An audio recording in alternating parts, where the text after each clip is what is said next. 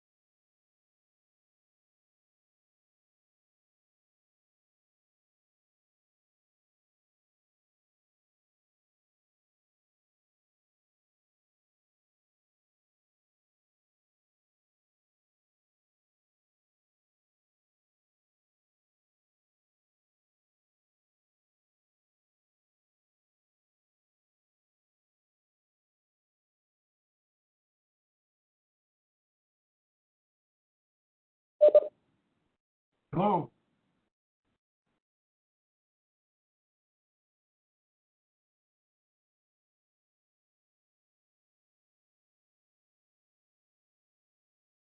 Good morning. Good Welcome. morning. How are you doing? Is this Dustin? This is Dustin. How are you today? Good. We appreciate everything you're going to go through for us for the next couple of days. It's my pleasure.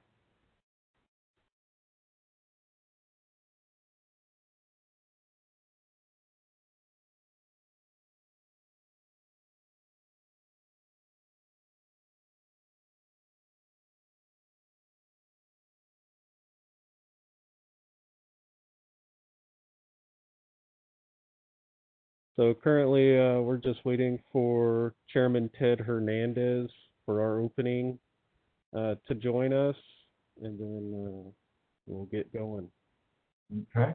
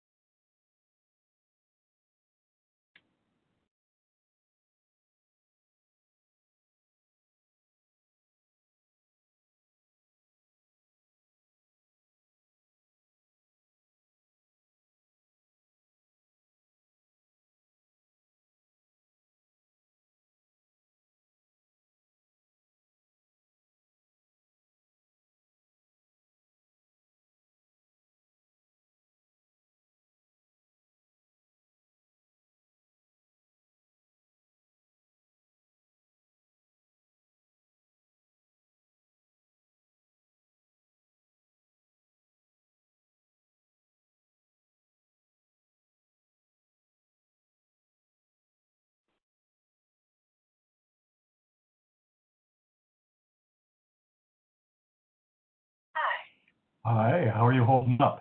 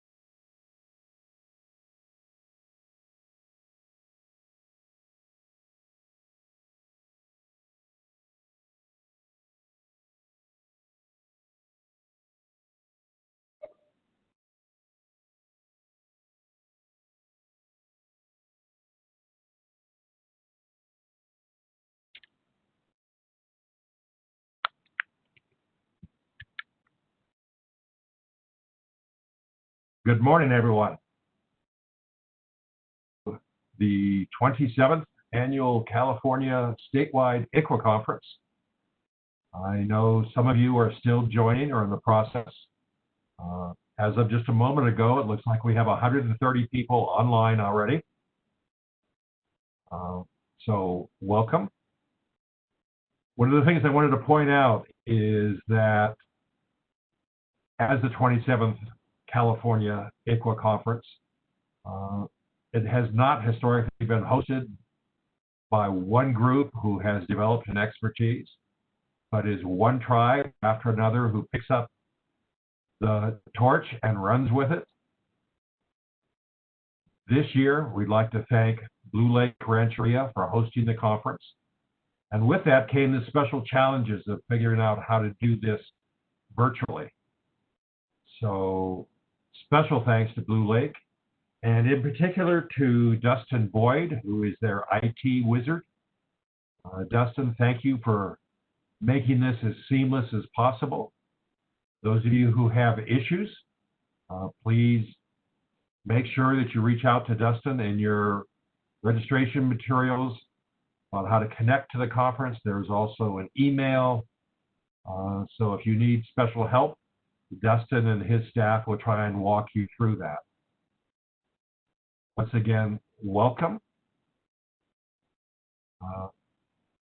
We're fortunate for this conference to have two very special opening keynotes, two people who have established their credentials in both the professional non-Indian world and whose commitment to Indian people and especially their children is unrivaled.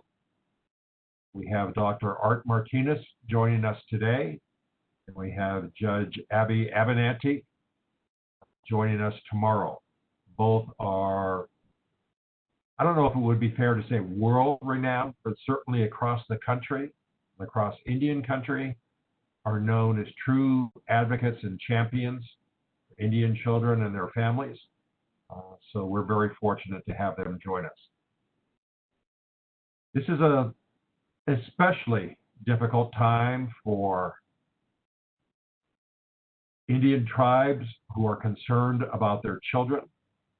We've had the decision from a panel of the Fifth Circuit. For those of you who are not lawyers, that means 3 judges ruled that ICWA is constitutional, is legal, is good law. But then the entire group of the Fifth Circuit judges, what's called an en banc panel, have pulled that opinion back. And as a larger group, they are looking at the question of ICWA. So we're waiting with anticipation, a little bit of trepidation, lots of hope, and that decision still hasn't come out yet. And then once that decision is out, good or bad, there'll likely be efforts to take that on to the Supreme Court. You all know that that's a process that's fraught with a lot of risk, but it's the world we live in. And until then, all we can do is keep moving forward, demonstrating to other people that ICWA, the Indian Child Welfare Act, is actually the blue ribbon standard. That's what we ought to be doing for all kids. Not just Indian kids, but all kids deserve the right to be connected to their families, to be connected to their extended family, to be given a fair chance at solving problems and be given help to solve those problems, to keep their kids connected to their communities, to give the kids a fair chance of growing up in their own home. We have that for ICWA. We ought to demonstrate to the rest of the country that that process works even for non-Indian communities.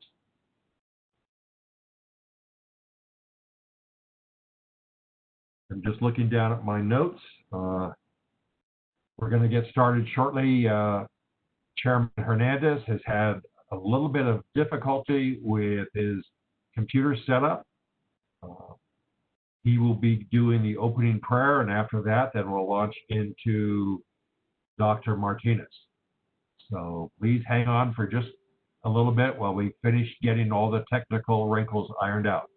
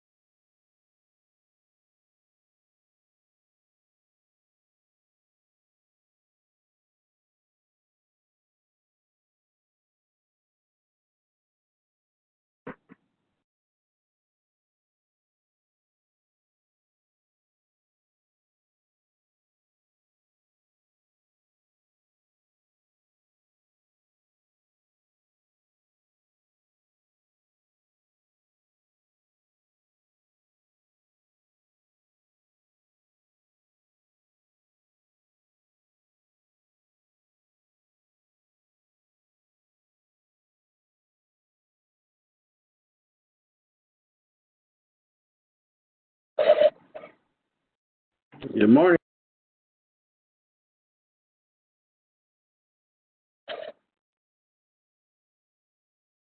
Good morning, Chairman. We appreciate you joining us today. All right. Can you guys hear me? Yes, I can. Let's make sure that the group at large can. Dustin here. I can hear you loud and clear. Okay. Well, to open this 27th California ICWA Conference, we're privileged to have Chairman Ted Hernandez from the Wiyot tribe, who will join us both mornings to do the opening prayer. And I'm glad to see that Chairman Martinez got the memo to wear blue shirts today. So it looks like if that's our only sticking point, Chairman, please begin when you're ready. Well, thank you. Good morning, everyone. How about you? I'm Ted Hernandez. I'm the tribal chairman for the Wiyot tribe. But first, I would like to say thank you to my cousin tribe, Blue Lake Rancheria, for allowing me to speak on their land. It's an honor for me to be able to speak. And welcome everybody to Wiyot country. And I'm glad to see the ICWA Conference being held at Blue Lake this year. You know, ICWA is very important to the nations, and we have a lot of children that need assistance. We're there for them because they are our future. They are our next generation. And it's, glad to see that we have everybody here that wants to learn more about ICWA and why ICWA is so important to the indigenous nations and our children. I hope that everybody comes away with a lot of knowledge from this conference this week, and that we are able to share the knowledge and be able to make this a better place for our native children. So before I usually begin, let me start out with a small prayer. There we go. With Creator, I just thank you for allowing me to speak on my cousin's tribe. And thank you for allowing us to hold this conference there at Blue Lake. I just ask that you watch over all of us and that you instill in our minds the ability to learn all this new knowledge that you are going to provide for us. I thank you for the presenters that are here today and that will be here tomorrow. I ask that you watch over every single one of us that are here in presence. We can't be there in present today, but we do have this other technology that we can be there and enjoy each other's time and company. I ask that you be with us during this time of crisis during this world, that with this viruses that are attacking our elders, our younger generation, and even us. I ask that you surround us with your protection. I ask that you also help us with this hatred that's going on in this world.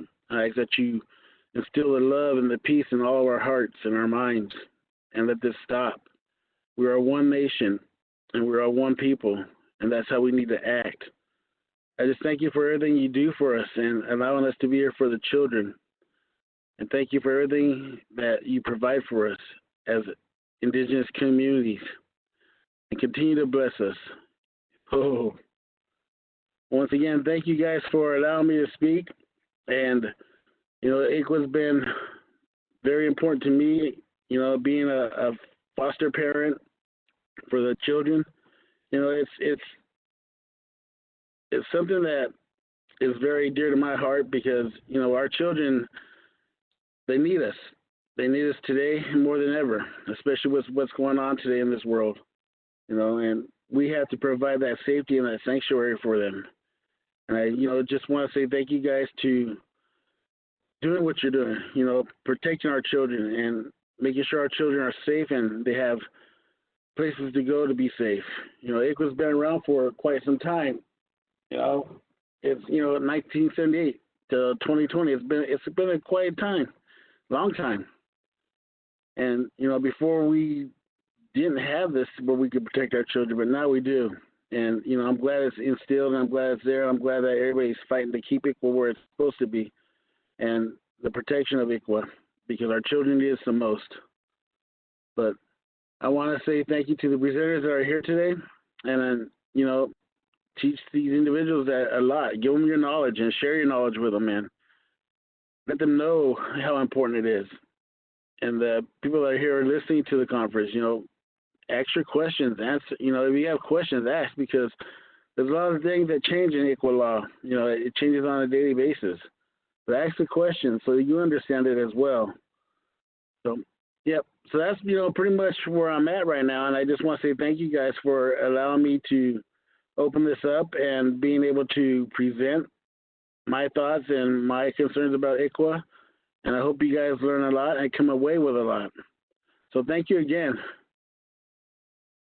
Thank you, Chairman Hernandez, and thank you for reminding us that what we do today in this time is so important, where we can lead by example about how to treat all our brothers and sisters, our African American brothers and sisters, our Hispanic brothers and sisters, our Asian brothers and sisters, that we can demonstrate how to treat children and families by using ICWA in our own communities and set an example. So thank you very much, Chairman, for your words today and your prayers. For all of these, thank you. Please make yourself comfortable. This is a brand new experience for all of us, where we are virtually and yet really joining each other in our homes and our offices to share what's important to us. That's the future of our children, future of our families, the future of our communities. So we appreciate very much your being here today. I want to remind everybody again that this conference is being hosted by the Blue Lake Rancheria and their tech whiz, Justin Boyd, who is helping us through this first ever process.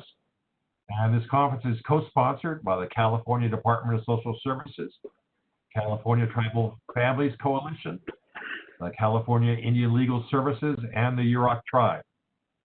So I feel like I'm a pitchman for Geico or something.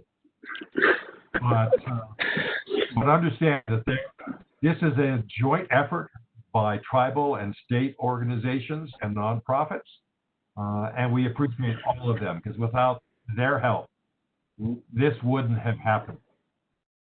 And it called on some very special resources and some resilience to make this happen. So thank you to all of those who have worked so hard behind the scenes to make this happen. I know I was getting emails late at night from Delia, from other people who are working hard to make this happen. So if you get a moment, please convey your thanks and your appreciation to them, because we're not part of a group in a large room where it's easy to walk up to somebody and just say, nice job, where the only way that they'll know that you appreciate them is if you reach out and let them know. So now it's my privilege to introduce the first half of a wonderful tag team.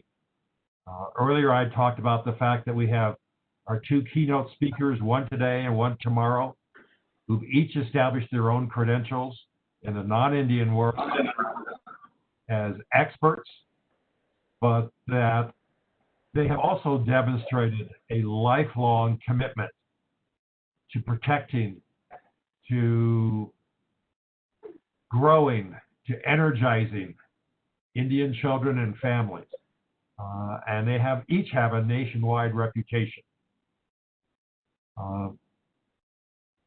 First, up today, we're privileged to have Dr. Art Martinez, who is a member of the Chumash tribe and a clinical psychologist.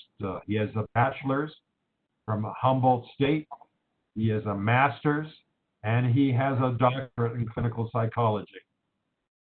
Art spent 35 years working for tribal governments and organizations. But one of the things that I want to make sure that you understand is that this man has a heart. It's not just the wisdom up here in the head. He has the heart, and he wants to make sure that our children and our families have that to carry forward. So I am very privileged to be able to call Art Martinez a friend, and I'm going to turn this over to him. Welcome, Art. Thank you, Bill, for that great introduction. I hope to live up to it. Thank you for asking me to be a part of this gathering and to be a part of the great work that each of you do in this work of Indian child welfare in the state of California and, as you know, throughout the country. Our cases take us throughout various areas that we serve, but also all the extensive areas that our tribal members serve and that our community members live in. So with that, I'd like to figure out here how to switch to my PowerPoint. So I'm going to explore the technology with everyone out there. It'll be just a moment, and you should have that option become available. Okay, I'm going to attempt to share my screen here.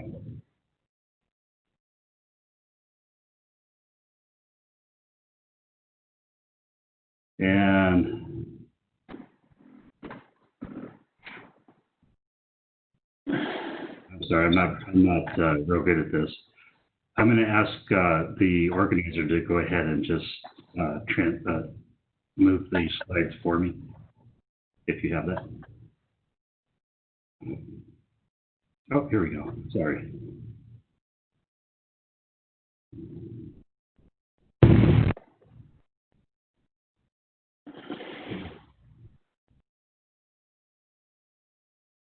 Hopefully everyone can see that.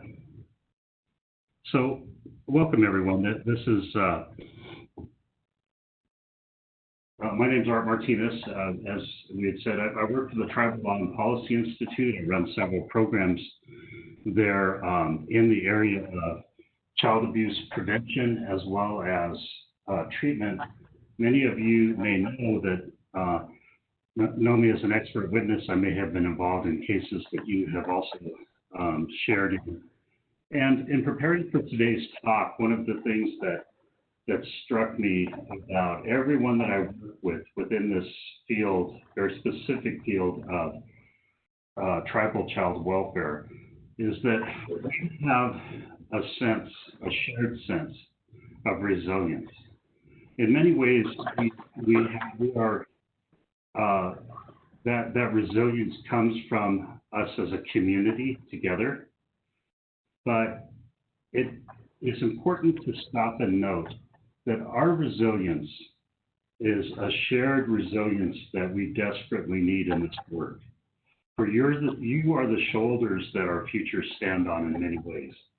You know that you see the children whose families have been most affected by the generations of intergenerational stress, intergenerational trauma, and trauma that doesn't end generations ago, it continues today. So that resilience, I put a quote up here by Maston that she had said that resilience doesn't come from some rare or special quality. It's the everyday, ordinary magic of human resources, of human beings working together. It lives in our brains, in our spirits, in our bodies, in the bodies of our children, in our families. And I think what's important to recognize also is that this resilience is something that resonates from our elders, that resonates from generations that have come before us that laid this foundation. I often say that in this work of Indian child welfare, we had many generations of lost families, lost children, lost communities, even, through the attacks upon our communities, through the removal of our children, and that in those songs and in those tears of our grandmothers, we find resilience, we find strength, because for whatever brought you to this work, you have heard that. And your strength and our strength together with our communities is the very strength that we need. So I'm going to look at my notes as we go here. Excuse me for that. So where do you do that work? Where does that strength come from? Where would we be without you? Well, that strength comes from a very special place that you have inside of you that I'd like to remind you of. That you work on behalf of many children and families. Children and families that have not had a voice. Children and families that have not been in a place where they could be heard.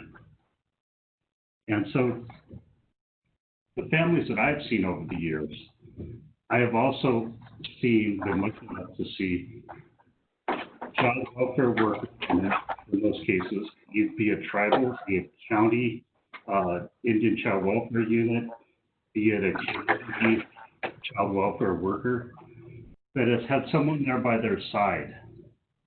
And this, to me, is exceptionally important.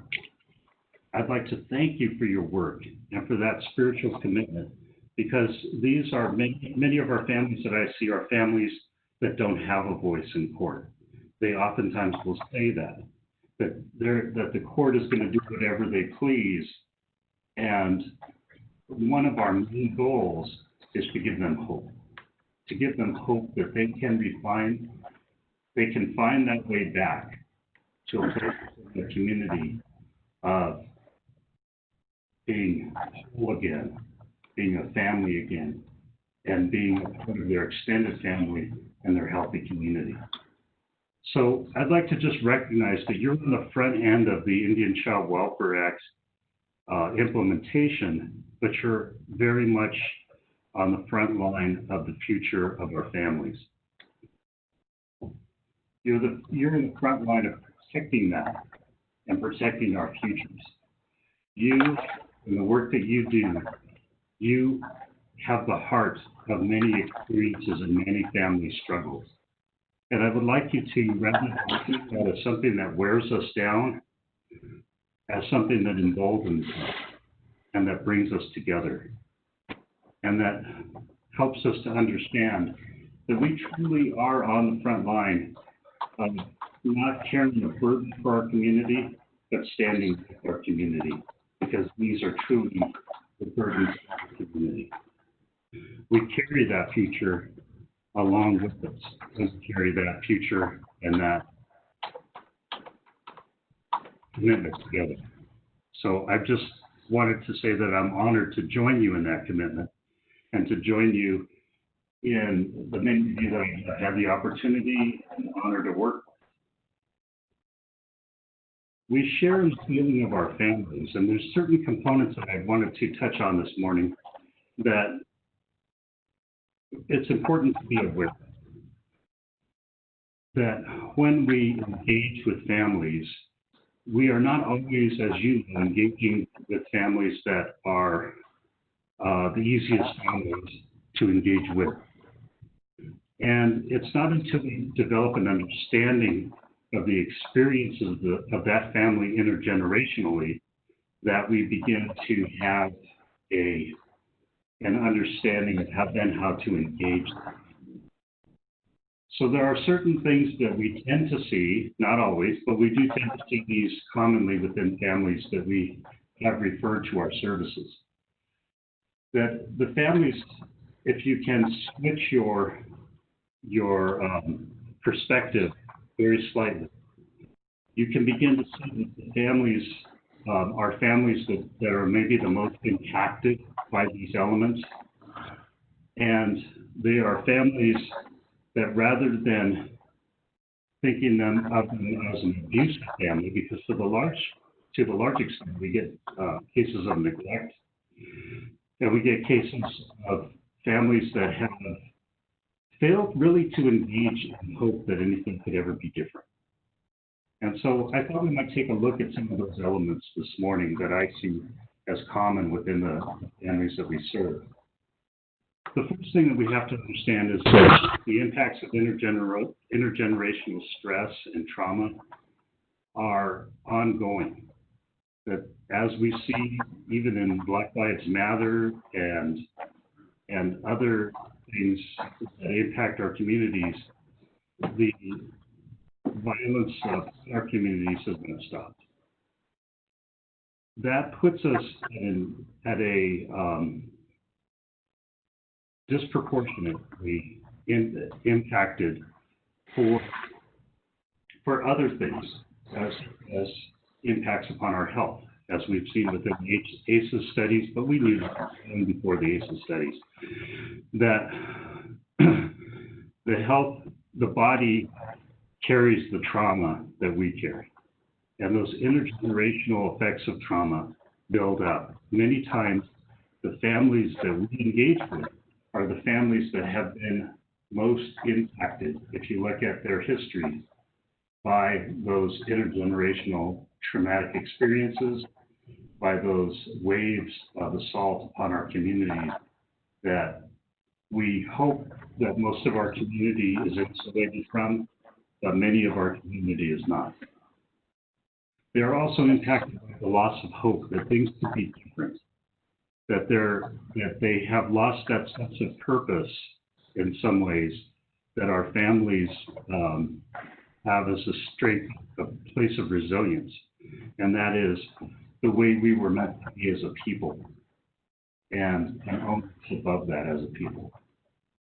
Many times we'll also find substance abuse effects that come, and rather than looking at those as a substance abuse issue that is in and of itself the problem, it's a contributor or a symptom of a larger problem of post-traumatic stress and intergenerational trauma. We find that these families also have a loss of ceremony in their life. They have many times a loss of leadership within their families, both of which are linked together by their ability to recover and to seek guidance and to seek healing. The binding fabric of our cultural ways and the respect that sustains our families, the respect for a sense of our family beyond ourselves, a sense of our people beyond ourselves, is something that we also see. Now, the burden of our experiences are shared. So the burden that you often feel as a provider of services is the burden many times that your families also feel. So as you look at these, you may say, well, yes, I see these families all the time. But I also want you to look at the fact that in our lives, we may have experienced much of this ourselves. And so there are two strengths to find. One is that by building the strength of families in this way, we can begin to address these issues. And by sustaining our own strengths, our own resilience, we can address our own issues of intergenerational trauma, loss of hope, substance abuse effects, spiritual losses and disconnection from ceremony, and all of the fabric that binds us to our.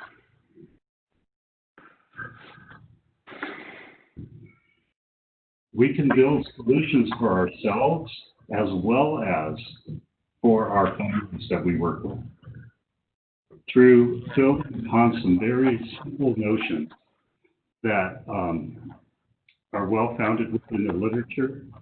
But I think we also have examples of this within our elders, within our communities. It's very accessible if we take that step out of our boxes to find. And those are the strengths of cultural resilience, trauma resilience, which is a separate entity, safety, and these are the things that we try to build in the families that we are working with, as well as the families that we are trying to prevent situations that might lead to compromise the integrity of the family. And in many ways, you can see how these are attributes that we can hope to work on ourselves. Cultural resilience can be built through the use of traditional ways to overcome the negative influences of oppression, abuse, poverty, violence, and discrimination. So as we find strength within our traditions, we also find that we become part of a healthy community, healthier community, standing together, which helps us to then reimagine ourselves and restate ourselves as the family that we should be or may have been. Research has also indicated that culture plays the role of tradition and culture plays in overcoming such factors in American Indian families.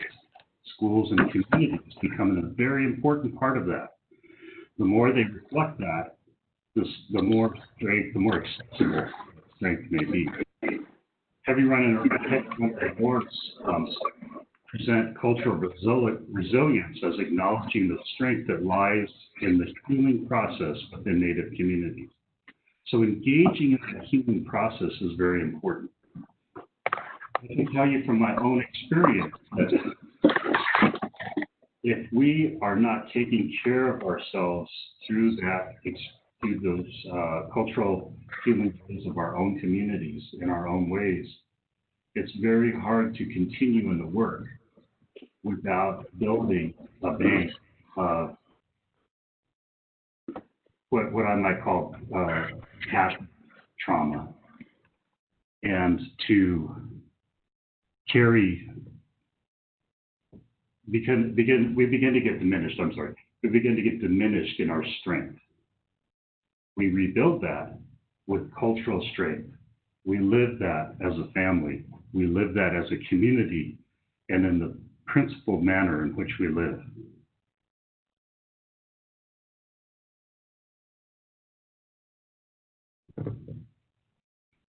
Trauma resilience is another important thing to take care of ourselves as well as our families that we work with.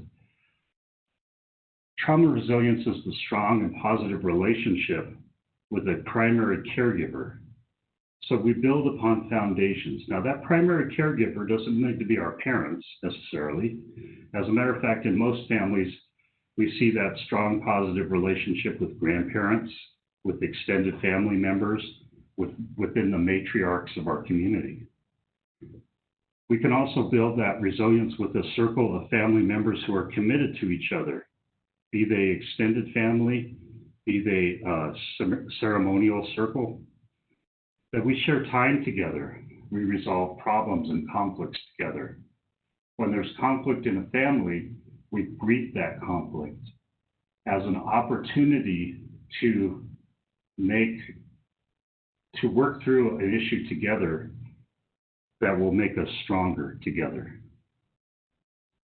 Many times we can head off that conflict by just agreeing on that simple notion.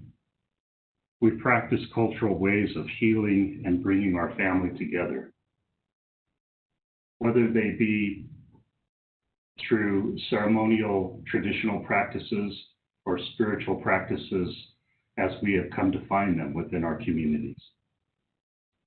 Schools also provide a positive social environment if we are engaged with them. We work particularly, we will see that in our tribally based education programs, in our tribally based communities, how important schools are in the future of our children.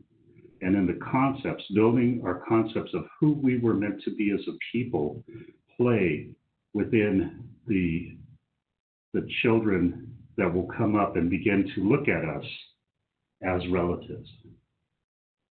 And to also work toward a strong community, many of which we enjoy a strong community, that ensures access to quality essential services, and a community that fosters connectedness and opportunities for connection, times when we are together. During this time of COVID, this has provided a challenge to that. And so as service workers, we have to work hard to begin to, rather than be a victim of that disconnectedness, to work with our community to encourage and to bring forward that connectedness in new ways. Now, how does this area of trauma resilience, so specific to our needs as Native people, come to the forefront? These are not specifically issues that refer in the area of trauma resilience to Indigenous people or even Native people. They are common foundations of trauma resilience that exists internationally. And so it's important to know that we are not an exception somehow of people that need to work on this issue of trauma resilience, or that somehow are burdened with this job, but that every community is defined by its resilience and defined by its ability to build on these very strengths. Those strengths begin with safety. An individual's strengths to empower and develop in their care is an important part of strength. So whoever is caring for us, we want to be sure that we feel safe with them. More importantly, the families that we are working with cannot change, cannot learn if you don't feel safe. If you don't feel safe, you're continually in a process of defending yourself. And as many of us know, the families that we work with, and maybe even ourselves, the best defense is a good offense. And so we tend to find families that are resistant, that want to fight the daily battle of why are they making me change, why are they making me do this. All they are telling us in that is that they have not found a foundation place to find safety. And so our work with them begins in that finding safety, standing by them and saying, we're here with you, we're going to be safe. Don't worry. Let's just work on the solutions and not the problems, because the continual problems is a notion of crisis that keeps us from that ability to feel safe, which can be a way of life for some people. We also want to develop trust. Excuse me. Trust can very simply be established by that we do what we say we're going to do, that we have positive regard, we consistently have hope for them. I was very, very fortunate in my upbringing to be raised around elders who constantly gave me hope. They constantly found that whatever I did, that it was so wonderful and it was going to bring good things to our family and our people.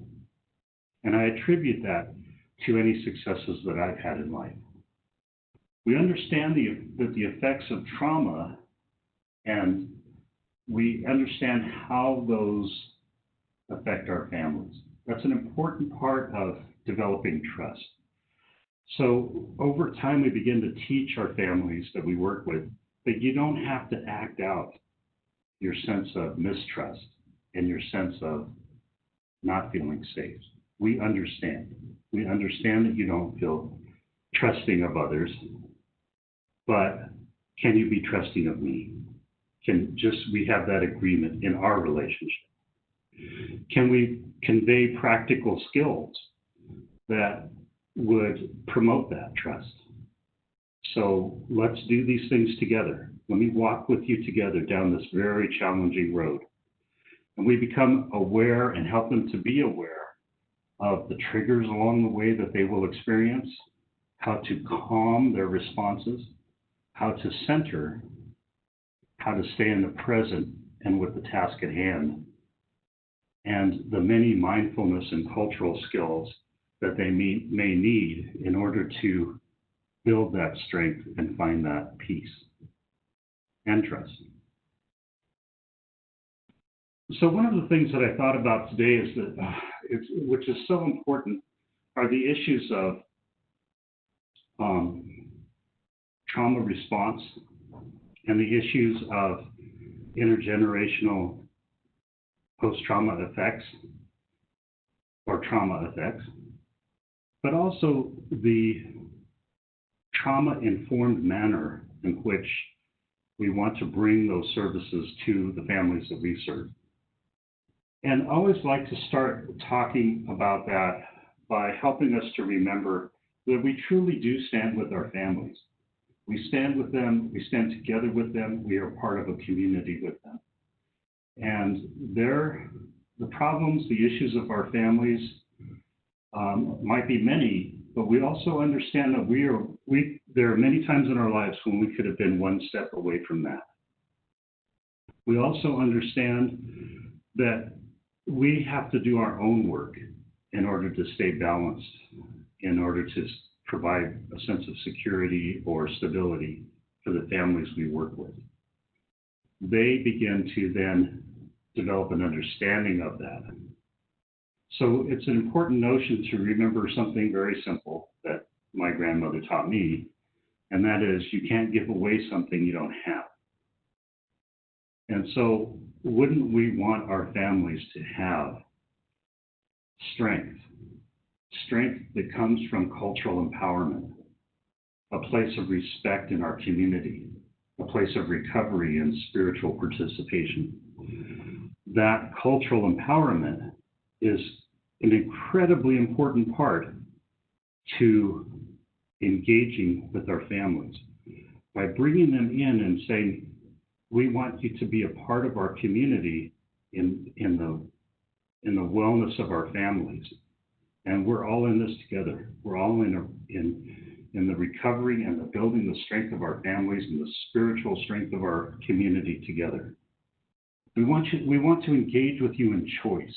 We want to inform you about the treatment options that you have, the services plan that you have, and think with you what would work, what would change your life in a manner that would increase safety for your children and increase safety for your family and increase your ability to re-engage with a healthy community. We also want to join them in collaboration. When we collaborate, we build strength. So it's not as important that we know what they need to do, it's important that they know what they need to do. And in that, it's important that they have choice and that they collaborate in that. So many times we think of the boilerplated safety plan or the boilerplated services plan that comes from communities that we work with, maybe child welfare services. Every family service plan you see seems to see the same things. They're going to go to counseling, they're going to go to substance abuse treatment, they're going to go to, maybe they're going to have supervised visits and possibly family therapy and other things. And while none of those are particularly bad choices, it's important that the family come to that realization themselves. So them finding that with you as a potential solution is important. And then I say something that actually many folks, child protective services workers tend to find a problem with, And that is, where would you like to start? The family doesn't have, the great thing about having so many needs of a family, there's a great advantage in that.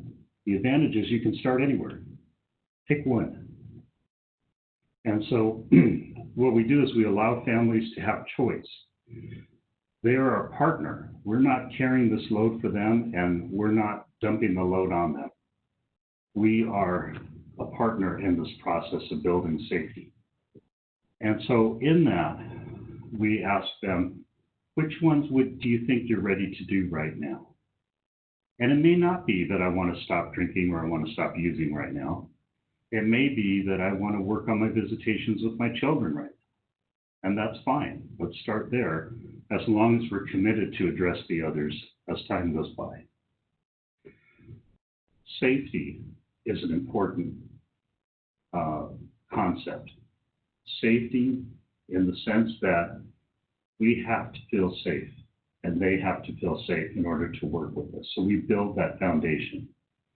We don't build safety by telling people what we think is wrong with them, nor do we build safety by telling people what others are going to do to them or their family. We build safety by saying, let's deal with this one step at a time. I have complete trust, in fact, that we can build the family strength to a place where all will feel safe. Trustworthiness. Do they trust us? Many times we have an advantage by working in our communities that regardless of how people might feel about myself or yourself individually, they understand that I might be the best ally they have in this process of protecting their children or regaining their family structure. And so we build upon that trust. And then also we have trauma recovery. It's important to understand that our families did have a traumatic history, but also have current trauma experiences that they live with possibly on a daily basis. If we don't address those, all of the other work will begin to tumble down and not be effective. And so I'd like you to think for a moment that you can't give away something you don't have. Finding spiritual and cultural empowerment, finding voice for your own caring, for your own traumatic shared experiences is incredibly important. And we all find that through ceremony, through participation in churches, whatever it might be for you. It's important to find it. In our working situations, it's important that we have choice and collaboration with the managers that we have, with the tribal structure that we have.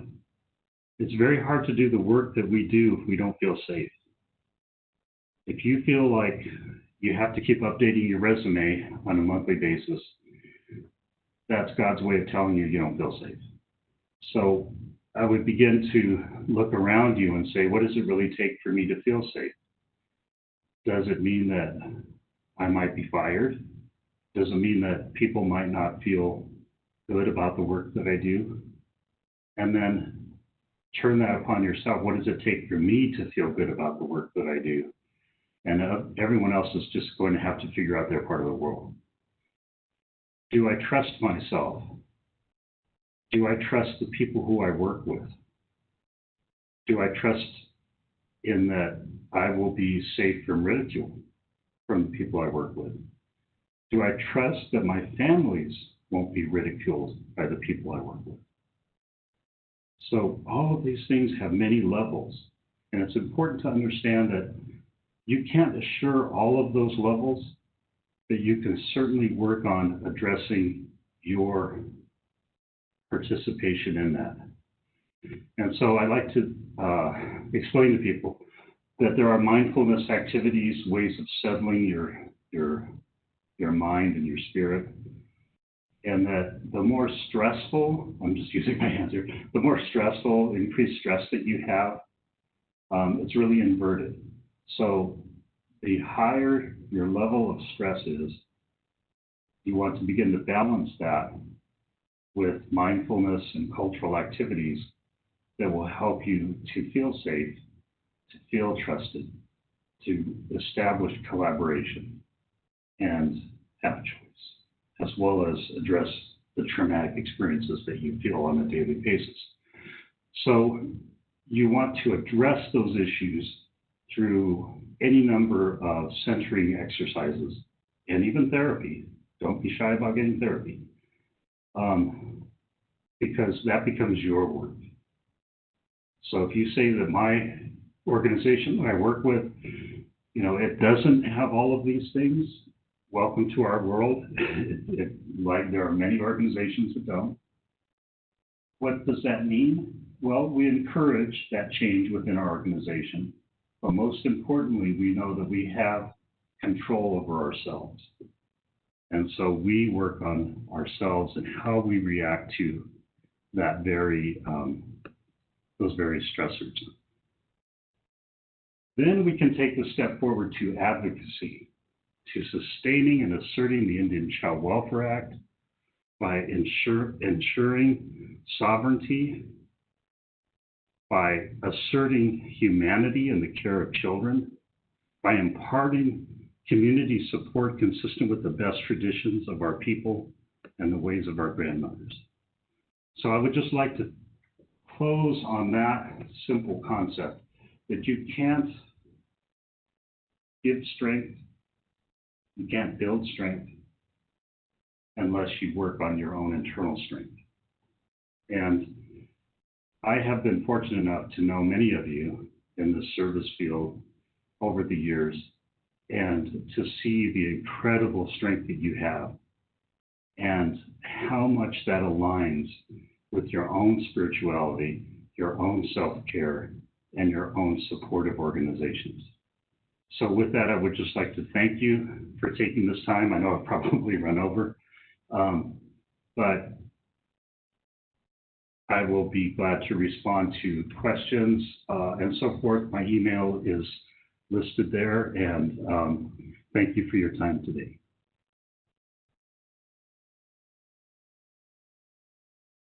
Thank you, Art. Appreciate very much your reminding us that the strength is in our own communities, and we need to know how to learn how, remember how to tap into that strength. So thank you so much for joining us this morning, and to all the participants. I think you can see now why Art is so well thought of in both the Indian and the non-Indian communities. We appreciate you, Art. Thank you. Thank you. For those of you who are joining us late, all of these sessions will be recorded and available on a website later, so that you have access to this and so that you can share it with your staff, with your council members, with your family. And I'm certainly going to be sending this on to people that I work with around the country so that they can see that there are ways of trying to do this that reflect tribal values, but are also important for other people to see as well. It's going to take just a couple minutes to get the next panel hooked up and ready to go. We're in the process of doing that, so just hang in there with us for a couple of moments, and we'll move on to the next session, which will be the COVID-19 update. So I don't see Dr. Fauci up here, but I'm sure that there'll be other people here who can help us fill in those gaps. So hang in with us for just a moment.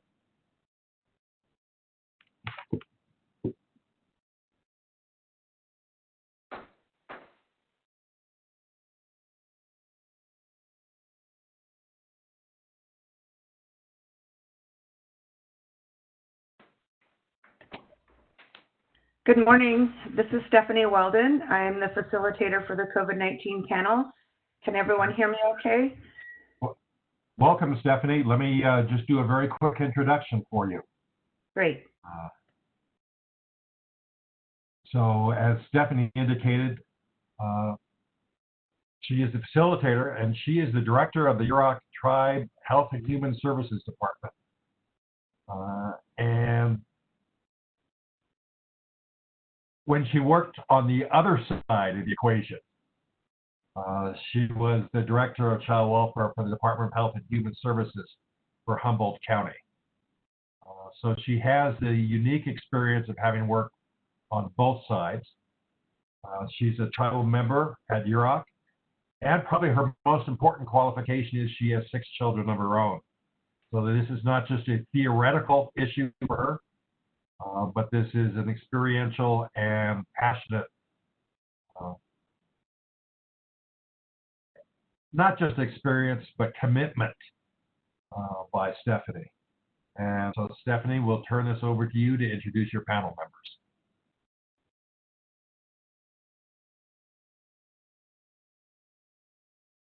And Stephanie, you're...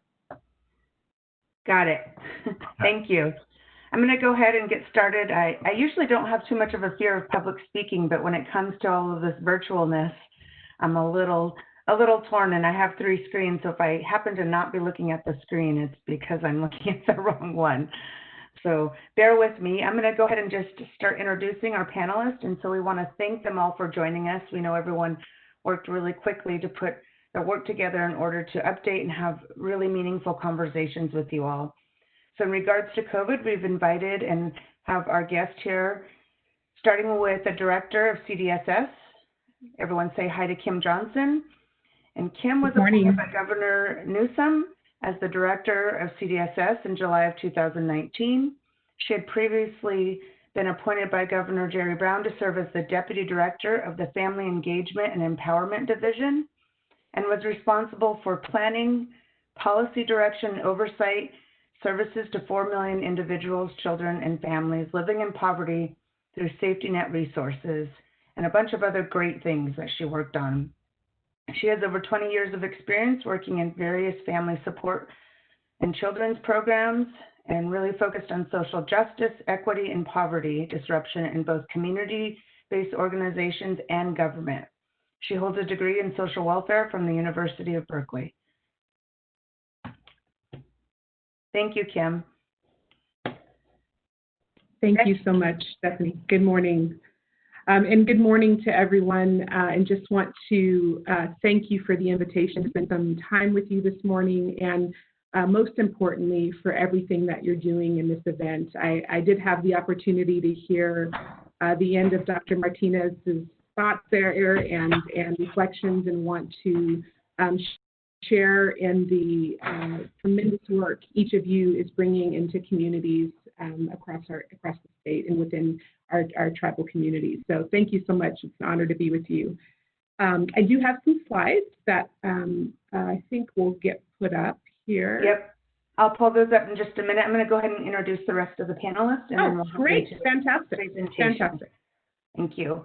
Next, we have Heather Hostler, and she was appointed the Director of the Office of Tribal Affairs for the California Department of Social Services in July 2017. She has served as Chief Deputy Tribal Advisor to Governor Brown's office during 2012 to 17. And then prior to this, she served as the Native American Liaison for the California Department of Alcohol and Drug Programs. Ms. Hostler holds a bachelor's degree in Native American Studies and Law and Government from Humboldt State University. And in 2016, she was awarded Humboldt State University's Distinguished Alumni Award, which I did not know that. So we both share that. I think mine was in 2014. So yay, Heather.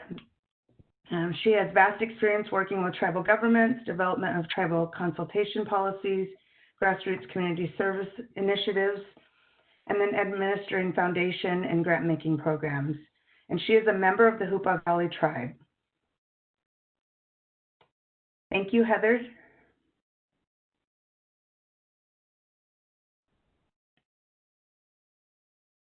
Did you want to go ahead for the rest of the panelists? Yes. I'm having a little delay in pulling up everyone's bio. My computer's a little slow this morning. I didn't give it any caffeine. Oh, no. Next, we have Greg Rose. He is the Deputy Director of the California Department of Social Services, Children and Family Services Division. Mr. Rose joined the state service in 1995, where his assignments have spanned a range of responsibilities that included the Chief of the Office of Child Abuse Prevention and the Assistant Deputy Director. He serves on the editorial board of the Journal of Public Child Welfare and is on the National Advisory Committees for the Human Rights Campaign, All Children, All Families, and the Chadwick Trauma Informed Systems Project, and is the former president of the National Association of Public Child Welfare Administrators. Prior to his state service, he held casework and managerial positions within organizations, served runaway and homeless youth, pregnant and parenting teens, and those living with AIDS. He has a master's degree in social work from California State University, Sacramento. Thank you, Greg. Thank you, Stephanie. Next, we have Ann Gilmore. She's an attorney with the Judicial Council of California, Center for Families, Children, and the Courts, working with the Tribal Projects Unit. The work of the Tribal Projects Unit includes the Indian Child Welfare Act initiative. Ms. Gilmore has over 20 years experience in the field of Indian law, practicing in British Columbia, where she did Aboriginal rights and title litigation, treaty rights, and specific claims work. Since moving to California in 1999, she has continued to work in the field of Indian law, focusing on the Indian Child Welfare Act. And she's worked for the Judicial Council since 2007. Thanks, Stephanie. Thank you, Ann. And last, we have Audrey Fancy. She's a principal managing attorney with the Judicial Council Center for Families, Children, and the Courts. She joined the Judicial Council in 1997 and has worked on a variety of projects focused on improving the well-being of individuals, children, and families in juvenile dependency, juvenile justice, and probate cases. Her team also includes the Tribe State Programs Unit, which provides legal services and technical assistance to courts, interjurisdictional issues, and across all case types, and assists with the development of policies, positions, and programs to ensure the highest quality of justice and service for California Native American communities. She holds a law degree from the University of San Francisco and a bachelor's degree in political science from UC Santa Barbara. Thank you for joining us, everyone. Just give me 1 minute here. I'm going to pull up the first PowerPoint, starting with Kim.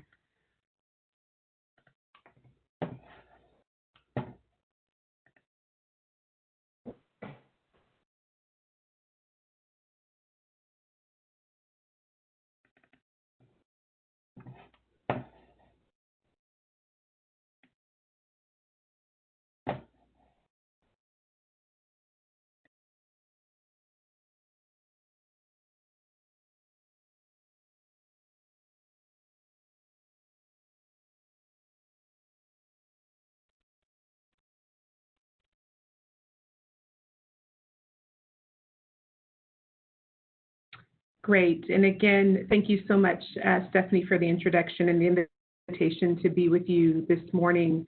Want to share with you some overall impacts on COVID-19 and also the response of social services, and glad to be joined by partners on our team, Heather Hostler and Greg Rose, who will go into some more specifics. So just want to start by saying the COVID-19 pandemic and this public health emergency is certainly focused on public health and response, but it's also very much impacting in disproportionate percentages those already living in poverty and actually bringing individuals into poverty that had not previously experienced it through the economic impacts along the way. Just to give you a scope on the economic impacts, the month of May across California, our unemployment rate was at 16.3%. In the month of April alone, we paid out $2.8 billion in unemployment claims. So a huge, huge impact on our economy, again, disproportionate to those in tribal communities and other communities experiencing poverty. We saw a map of some of the places across the state of greatest impact, a lot happening in the Central and Southern California portions of our state. Also on the next slide, you can see this data available on our COVID-19 website, which looks at both the positive cases, which is on the left-hand side of your screen, by gender, by age, by race and ethnicity, and also the fatalities, the very devastating consequences for families who have experienced a death in this event, also by gender, age, race, and ethnicity. The gray hashtag you see on the screens represents the portion of the state of California's population. So you can see disproportionately positive cases of our older individuals. You can see also for Latinos, the positives are much greater in that population. Also for fatalities, it's really our elders who are at greatest impact across the state. And want to highlight here that we are capturing American Indian as well, but also recognize the challenges with data collection over time and how that may not be an accurate depiction across the state.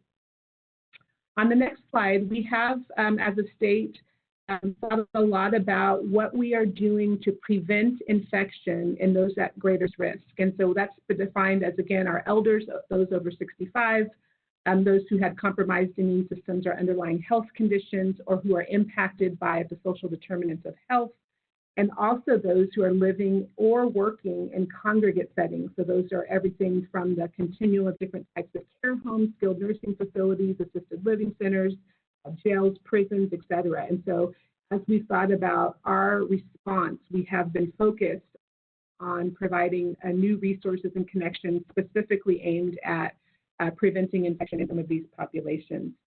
Social services is leading indicator 2 of the 6 indicators of the roadmap that's focused on that work. And so a lot of other disproportionalities also related to race and ethnicity.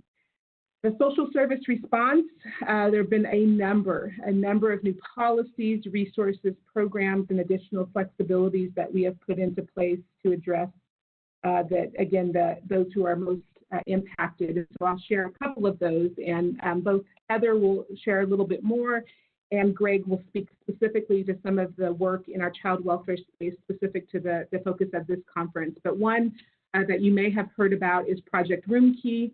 This is to support individuals experiencing homeless with providing non-congregate sheltering options in hotels, motels, but also in the deployment of over 1,300 trailers across the state.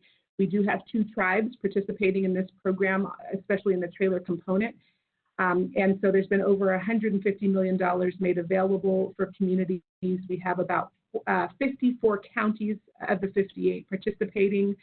We do currently have 15,000 spaces to support those who are COVID positive, exposed, or have those underlying health conditions to have an opportunity to connect.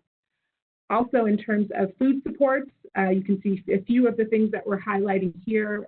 Pandemic EBT, which is a new program stood up in this emergency, and that's providing up to $365 per child for children who are eligible for free and reduced price meals. And we have a deadline for those who are not already enrolled in another public program like CalWORKS or CalFresh to July 15th. So there still is time. We've already reached about 82% of those children who are eligible with those resources.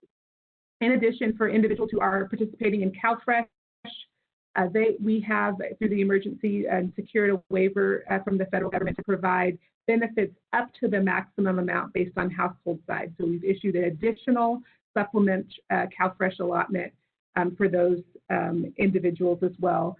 And then also the last piece was around food banks and additional resource in our food banks. And we do, I think, and Heather will speak to the engagement we've had with tribes, want to ensure that if there are any needs that we are utilizing and making special connections to the food banks out into tribal communities to get that food distributed. So just would say that the community engagement portion of this effort is critical to us. It's more work that we have to do, but build on and really appreciate Heather's leadership in convening some of these conversations as we continue to work together to address and be responsive to what we're seeing across the way. There isn't a clear end in sight. And so again, we want to continue this dialogue and conversation with you to ensure we're addressing unmet needs. So with that, I will turn it over to Heather.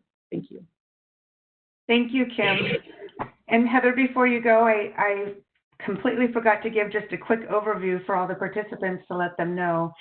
And I think Kim did it beautifully, is that first, this panel will be talking about overall statewide social service efforts, and then we'll narrow down into more specific efforts related to child welfare, specifically ICWA, and the work that's going on, as well as work throughout the courts as its response to COVID. And so then we hope to be able to have a little bit of time for Q&A.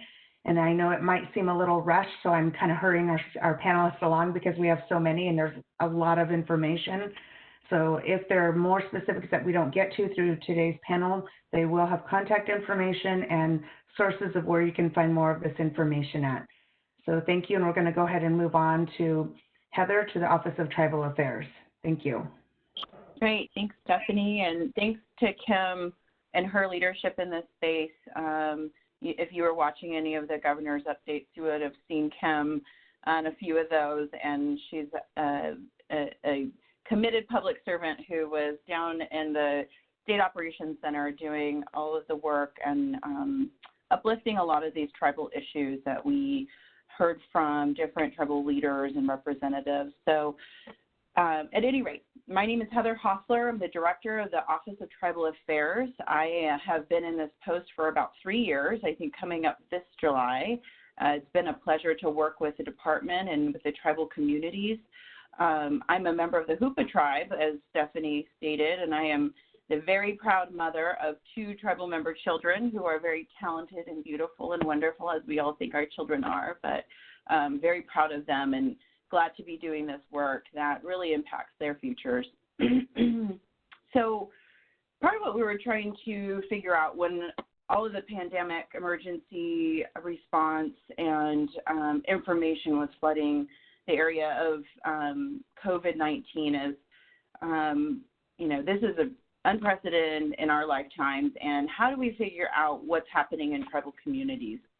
We knew that there was going to be some major impacts just because of disproportionalities and disparities and what we know about previous pandemics and their impacts in tribal communities. And so we convened a call to say, here's what we're doing, but we really need to hear from tribal leaders and representatives what your needs are, where the gaps are in our space of social services. There's so many things happening, and social services is just one slice of that work, but we were really glad to have some pretty robust participation and really learn a lot. We talked about housing and food security, tribal TANF, child welfare, and elder supports. Really appreciative of the representatives who uplifted some areas like, hey, food banks don't always reach us. So when you are, infusing some of this money into the food banks, that doesn't mean it'll reach tribal communities. And so these are the sort of things that we really need to learn and hear and know, so it informs our policies, our work, and our emergency response. So what we heard on that call really informed those efforts. Next slide.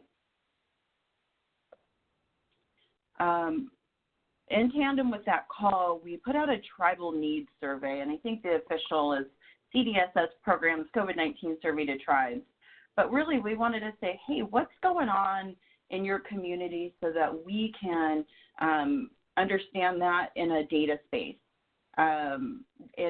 Data-driven has been really a priority for our Health and Human Services Agency, and we're really thinking about that in the space of tribal affairs because it matters as we consider resources and programs. And so we did a simple survey and had a really great response to learn more about that. And we did do a bit of a broad net just to understand, and not just our own silo, but to understand broadly what the impacts were, folks were really concerned about. And so we knew we could make a difference in the food assistance. And as you can see on this slide, pretty much 100% of the tribes that responded said, hey, we have some food assistance issues. Unemployment and wage loss to be expected, and Kim talked about the investments that have been made there. And then also elder supports. And so still want to learn more about that, but we have our partners over at the California Department of Aging who really took that information and were considering how to connect with tribal communities. I think that being said, we have a lot to improve upon. So this was like the first effort. So definitely didn't take care of all the needs, definitely didn't come close, but really was considered as a part of the programs that we had in our area of control. Next slide, please. What we did here and some of the other components of the survey was we need information, and we also heard we're on information overload as well. So what we wanted to do in the Office of Tribal Affairs is really think about how we can do some gleaning of what's out there to share in the social services space with tribes. So primarily California Department of Social Services information, but we also looked at our federal partners. They had resources that we wanted to connect tribes to. We also wanted to share if there were different webinars or things, or some of our nonprofit partners that had the iFoster phones. And so check those out. These are links. So when you get to the materials, you can click those links. Another effort was the web page, and that came more recently. But we wanted to do the same resource where you didn't have to go kind of comb through the links of the digest, but we wanted you to have a place to go and click these different buttons to say, hey, I've got all these other things figured out, but this COVID-19, ICWA, and child welfare, that's kind of my area, so let me go specifically to that space. So we have a first iteration up. Please let us know if there's more that you feel like needs to be included. We're happy to continue to update. Unfortunately, it sounds like this pandemic will not be over anytime soon, and so it's just in a different mode of the response. So please keep us posted on that. One of the other areas that Kim talked about was Project Roomkey, and I was very proud of our leadership who said, let's make sure tribes are eligible for this funding. A lot of times that's tricky. Sovereign nations and how you figure that out is important, but they didn't let that put a barrier up to tribal participation. Granted, we had few participants, but we did have some tribes that reached out and said, we need to help our folks who are on the streets or in congregate settings and be ready for this response. So the funding has to be encumbered by the end of this month. So we had 3 tribes who we had worked with to make that work and continue to learn, and our housing and homelessness branch is willing to work on that. So food supports. When we heard from tribes who contacted us directly and who responded to the survey that they needed food assistance, we went ahead and followed up with those folks. And that was very recently in this last month to say, hey, we have some funding that we can put into tribal communities. Let's get those resources connected. So we're in the progress of that. Importantly, we do need folks, if they are in tribal communities, if you're still in need in this upcoming fiscal year for food resources related to COVID-19 impacts, please contact us, and we'll talk about some how we can coordinate. Here you'll see my contact information and here on the slide, so please contact me anytime. Thanks to Stephanie for keeping me on track because I could have gone on and on. So thank you all for listening.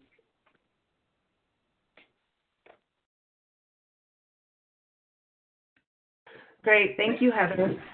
I think there's probably quite a few questions, so there's a lot of information, but I'm going to go ahead and get through the rest of the presentation, and then we can, I'll ask some questions, and then we can take questions from participants as well as a part of that. So we're going to go ahead and move forward to specifically focusing on ICWA and child welfare.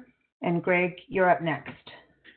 Great, thanks, Stephanie, and others. Wish I could actually be there present and physically present and looking at people's faces, but I'm happy to be here to talk just for a few minutes about some of the things that we've been doing.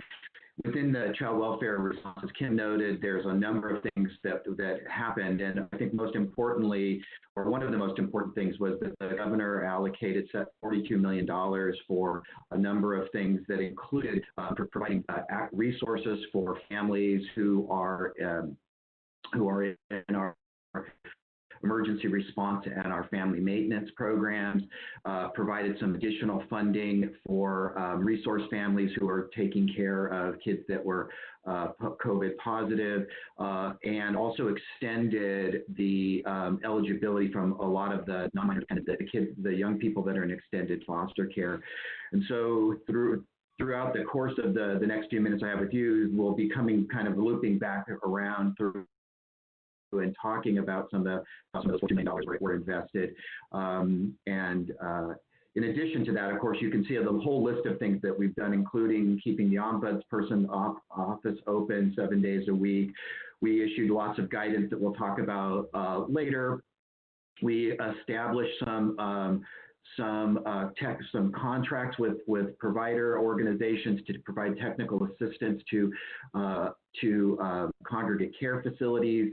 We created some parent helplines and provider helplines to give peer support and real-time information to families and programs as they were grappling with all of the impacts related to COVID, and not just the infections, exposures themselves, but all of the kinds of impacts related to the stay-at-home orders and things like that. We also worked diligently with the Public Utilities Commission to get out a number of the technology to families. Specifically within the in the executive order, it allowed for a number of flexibilities that you'll see here, some alternative processes other than the face-to-face interactions, though I should say that throughout the entire months of COVID, almost half of visits were still made in person, even though the flexibilities were there. It included a number of, again, some flexibilities to allow young people not to exit care in the midst of the pandemic. And you'll see on the next slide that we issued a great deal of all county letters and all county information notices. I won't step through all of them. It's important, a couple of points I'd like to make. I mean, these implement a number of alternatives for meeting requirements. They allowed for the use of technology on a case-by-case basis for parent and child visitation, sibling visitation, provided specific guidelines in terms of how to implement the public health guidance in child welfare activities. One letter that you won't see that's listed up here that I think is important to note, and it's not listed here because it wasn't directly COVID response, but we also, in the midst of this, in these letters, issued all county letter number 2038, which implemented AB 376, which conforms California statute to BIA regulations relative to ICWA. And we thought that in addition to putting specific reminders in many of these letters related to ICWA, because we didn't really waive things that were anything related to ICWA specific, we also wanted to release this letter in the midst of these other letters to remind folks. The other thing I mentioned before we go to the next slide is that some of the members of the Tribal Advisory Committee reviewed these letters with very short turnaround time to give us some input from a tribal perspective, often in the middle of the night or early in the morning. And so a special shout out from me to and the department to Stephanie Weldon and Delia Sharp for really helping us kind of think things through on a really fast track. They and some other child advocates and some of our county colleagues provided information for us on this. These are some of the all county information notices that we implemented. as a result. One of the things I wanted to mention is that there was $1 million. We can go to the next slide, Stephanie, that's fine. Just call your attention to I-5020, which is the public health guidance. So take a look at that. It's hot off the press and really, really informative. With respect to the some of the $42 million that the governor made available, we contracted with 82 family resource centers and provided $1 million a month to divide it up into those 82 family resource centers, and we prioritized resource families and tribal members, Indian families for the receipt of these funds. Often these populations aren't typically beneficiaries, if you will, or they don't often see family resource centers as maybe the first go-to place. Nonetheless, the resource centers did a number of some reach outs, and as you can see from the statute or from the slide of statistics, that over 430 Indian individuals did receive services from the family resource centers. On the next slide, you'll notice the kind of distribution of the services. Well over half, over 60%, went to concrete goods and services, food, diapers, cleaning supplies, and then a number of other some of the other resources went to meeting some of the emergency needs of families relative to technology and some things. And clearly there was a small slice of the pie also that went to just helping some of these nonprofits stay afloat. These funds will be continued for the remainder of the month and into January slightly. I think as Heather and Kim have mentioned, clearly we're in the midst of this pandemic, and maybe there's a moment to take a breath and think about lessons learned and where we've been. I think where we need to go is we need to, as Heather mentioned, do additional and better engagement with tribes and tribal social service organizations to continue to understand needs, identify the practice concerns that folks are experiencing, and also and identify things that are working well, so that there could be some ability to lift and shift, as they say, the kinds of things that are happening in other jurisdictions that make sense. We're committed to working with tribes and counties on the well-being of Indian children and families, and we look forward to, in the months to come, to have regular, ongoing engagement to really do mutual problem solving to serve the community as well as we can in a manner that is respectful and deserved. Thank you. Thank you, Greg. We're going to go ahead and finish our last two panelists who will tag team together, both Ann and Audrey. I'm going to pull up your PowerPoint, so give me about 30 seconds to pull that up. We have two different PowerPoints. Thank you, Greg. Thank you, Stephanie. And we're going to start with Audrey. Yes, I think it should be one PowerPoint with our slides together.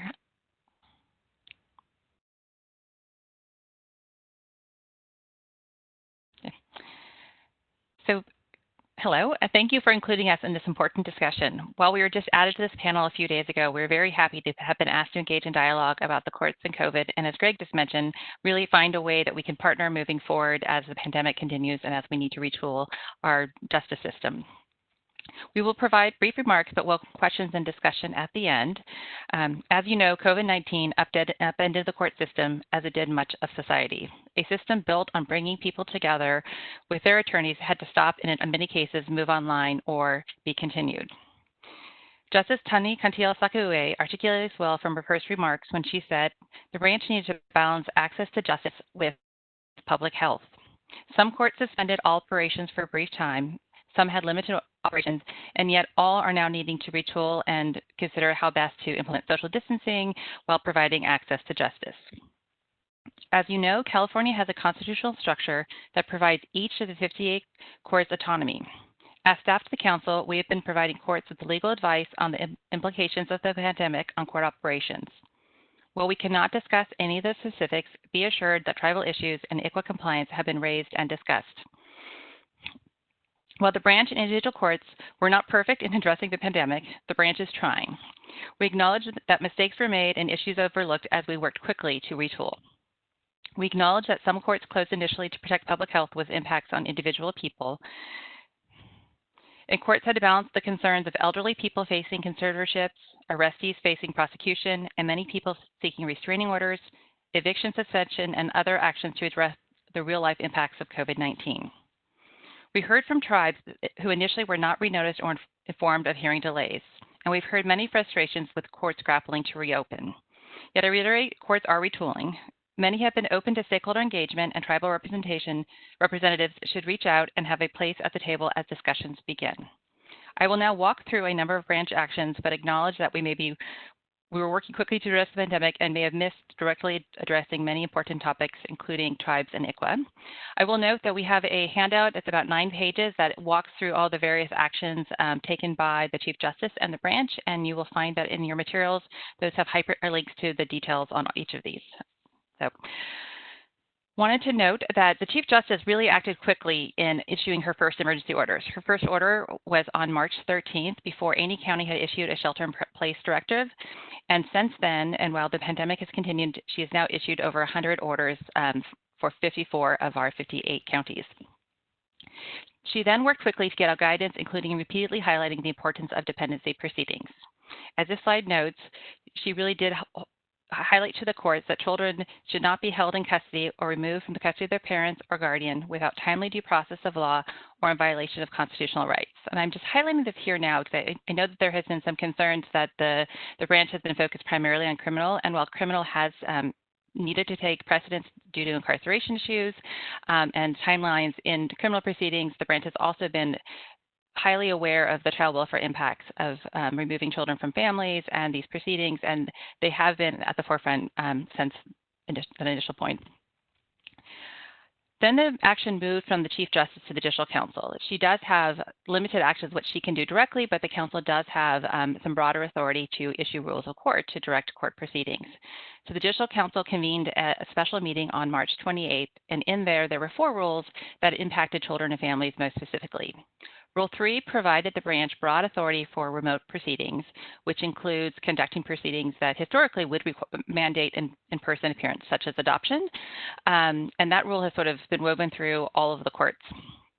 Rule 6 sets forth parameters and requirements for child welfare proceedings.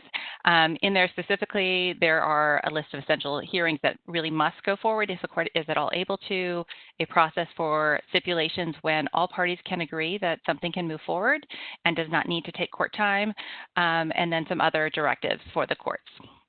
Rule 7 is a similar rule geared toward juvenile justice proceedings, and I just included Rule 8 regarding restraining orders because I know domestic violence and restraining order issues often are tied to child welfare and to tribal communities. Turning to council action, from council action to the staff, we have issued both statewide and county-specific legal assistance to courts on legal issues, as I mentioned before. While this is privileged communication, we do encourage you to ask your judges if they have questions to reach out to our staff. We're here, and we will gladly provide assistance to them on how to grapple with some of the thornier legal issues tied to closing down courts. We've also compiled resources and been disseminating them. Many of you are aware that we have the CalDog website. We have over 3,000 subscribers, including about 350 judges and many social workers, tribal members, CASA volunteers, sort of the gamut of child welfare. And it is a place where we really try and keep the most up-to-date information, not just posted, but curated. So we created a code called COVID-19 back around March 16th, I think, and we now have, I think, 85 items. Included on that is some distance learning that we were able to produce over the last couple of months. We've done 5 so far. We have a few more coming up. Those are listed on the handout, and we encourage you to attend. We've done 2 on maintaining connections and quality family time. Those are statewide presentations. We are going to be doing 4 follow-ups based on each region, really focusing on how do we, further grapple with these issues as COVID continues. We've done a couple of sessions on laws and policies and the legal implications of COVID. We've also talked about what are reasonable efforts in a time of shelter in place. And then next we have a a presentation for attorneys on writs in the time of COVID. So that's just a handful of what we have. As I said, as we create things, we are posting them to CalDog and really open to including any materials you may think would be of value to our audience. Send things to us, and we try and get things out as soon as we can. And I will turn it over to Anne at this time. Thanks, Audrey. So I just wanted to highlight some of the tribal-specific work that we've done since the beginning of the COVID emergency. We realized that within our California courts, there are often tribal families and tribal children that are affiliated with out-of-state tribes. So one of the things that we did very early on was to email tribal leaders and ICWA representatives throughout the country to discuss what the California courts were doing with respect to the COVID emergency, what kind of changes they might be able to expect, and pointing them to the sources of information, both for where they could find their local county responses, rules, and whatever action their local courts might have taken, and inviting them to reach out to myself or my colleague Vita Castaneda if there were any issues of concern that might arise. And then on May 4th, much of our work on ICWA issues is done through the Tribal Court State Court Forum, which brings tribal court judges and state court judges together. Very early on in the pandemic, many of those leaders were focused on the needs of their local communities. But when we did have an opportunity to bring people together to discuss the more statewide needs, in May, the forum co-chairs, Judge Abby Abenanti and Judge Kingsbury from El Dorado County, sent out a letter again to tribal leaders and tribal advocates talking about the court's responses and opportunities for tribal engagement around these issues and inviting communication with our unit about these issues.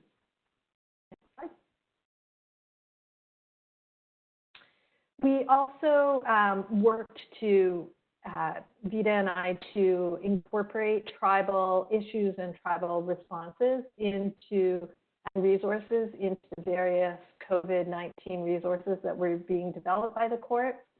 So we included tribal resource page on the self-help website, coronavirus COVID-19 emergency court actions page, and made sure that those resources were included there. We also, like Heather, wanted to try to get out information from other sources and have included COVID-19 tribal-specific resources in the forum e-updates. This is a newsletter that we publish monthly that goes out to several hundred subscribers throughout the state, mainly individuals with an interest in Indian law and Indian Child Welfare Act. Next slide, Stephanie. And I worked with, we worked with our colleagues who were developing the webinars and other content that Audrey discussed, and in particular the Reasonable Efforts webinar and other learning opportunities that were tailored to attorneys that are representing parents and children in dependency cases, to make sure that they had the ICWA-specific issues in mind as they're thinking about how they're going to approach their cases moving forward, and particularly thinking about the kinds of issues around active efforts during the time that many services and visitations have been suspended during the pandemic. We also posted a number of ICWA-specific webinars and other resources to the CalDog website that Audrey mentioned earlier.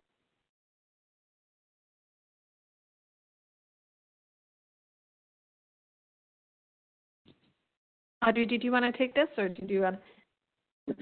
Sure, I can take this one. So I think it's the next slide. So we also want to highlight that the branch did form a working group of 23 judges and court execs to focus on a pandemic continuity of operations.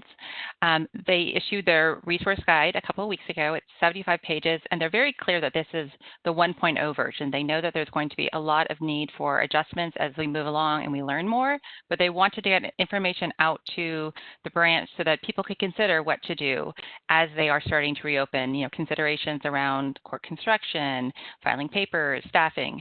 So there's a lot in there, and we really encourage you to look at this. And this is, though, a living document. And so if there are content areas or suggestions you would have, there is a process for submitting those. You can reach out to Anne or I.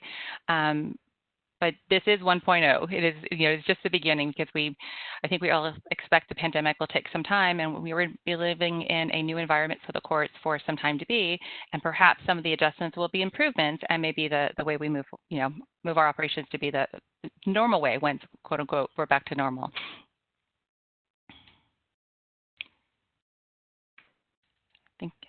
Anne, I think this is you. Yeah, I think there's one more slide. Oh.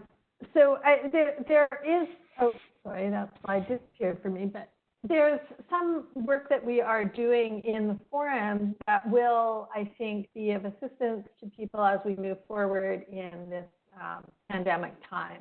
We have a rule of court that is moving forward and is implementing legislation from last year to implement no-cost remote appearances for tribes. We know, and we've heard from many people, that the ability to appear remotely during this time has proved frustrating for many people, and we're hoping that this remote appearance rule will help solve that problem. We've also developing a tribal information form.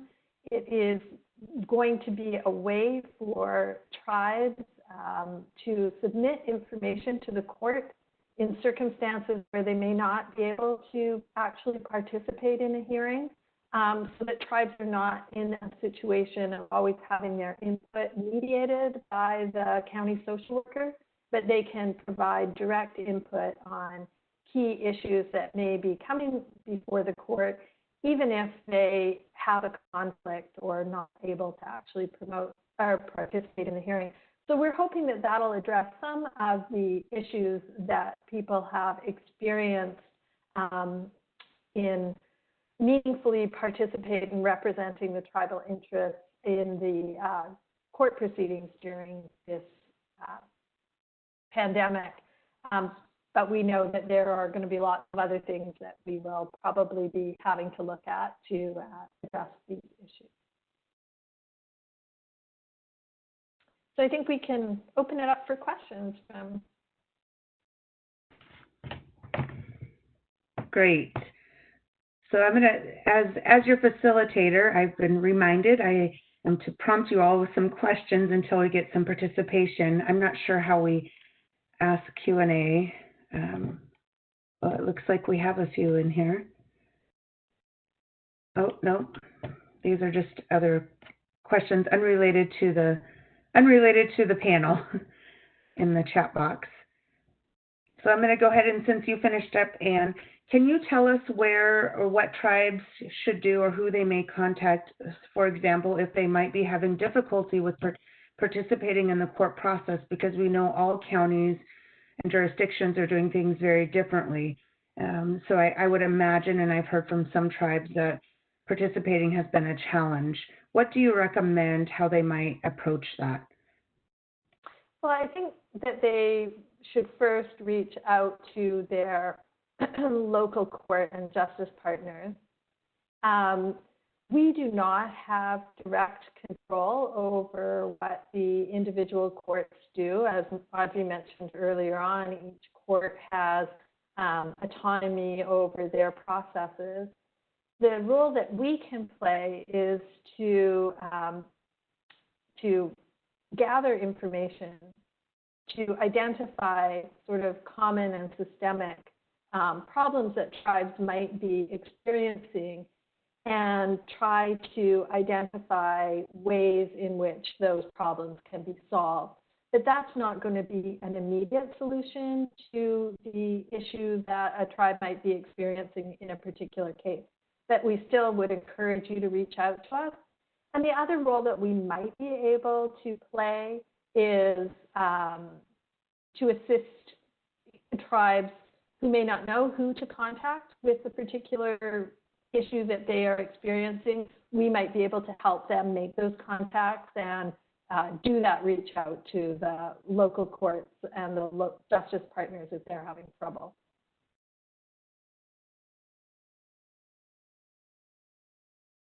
Audrey, did you have anything you wanted to add on that? No, I mean, I think you hit the balance. I mean, I know that a number of the juvenile court PJs have been convening stakeholders or have been very welcoming of hearing from their stakeholders about how to move forward. So if you have a relationship, that is always a good place to start, but we are happy to help facilitate that as well. As I mentioned earlier, they're dealing with so many different issues and all the different case types. It's sort of still a bit of a tsunami coming at them, but having things, pulled out and highlighted for discussion is helpful in coming up with some resolutions. Can you hear me? I have a question for you. It appears that a number of counties have continued jurisdiction in dispo hearings and trials indefinitely.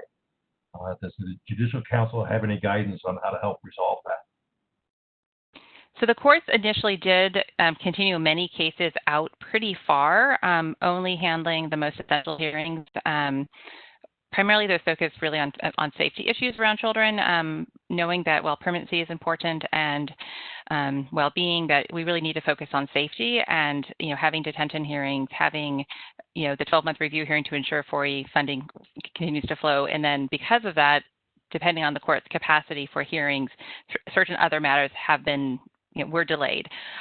Many courts have come up with a process for working through their backlog, and it does vary from court to court. So some are using the new stipulation process for that. So that, an example actually a number of courts are using is that by courtroom, the attorneys have a regular call, whether it's weekly or daily, to go through the cases and figure out what can be resolved by stipulation, what needs to go forward, do any need an evidentiary hearing, and if it needs one, can it be done remotely? And if not, how to safely do it in court. It's really county specific how they're handling it, but for the most part, they are now turning toward that backlog and those things that were set pretty far out and trying to decide, what needs, how to take things back and get things, how to address that backlog, but also doing so, looking to the unique situation of each case, and then the other cases on the caseload. So there has been some concern that there's a lot of adoptions lingering, and this is an area where we did put some assistance in. There's a lot of coverage of our work in LA that now those can be handled on the papers by stipulation, and so that will get those families to permanency.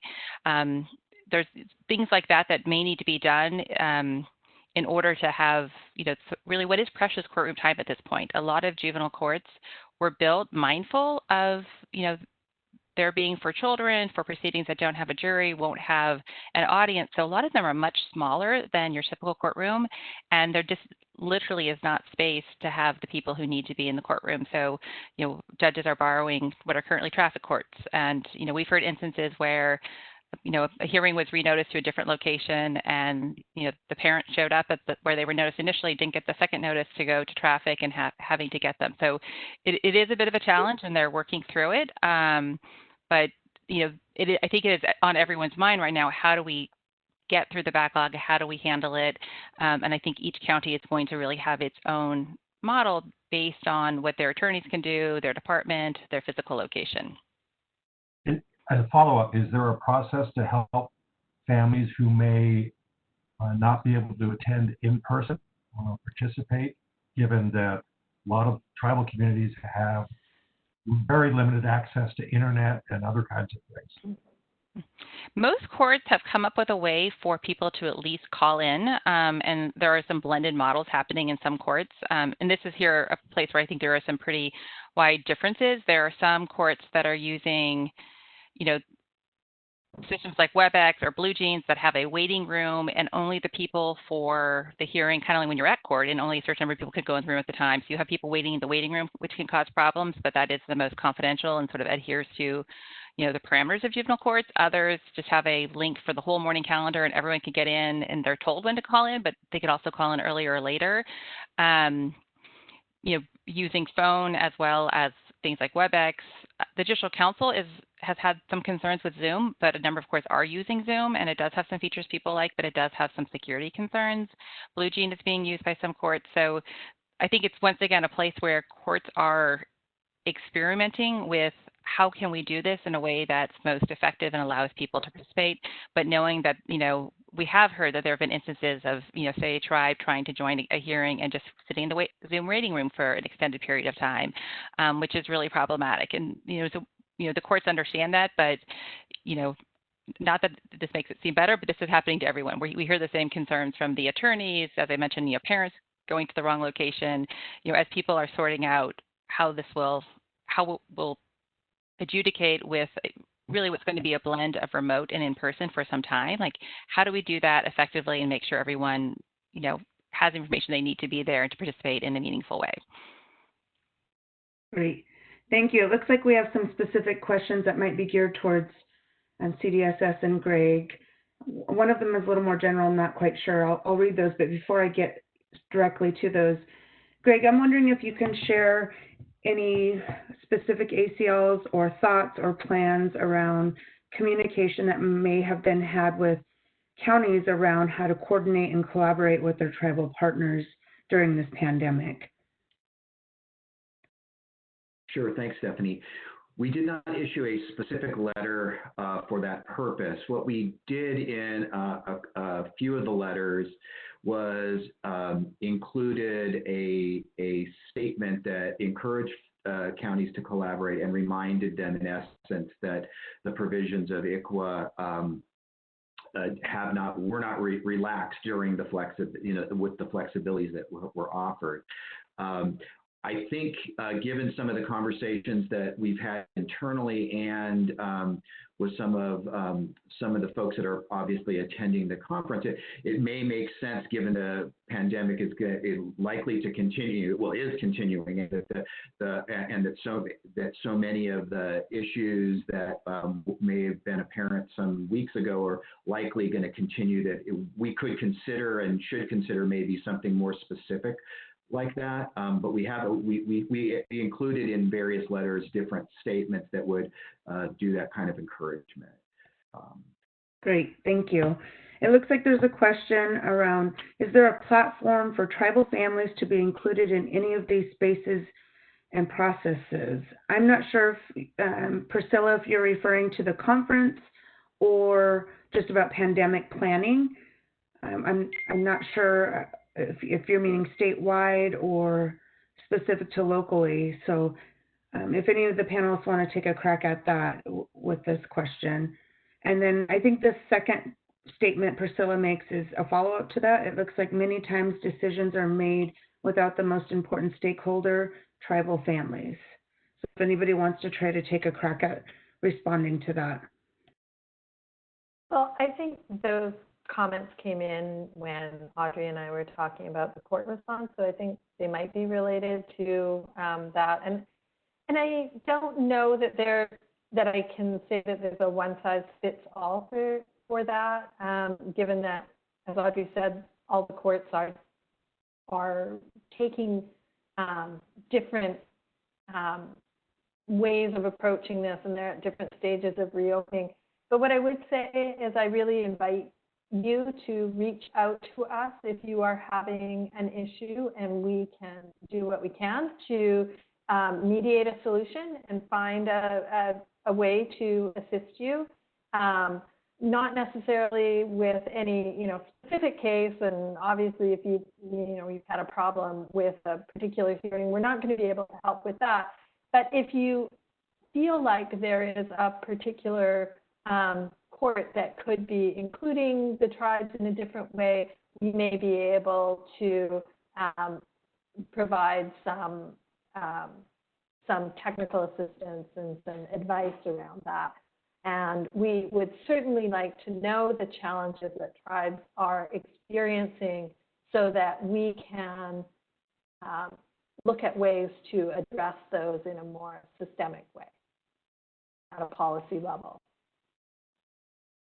Regarding the forum or space for actual children and families to participate, I would just offer that to any of the individuals participating on the call. If that is something that you'd like to have a space for, have social services, including myself, participate in, we'd be more than happy to provide some very intentional spaces for community engagement for tribal children and families. Thank you. Heather, I'm also wondering if there's ever been any discussion around inclusion of some families' involvement in the Tribal Advisory Committee, the TAC, if that's a potential. I'm just thinking on the cusp here and asking questions, so maybe that's an opportunity or other potential opportunities at the local level too. Sure. I think that's something I haven't thought about before, but I think it's definitely worth exploring, and folks on the TAC could make a motion. I know that at CDSS, the most informative panels that we have are like foster youth who come in and give us, or parents who have adopted, or the folks who are directly impacted by these policies and legislation and all the things that we do. So I think it's definitely worth exploring, and the TAC might be a good forum for that too. I would also just like to highlight, not being a panelist, but perhaps your ombuds who worked for Humboldt County before had very good experience with incorporating transition age youth into county systems. Perhaps she might have some strategies or ideas of how to prepare a family or a youth wherever that format may be. I know as a tribe, Yurok tribe, we've been talking about this. How do we include those that we're servicing? So I think that's really important to keep on the forefront, is those people that we most impact, how are they involved in the discussions and recommendation process? So I think that was a very good question. We have a couple more here. It looks like, is there any new blended model or shifts happening for visitation in ICWA cases? I know a lot of tribes are concerned around visitation because of the connection and relationship, as for all children, but are there any kind of changes occurring for visitation during this pandemic that might be supportive of moving forward with visitation, and any new models or practices? Thanks, Stephanie. I think that one might be best addressed by me. I would say we did issue a guidance just recently that requires the monthly visits that social workers make to resource families and to young people to be in person, with some minor exceptions. So the intent is, as we are opening up as a state, that the key work that our child welfare workforce does is done in person to the highest degree possible. I think what you're also describing is the sibling visitation and the parent visitation. And as our friends from the Judicial Council mentioned, there's been a couple of webinars that we've been on, that I've been on with them and that they've conducted with the field to really emphasize the importance of in-person, face-to-face visits for reunification purposes, and the importance from a child development standpoint, how to do, in essence, kind of safe social distancing when appropriate visits in spaces, rather than just defaulting to the technological kinds of visits. A couple of things I would note with, as has been noted before, with tribal communities, sometimes access to Wi-Fi and technology makes the telephonic or the video visits difficult. One of the byproducts that we've noticed that we're going to dig into a little deeper is to look at what we're often hearing, that for some families, some biological families and some siblings, that rather than having like a big chunk of visitation of one or two or more hours in once a week, that the telephonic and the video kinds of daily engagements, like at bedtime or at bath time or dinner time, have really actually created a level of connection that's really useful. So we're looking at right now I think you've described it as hybrid. I mean, I think we want to keep it, we want to continue to allow technology to the degree possible, but not in lieu of in person. And so we're going to have to, and we're working right now with some of the foster parent and resource family associations and groups to help work on some of the concerns that resource families have with many people coming in and out of their homes. And we've even done some work with the Youth Law Center as part of our quality parenting initiative to have resource families talk to one another about the importance of kind of allowing kids in their care to out of their homes to do some of these visits. I think it's going to be a tricky one, and I think this also is a space, you know, to the degree that we have that town hall that Kim kind of suggested, or that I guess you suggested that Kim has agreed to. There having some getting more specifics about the needs of families with response to visit and visitation, and the challenges and barriers to in-person and technology would be useful. But right now we're expecting as many as reasonably possible to be in person with appropriate safety measures taken. And that's partly why we've released the recent guidance that describes both of those things. Great. Thank you, Grace. And Stephanie, to make a quick plug, on our list, we do have 4 webinars coming up regionally focused on those issues. So if people are interested, they should definitely register. The first one is for Northern California on June 29th. So I highly encourage your attendees to come. Great. Thank you. There's quite a few questions in here, but I'm getting prompted that we're over time and I need to wrap us up. This is just the beginning. As many of our panelists have shared, folks really rallied to try from each of their agencies to modify things and to keep ICWA at the forefront. However, there's lots more work to do. It sounds like there is a plan to meet with tribes to develop an overall COVID continued pandemic response, collaborative response with CDSS. There's quite a few other comments in here, but I want to encourage we can look at those and perhaps respond independently, or you can email your questions later on at that. So I just want to thank our panelists, and this is our first time together, so sorry if I rushed some of you along and didn't go to the right slide in time, but there's a lot of work to be done to protect our communities, both health-wise and to ensure ICWA, and to protect our children and keep our families together and safely together at that. So we know very complex systems, and that often, there are times in which things don't get addressed, and that we're all trying to do the best we can to serve our families, and that there's more work to be done. And so please stay tuned and look forward to the potential more meetings and trainings and opportunities to build the response. Thank you. Thank you, Stephanie, and thank you, panel members. And please, at least in your imagination, imagine the applause that would normally be present in the room to thank you for your help this morning. One of the side benefits of this virtual conference for all the attendees is that you can create a private chat with all of the speakers that you've heard and set up a way to follow up offline with them in terms of either email or cell phone numbers or something else if you have questions that you want to follow up. That's an opportunity you might not have had in a large meeting room where there are people standing in line to wait to talk to them. So please feel free to follow up with the panelists. That's what they're here for, is to help you solve your problems, and so we can all do a better job for our kids and our families. We're just a little bit over. So the next panel is going to convene at 10:50. So we'll pretend we didn't see those of you who got up and went to the refrigerator or went to the pantry or elsewhere, and we'll reconvene at 10:50. Appreciate you all. Thank you.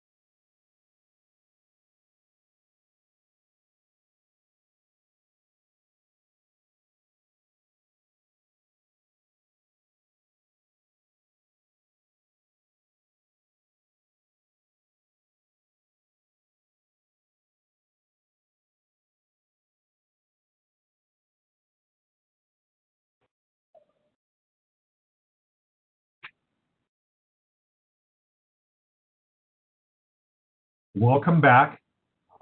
Hope everybody took care of their business successfully.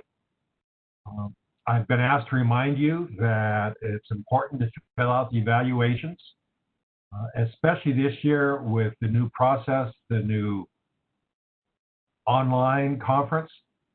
We want to know what works, what doesn't, what your frustrations have been, and also what we can learn from this that we can carry over to future conferences. So please fill out your online evaluation. I have been notified by one of my friends and teachers that being online is not an excuse to forget my manners, that particularly in Indian conferences, it's important to introduce yourself. So my apologies for not doing that before. My name is Bill Thorne. I'm Pomo Coast Miwok from Northern California.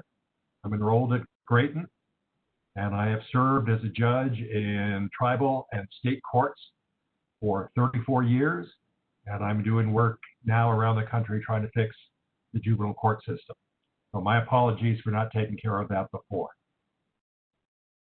Our next panel is the ICWA Litigation and Legislation Update panel, and we have a team of superstars who will be giving you their perspectives on what's going on with ICWA and practice and the future.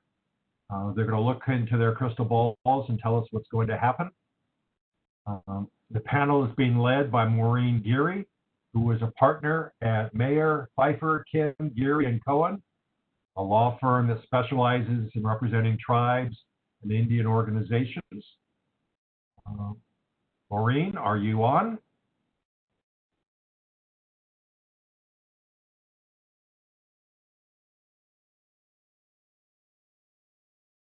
Can you hear me, Judge Thorne?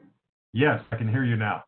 Thank you, and welcome. Nice to see you, Judge Thorne. I want to thank the Blue Lake Rancheria for hosting in this difficult time and allowing us to be together virtually, and all the other co-hosts for the 27th Annual ICWA Conference. We do have a superstar panel today, and I'm thrilled to be the facilitator. Judge Thorne mentioned that we'd be looking into our crystal balls a little bit, but I actually want to take a stroll down memory lane and really look at what happened over the last 5 or 6 years. In 2014, then Attorney General Eric Holder created the US DOJ's ICWA initiative. And along that same time, California Attorney General Harris created the Bureau of Children's Justice. And what that did is it created a really great opportunity for California tribes to ask the US DOJ and the California DOJ to come together in 2015, excuse me, at the ICWA conference held in Grayton to talk about ICWA compliance in California, but also nationally. Out of that really became the development of the ICWA Compliance Task Force. And the tribal leaders that spearheaded that effort worked diligently to create the task force report that we're all very familiar with. That was presented to Attorney General Becerra in 2018. And from there, we have been trying to accomplish many of those recommendations. So as we move forward with those recommendations, and as we move forward trying to gain and accomplish ICWA compliance in California, it's time to also look not just at the state level, but also our counties. And I hope that we can have a spirited discussion about that today. So I'm going to start and introduce Delia Sharp. She's the founding executive director of California Tribal Families Coalition, a nonprofit organization dedicated to protecting the health, safety, and welfare of tribal children and families, with a focus on increasing compliance with the Indian Child Welfare Act. Excuse me. As Stephanie said, this is very odd to be doing it virtually. Prior to being hired as the founding executive director, Ms. Sharp was the program director for the Resource Center for Family Focused Practice at UC Davis. She previously served as directing attorney for the Eureka office of California Indian Legal Services. Celia? Hi, can you hear me? We can hear you. You can't see me? No.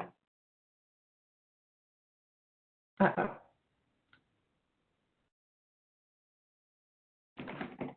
That's a problem.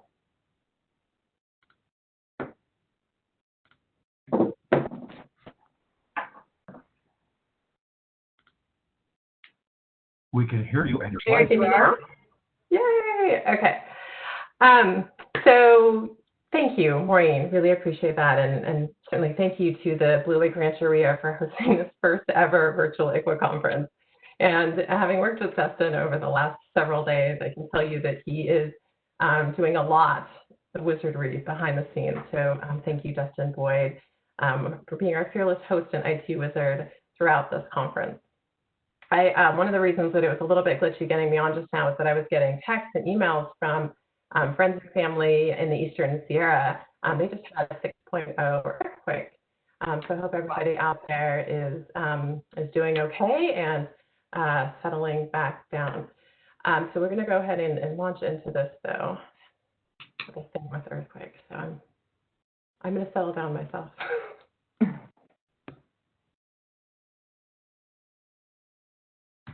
Okay.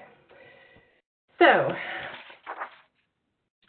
the work of the California ICWA Compliance Task Force was to gather information on ICWA compliance issues, to compile that information and to provide an initial set of recommendations. That was really the beginning of tribes coming together across the state to engage in a coordinated effort to address child welfare issues. And it was led by the highest level of tribal governments. Now, the initial co-chairs of the task force were comprised of 5 tribal leaders and Chief Judge Abby Abenanti, who most of us know and love. Those tribal leaders presented the final version of the task force report that you see on your screen there to Attorney General Becerra in March of 2017. And as you see on the screen, it was not meant to be the end of a road. It was really meant to be a call to action. And if I may, I'd like to read a statement from the task force co-chairs that's found in the executive summary of the report. And it reads, "This report is an essential first step, an attempt to examine the issues and frame solutions. As the epicenter of ICWA cases, with more ICWA appeals than any other state, as the home of some of the most divisive and controversial cases involving ICWA, and as a state at the cutting edge of innovation and reform, California has a monumental task ahead to fulfill the promises made to Indian tribes, Indian communities, and Indian families in 1978. We, as the co-chairs of the task force, believe the important work has started with the presentation of this report, but we as tribal leaders must ensure that the work continues with our partners in the Governor's Office, the Office of the Attorney General, the Judicial Council, the California Bar Association, and the California Department of Social Services. In coming out of the work of the task force, those co-chairs created the California Tribal Families Coalition to protect and promote the health, safety, and welfare of tribal children and families, which are the inherent tribal government functions at the core of tribal sovereignty and tribal governance. Chairman Robert Smith, who's the chairman of the Paula Band of Mission Indians, and who was a co-chair of the task force, was appointed as the chairman of the CTFC Board of Directors and has continued to serve in that capacity. The board is currently comprised of 14 duly elected tribal officials from across the state. And it's really through their ongoing leadership and commitment to the work that CTFC exists to continue to push for the implementation of the recommendations found in the task force report. And as those co-chairs envisioned, we do this work as much as possible through collaborative engagement with our state agency partners. This approach has led to the development of amendment of policies and state regulatory changes and legislation. The initial goal was really to ensure that the framework existed that would allow for focus where it's needed, on the ground in counties.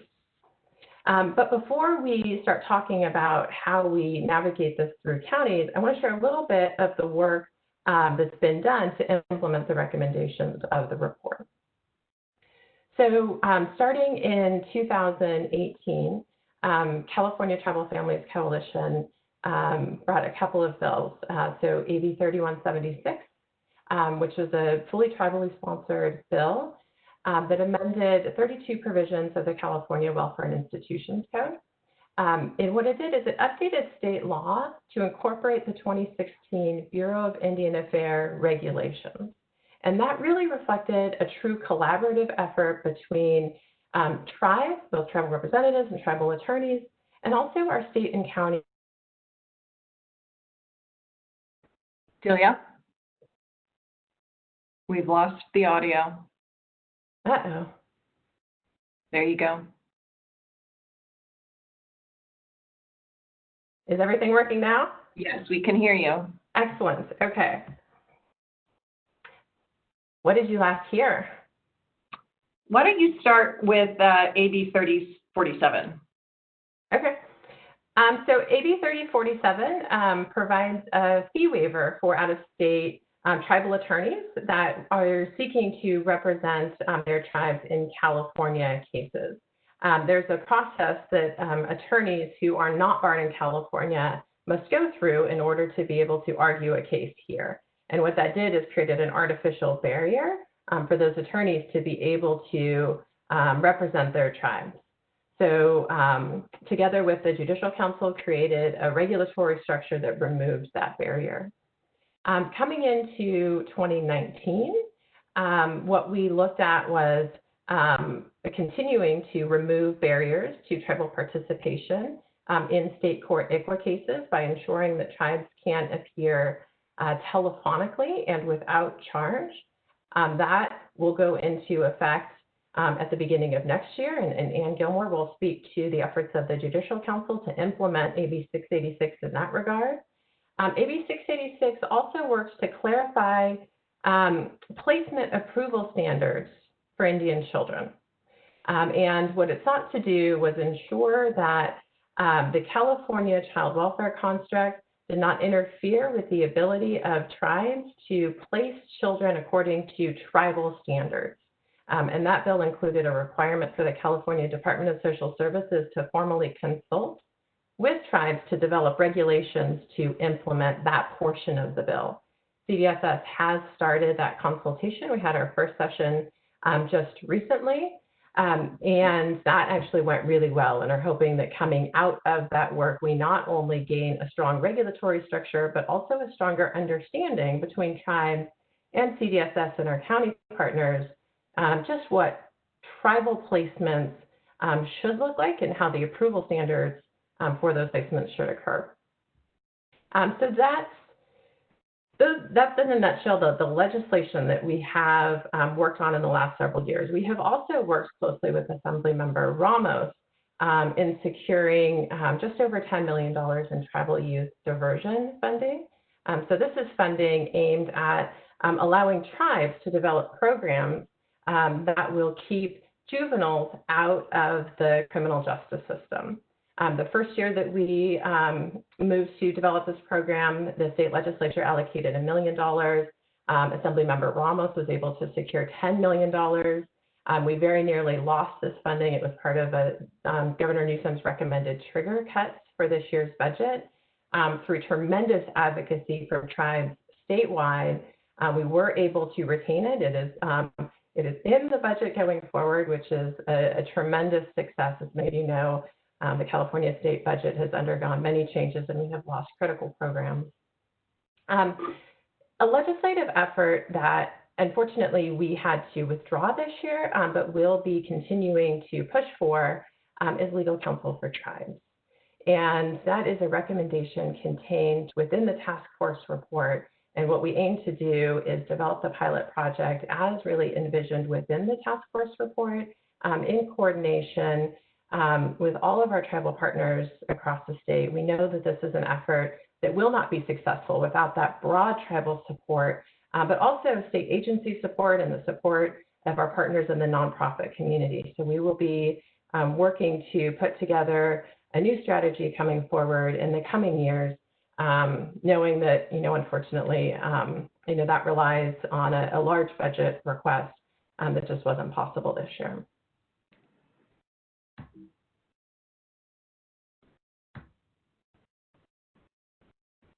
So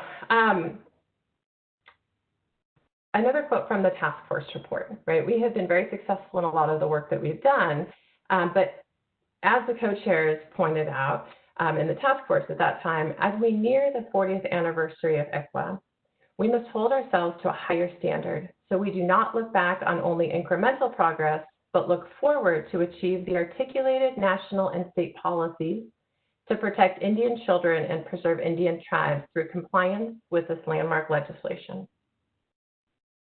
So as we move forward, we have to acknowledge that we have made some progress, right? We've made progress in implementing well more than half of the recommendations of the task force report, and that we've done that in the collaborative approach that the co-chairs envisioned. But now we have to really refocus our work. We have to focus our work in a way that changes practices at the county level, because it's only here, right? It's at the county level where this work will be felt by Indian children and their families. And really, despite ICWA's federal mandate and despite the passage of Cal-ICWA in 2006, and despite the passage of AB 3176 incorporating the BIA ICWA guidelines in 2018, systemic problems with compliance persist, right? So as we sit here today on this panel, like we did last year and the year before, providing an update on litigation and legislation and all the policy work that's been done, we have to fully and meaningfully, I think, shift our collaborative focus to the county level. We have, at this point, legal structures in place that have really filled the gap between the federal statute and the federal guidelines and regulations and the California child welfare structure, right? We have incorporated those federal statutes and regulations into the California Welfare and Institutions Code. But what that means now is that we have sort of taken away what was being perceived as a barrier to ICWA compliance by many of our state and county partners. The California legislature, throughout a lot of the legislative, throughout many of the bills, in fact, I would say all of the bills, have repeatedly declared that there is no resource more vital to the continued existence and integrity of Indian tribes than their children. And the state has an interest in protecting Indian children in accordance with the Indian Child Welfare Act, right? That is the language of the legislature. And so what we believe at CTFC is that it's thereby incumbent on the state to enforce its legislative mandate. And so moving forward, what we intend to do, again, is shift our focus from working at the state level and developing policy or amending regulations and legislation to really shifting that collaborative focus to the county level. Because as the co-chair said, in order to achieve the promise of ICWA, there must be more than episodic rallying cries and well-meaning grant cycle initiatives. There must be a vigilant force that demands more than mere lip service to compliance. The task at hand is large. Thank you, Maureen. Thank you, Delia, very much. And there's our We Love ICWA. So the next panelist is Heather Hostler, and I know that Stephanie spoke about Heather, but I'm going to speak about Heather too. So Heather was appointed as the Director of the Office of Tribal Affairs for the California Department of Social Services in 2017, and again by Governor Newsom in 2019. She served as Chief Deputy Tribal Advisor for Governor Brown, assisting with the foundational elements of his Executive Order B-1011. Prior to that post, she served as the Native American Liaison for the California Department of Alcohol and Drug Programs. Heather received her Bachelor of Arts degree in Native American Studies, Law and Government from Humboldt State, She was awarded the Humboldt State University Distinguished Alumni Award. We know that Stephanie was too. She has vast experience working with tribal governments, development of tribal consultation policies, grassroots community initiatives, as well as administration of foundation and grant-making programs. She's a member of the Hoopa Valley Tribe. Heather, thank you. Thanks, Maureen.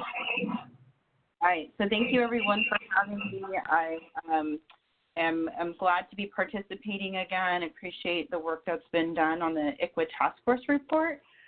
Next slide, Maureen, or to our slide answers are, when I first came on board in 2017, the ICWA Task Force report had just been released. I think it was within a few months. And so it was helpful for me to understand. Part of what we've been looking at is the integration of tribal work. Delia talked about the systemic issues, and part of, I think, what's really top of mind, especially as we think about the issues that we're talking about currently in today's climate about justice and equity and how disparities affect Black and Brown people, Indigenous people, really thinking about how that coincides with the work that we're doing. Fully acknowledge it's not there yet. There's a lot of work to be done, but knowing that we're putting things into place and hoping to get to the right outcomes. So over the course of the last 3 years, we've looked at Tribal Advisory Committee, tribal consultation, collaborative efforts, training efforts, developed tribal engagement strategy, but there's a lot more to be done. Next slide.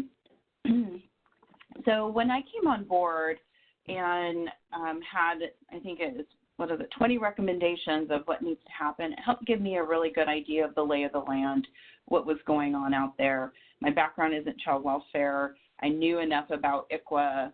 I know from, growing up and being involved in my own tribal community up in Humboldt County for most of my life.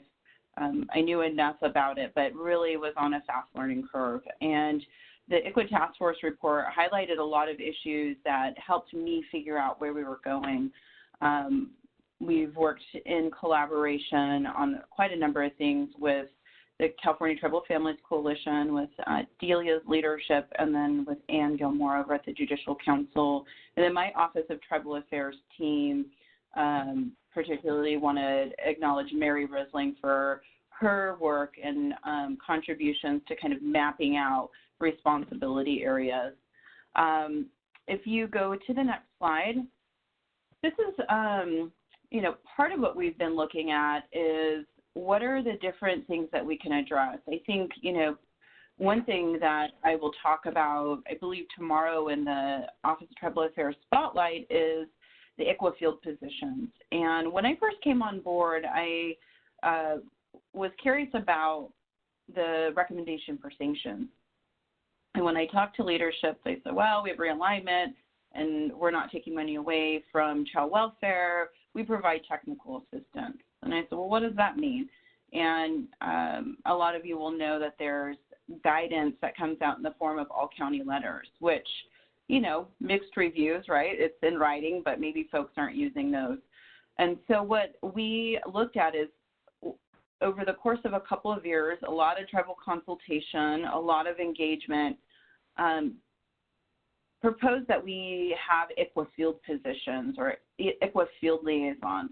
What we consistently heard from tribal leaders and tribal social services directors was there's an issue with compliance, but there's also an issue with relationships, that they didn't feel like they had strong working relationships with a lot of their county partners and that there needed to be some support there. So that's part of what the ICWA field positions are tasked to do. The other items that they'll provide kind of hands-on technical assistance, not to get involved in individual cases, but there's just tons of information out there. And they're really trying to figure out how to connect folks with information, connect folks with resources. We have training contracts with the Judicial Council and National Indian Justice Center. How do we connect folks there? What you'll see in this slide is in the blue was that first year of highlights. This wasn't all of it, but it was kind of the first year of highlights of the work that we've been doing. and green is the second year. And really, this is a collaborative effort. And so just to point out a few here, I know this will be included in the materials, and I'm happy to share more information, more details, but a couple of things, the building of the ICWA AFGARs. And I know some folks are like, what, let's not get into that. And I'm on board with not getting into that, but that's just in a brief overview. That's bolstering the system that collects the child welfare data to include elements that are specific to ICWA and Indian children. So we know what's going on. That matters. And we were approached by CTFC and tribal advocates who said, hey, the federal government's proposing these data elements and then proposing to take most of them away.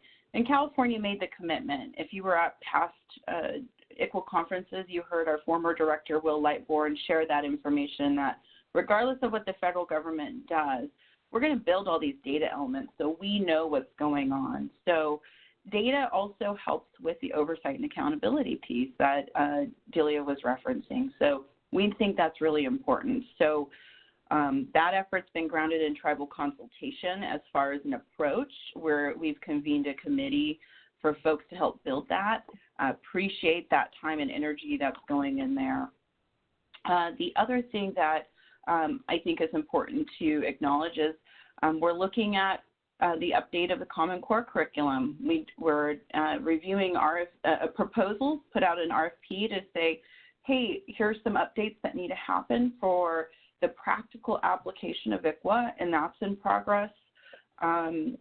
Additionally, one of the recommendation 5 is to amend the Foster Care Bill of Rights, and that's going to have a larger panel, so I won't go into that much, but the foster care ombudsperson has included rights of Indian children in that AB 175. So as a part of what Indian children have a distinct and expansive rights as Indian children in ICWA. So sharing that information in statute, I think, is important progress and a direct recommendation of the task force report.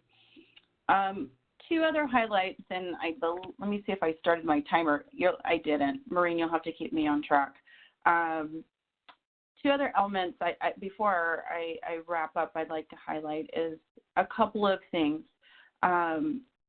We have, in the space of oversight authority, part of what we're talking about, and we have been, is the different reporting structures that we have. And understanding, we've heard from tribal leaders and tribal representatives saying, hey, we need to have this integrated into your regular structures, and that it's a part of the work that you do.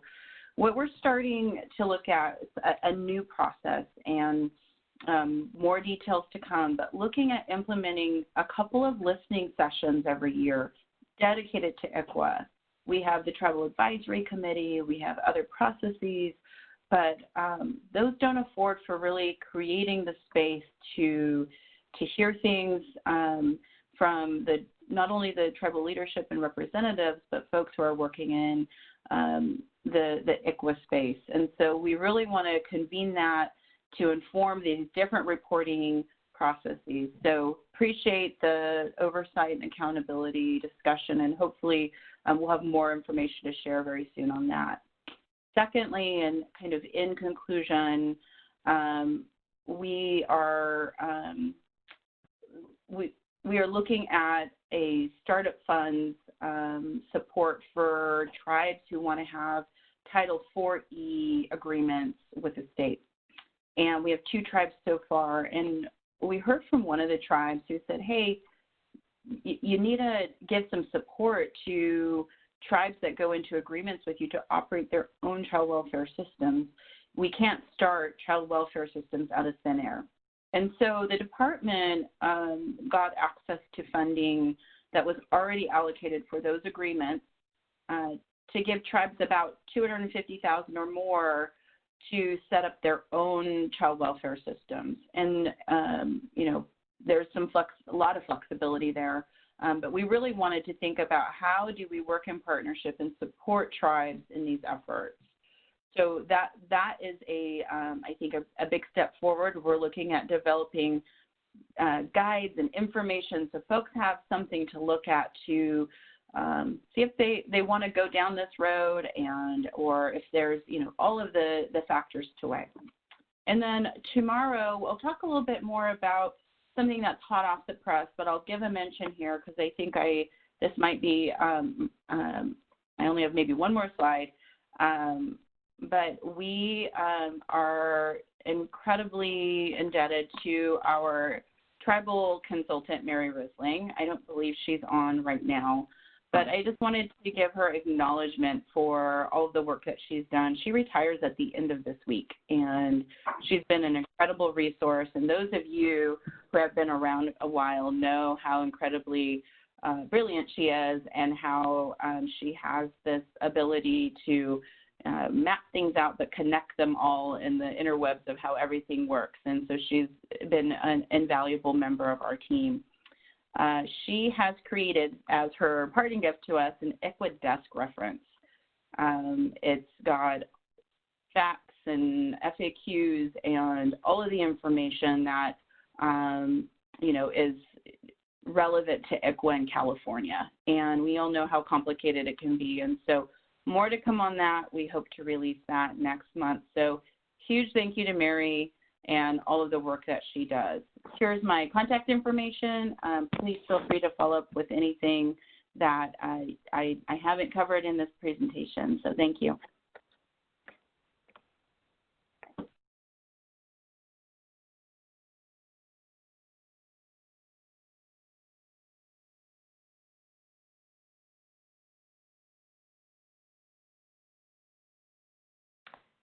You're on mute, Maureen. Am I unmuted now? You are. Thank you. Anyway, I wanted to just express gratitude to Mary Jane Riesling. She was at the CILS Eureka office when I joined many, many years ago. And Mary Jane has always had her pulse on ICWA, and she's really been a great and valuable resource throughout her career, and we'll miss her. Next up is Ann Gilmore. And Ann is an attorney with the Judicial Council of California Center for Families, Children, and the Courts, working with the Tribal Project Unit. The work of the Tribal Projects Unit includes the Indian Child Welfare Act initiative. Ann has over 20 years experience in the field of Indian law, practicing in British Columbia, where she did Aboriginal rights and title litigation, treaty rights, and specific claims work. She moved to California in 1999 and has continued to work in the field of Indian law, focusing primarily on the Indian Child Welfare Act. She joined the Judicial Council in 2007. Ann? Hi, thank you. So I'm getting weird feedback with you. Yes, we are. You're a little I'll try to hold it closer, and hopefully that'll help. That does help. So you heard from me and Audrey Fancy, my manager, earlier today. So I won't go over too much about the Judicial Council structure because I think we covered that in the earlier panel. We work with the Judicial Council, which is essentially the policy-making body for the California court system. Each of the courts in California has a certain amount of autonomy, but the Judicial Council does set priorities and promulgates rules of court, sets administrative standards and procedures and other things for the local courts to follow. And the Judicial Council is headed by Chief Justice Tani Kantil-Sakaui, who has really made a huge commitment to equality and access to justice in the California court system since becoming California's Chief Justice. Next slide. So I work within the Tribal State Programs Unit, which sounds very fancy, but it's really my colleague and partner Vita Castaneda and I that work together to try to weave the tribal work and the ICWA work throughout the programs within the Center for Families, Children, and the Courts. We are together responsible for most of the Indian child welfare work that is done within the Judicial Council. I focus a lot on the rules and forms and the legal findings and orders, and Vida focuses on the harder and more important work of finding ways to change hearts and minds so that people don't need to be told what they need to do to comply, but instead they embrace that ICWA is part of healing Indian children and families and is part of doing our best for tribal families. And we do that work under a grant from California Department of Social Services, which supports a lot of the work that we do. So on the next slide, I think it talks about a number of the specific activities that Vida and I engage in. And if you go to the link to our webpage, you'll see a number of the things that we have done in terms of creating educational resources, information sheets, resources that we hope can be useful to tribal advocates that are navigating the California court system. Many of them were developed specifically to meet the needs that folks express to us and address some of the issues that people have experienced. And I invite you to reach out to Vida and I if there are other things that would be of assistance to you in your work for tribal families in the California court system. And go on to the next slide. In terms of legislation and litigation, which is the focus of this panel, much of the policy work that is done at the Judicial Council is done through advisory committees that focus on specific areas of law. And the Tribal Court State Court Forum is an advisory committee that brings together tribal court judges and state court judges and some of the executive branch folks that you have or will be meeting today. So Heather Hostler, Christina Schneider, others sit on the forum. And it is the goal of the forum is to bring people together outside the context of a particular dispute to brainstorm, build relationships, collaborate on problem solving. And it is co-chaired by Judge Abby Abenanti and Judge Kingsbury from El Dorado County, who was one of the first judges in California to engage in a joint jurisdiction court with her counterpart, Judge Christine Williams, so has a real focus on tribal work and is willing to do innovative work to meet the needs of tribal families. So some of the work that we have done through the Tribal Court State Court Forum in the last little while that has focused on the implementation of the ICWA Task Force recommendations is to build on and implement the AB 3176 legislation that Delia spoke about earlier. Following implementation of that regulation, we worked closely through the forum and with Delia and others to develop rules and forms that would weave those requirements throughout the juvenile and ICWA rules that are and forms that are used in the California court system. We worked with the California Supreme Court to amend Rule 9.40 of the California Rules of Court. That was sort of the companion piece to the Pro Hoc Vice rule that Delia mentioned earlier to ease the requirements for out-of-state attorneys representing tribes in ICWA cases in California.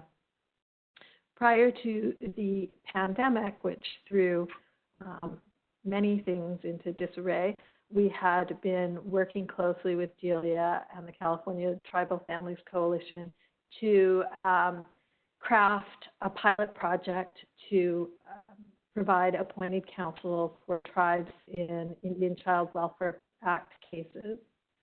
And we're currently working, as I think I mentioned earlier, on changes to facilitate remote appearances by tribes at no charge to the tribes, and taking into account tribal needs and capacities, and also to facilitate tribal input into ICWA cases through the development of a tribal information form or tribal information sheet.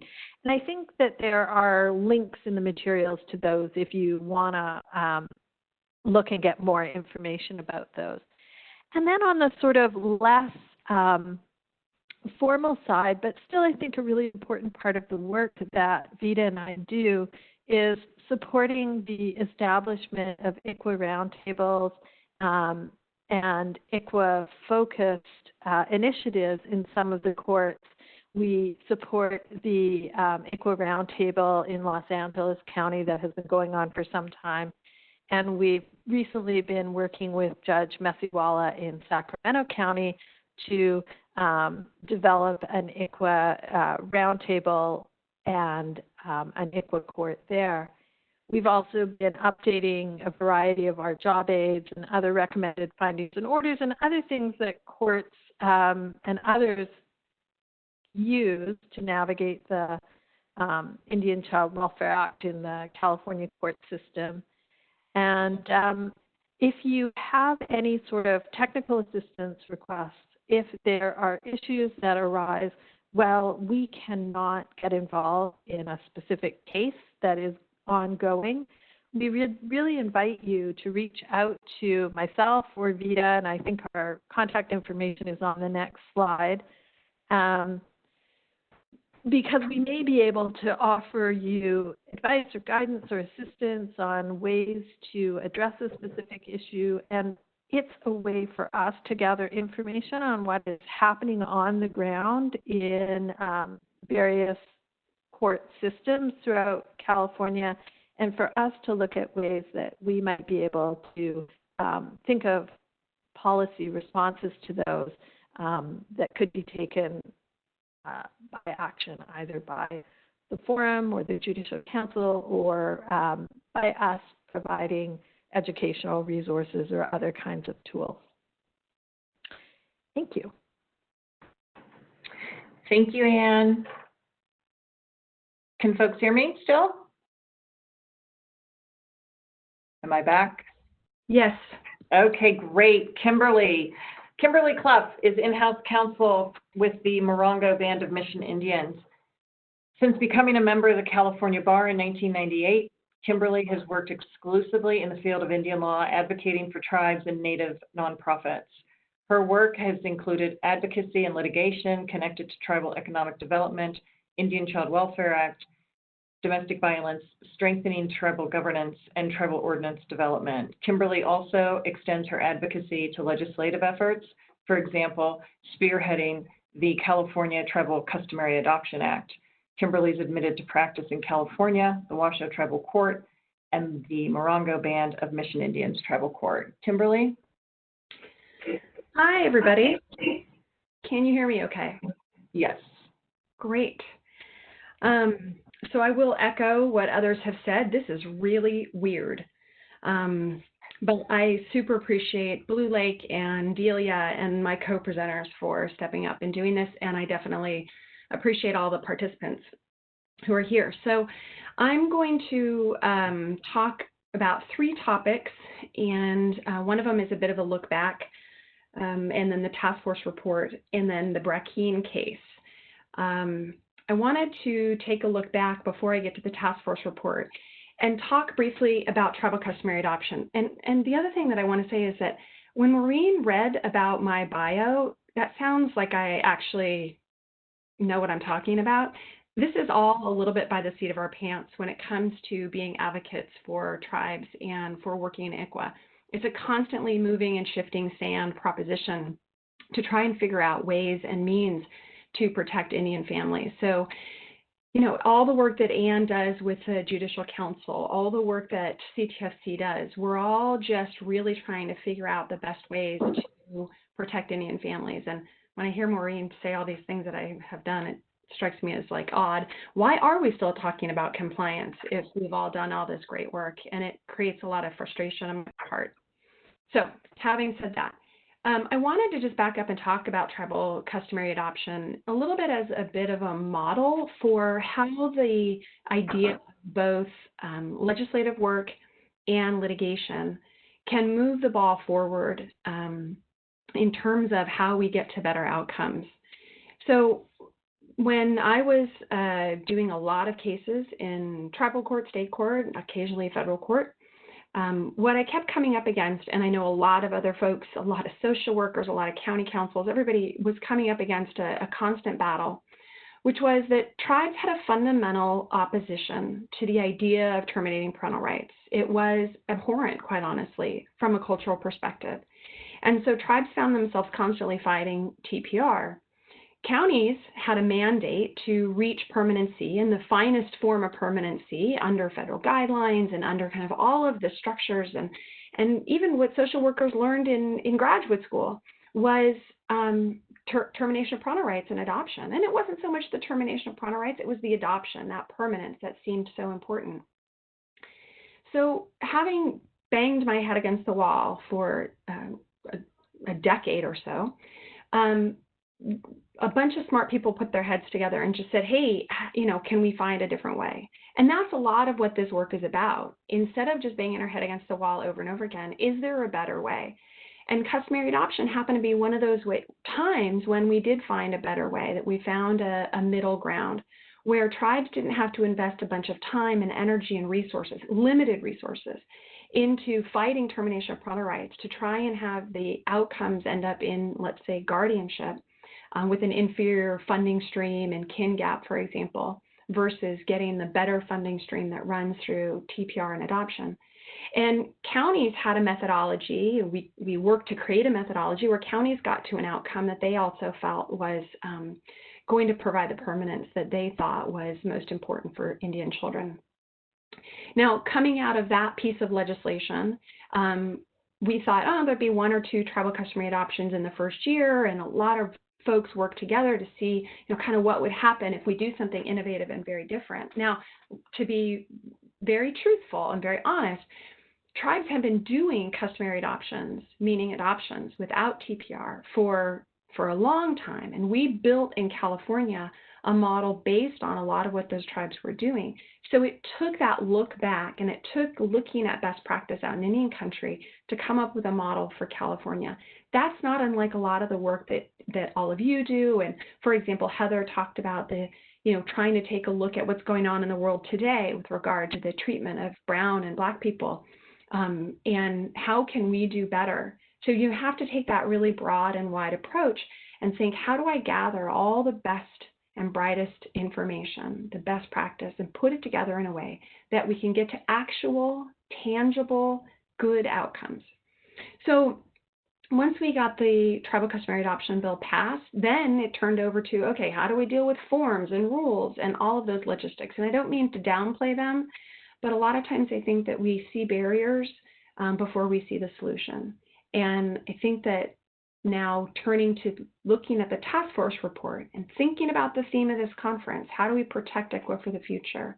How do we look at the task force and think about, all right, there's been some terrific accomplishments, fantastic work that's been done to implement the recommendations of the task force report, but every single one of the 20 recommendations in the task force report are crucial. There's not some that are truly more important than others. There's some that may have a broader effect, but in the end, the way that we'll get to true ICWA compliance, and we get to stop talking about ICWA compliance, and we get to talk about what are some super creative, cool ways that we can move forward outside of just trying to get the letter of the law followed, the way we get there is to fulfill the recommendations, all 20 of them. Now, I noticed Heather, when my co-presenter Heather was put up her PowerPoint slide, and it talked about all of the successes that have happened and all the follow-through that's happened on the task force report recommendations. That 3 that I wanted to focus on today actually aren't on there. So I just want to take a step back and look at those 3 task force report recommendations. But first, actually, Delia, can you back up one? Thank you. So just looking at the task force report, and Delia talked about this a bit, but basically what happened, right? A bunch of smart tribal leaders got together. They had some really good ideas. They came up with some recommendations. And then they realized that having the recommendations and kind of pushing people along wasn't enough, that there had to be some really substantive action. And they started to push those recommendations into action, into tangible solutions. And some people in power got pushed pretty hard, either to do things or to not get in the way of things being done. And a lot of promises were made and good progress was made. There was a very interesting meeting when the report was presented to Attorney General Becerra, at which one person in the room, I'm not going to say who it was, said, okay, well, thank you, Attorney General Becerra, for meeting with us, but tribal leaders have heard a lot of promises before. How do we know that this time these promises will be followed through with? And his exact response to me was, his exact response to everybody in the room was, test me. And that was profound in that moment. He said, test me. And the tribal leaders have done that, and CTFC has done that. And I think that it's been an incredibly successful path that we've all walked on together. But again, we've made some progress, but we need more progress. We need every single one of the recommendations to be followed through on. Maybe we don't know the exact outcome of that pressure and of that progress, but we can't drop any of those recommendations behind. So I want to focus on 3 of them. All right, so which ones are next? I'm going to nominate recommendation number 1, but the second part, and Delia touched on this briefly, recommendation number 13, sanctions, and recommendation number 14, development of culturally based placement for high needs youth. So backing up, recommendation number 1. So the Welfare and Institution Code provides for appointment of legal counsel for parents, for Indian custodians, for guardians that can't afford counsel. It compels appointment of counsel for children, and even de facto parents can get counsel. The county, of course, we know, always has county counsel who's representing the county.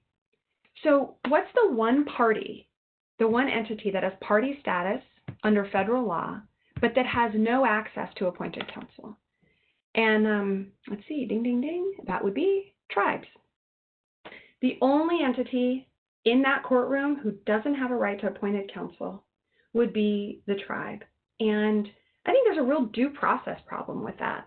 I think that the absence of a corresponding provision and a methodology for having appointed counsel for tribes raises tremendous questions about whether or not the whole system really provides due process that's necessary for tribes, but also for tribal parents and tribal children to have their tribe there in the room. We know the importance of the tribal voice in advocating for tribal families. We know the requirements of the law. So having appointed counsel available to tribes that can't afford it themselves really is, for lack of a Latin term, I'm going to say a no-brainer. So what do we do, and why would we do it? I would start with saying, well, one of the things and why we would get appointed counsel to tribes is because I actually think that it makes sense financially and it makes sense from a time perspective. I think that having tribes have skilled appointed counsel will actually shorten timelines, decrease mistakes, decrease appeals, and actually get to the outcomes we want, which is finality, whether that's return of children to their family and their community, or whether that would unfortunately end up in permanence outside of the tribe or outside of their family of origin. We'd get there more efficiently with fewer delays and fewer waits and fewer appeals. Now, I've mentioned appeals a few times. Why is avoiding appeals a big deal? California has more appeals on ICWA cases than any other state. And I could have these numbers wrong, but the last time I looked, the next state in line was Michigan, and California had 8 times the number of appeals as the state of Michigan. California is at the cutting edge of ICWA when it comes to appellate practice, when it comes to policies and decisions. Thus, California is the first state in the country that had tribal customary adoption, for example. California is on the cutting edge. How things go in California, one may argue, so goes the country. Now, I have a little caveat on that one, which is like Texas. They're always just being Texas, maybe Indiana as well. But anyways, California is definitely a trendsetter when it comes to ICWA compliance, when it comes to best practice in ICWA. And so we've got to be aware of that when we think about how we execute best practice and what we do. The task force report lays out a plan for how to get from point A to point B in terms of providing counsel to tribes. Delia spoke of this briefly, and this is a huge effort that I'm hoping that all tribes and tribal leaders I know are behind this effort, and counties can find themselves getting behind. The counties can come to understand that it actually behooves counties, it behooves families that tribes have appointed counsel. So it's so strange to be doing this because normally I would like look out at the audience and say, so you with me? But can't do that here. I'm going to move on to the next recommendation that I nominate for stepping up in 2020, 2021 for a big push and an effort, and that is sanctions. Now, sanctions is kind of a bad word, it feels like. You know, it sounds very punitive, and it sounds like, I don't know, jerky attorneys or jerky bench officers yelling about sanctions. And I think sanctions actually are something that create incentive to best practice. So someone might say, are you serious about like the idea of like fining a county that doesn't comply? And I want to just note back to the somewhat goofy title of my presentation. Are we still talking about compliance? Because if we're still talking about compliance 40 years later, somewhere along the way, somebody doesn't have a tool in their toolbox that's going to get us to compliance. And so we got to look for all those tools. And if one of them is sanctions, well, so be it then. Let's have a conversation about sanctions.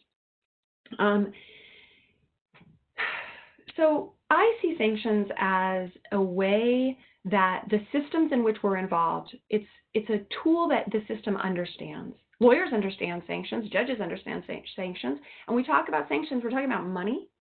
And we all know that the state and the counties understand concerns about money, especially in this environment.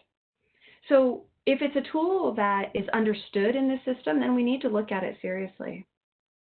Sanctions are a way that perhaps based, for example, on a petition by a tribe or a child's attorney or a parent's attorney, the county, the court will know and understand a strong and predictable tool, something that everybody can understand.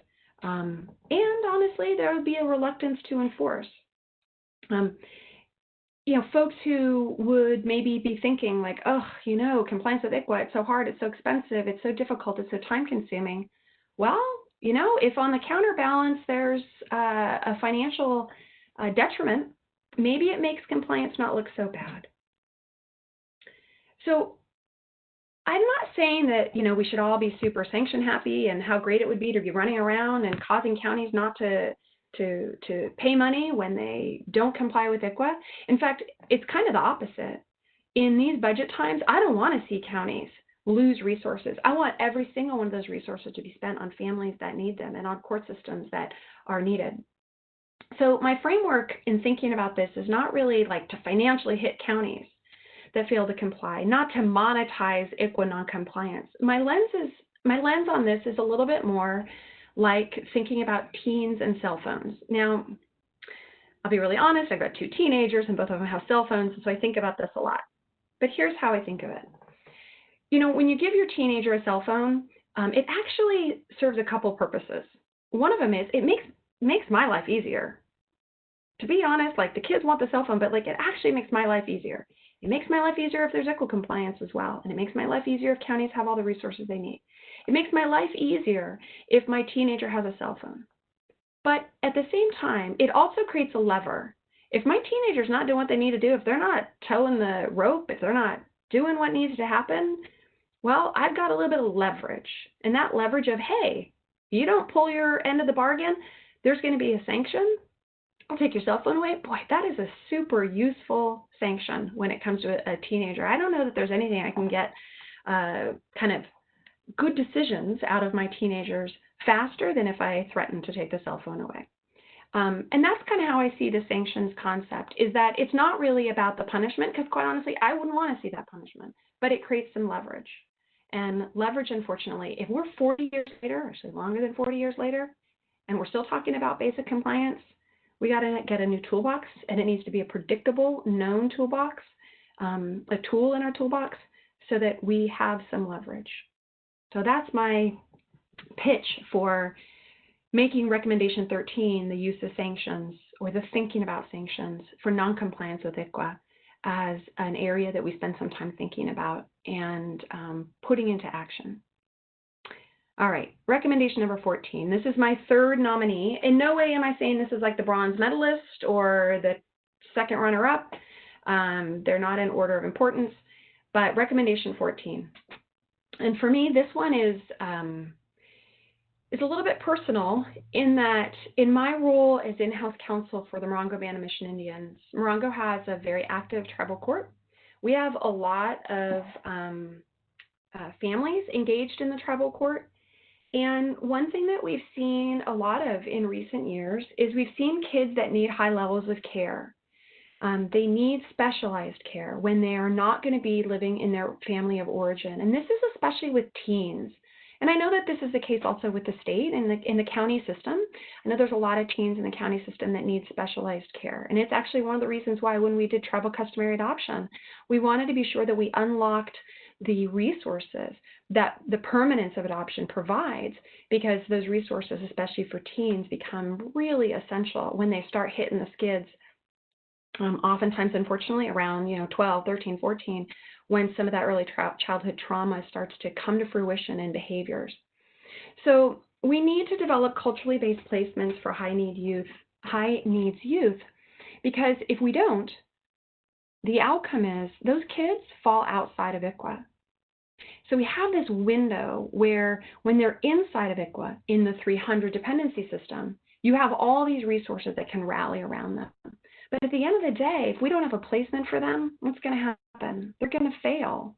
And then they're old enough and big enough and robust enough and mad enough to go run off and do something stupid and get themselves arrested and find themselves in the 600 system. Now, I know we've got the dual jurisdiction concept in California, but I've seen too many kids who needed specialized care, who didn't get that specialized care. And I don't know if I can say as a result. I mean, I think it's as a result, but as a result of not getting that specialized care, not getting that placement that they needed, they end up out on the street doing something dumb and getting picked up.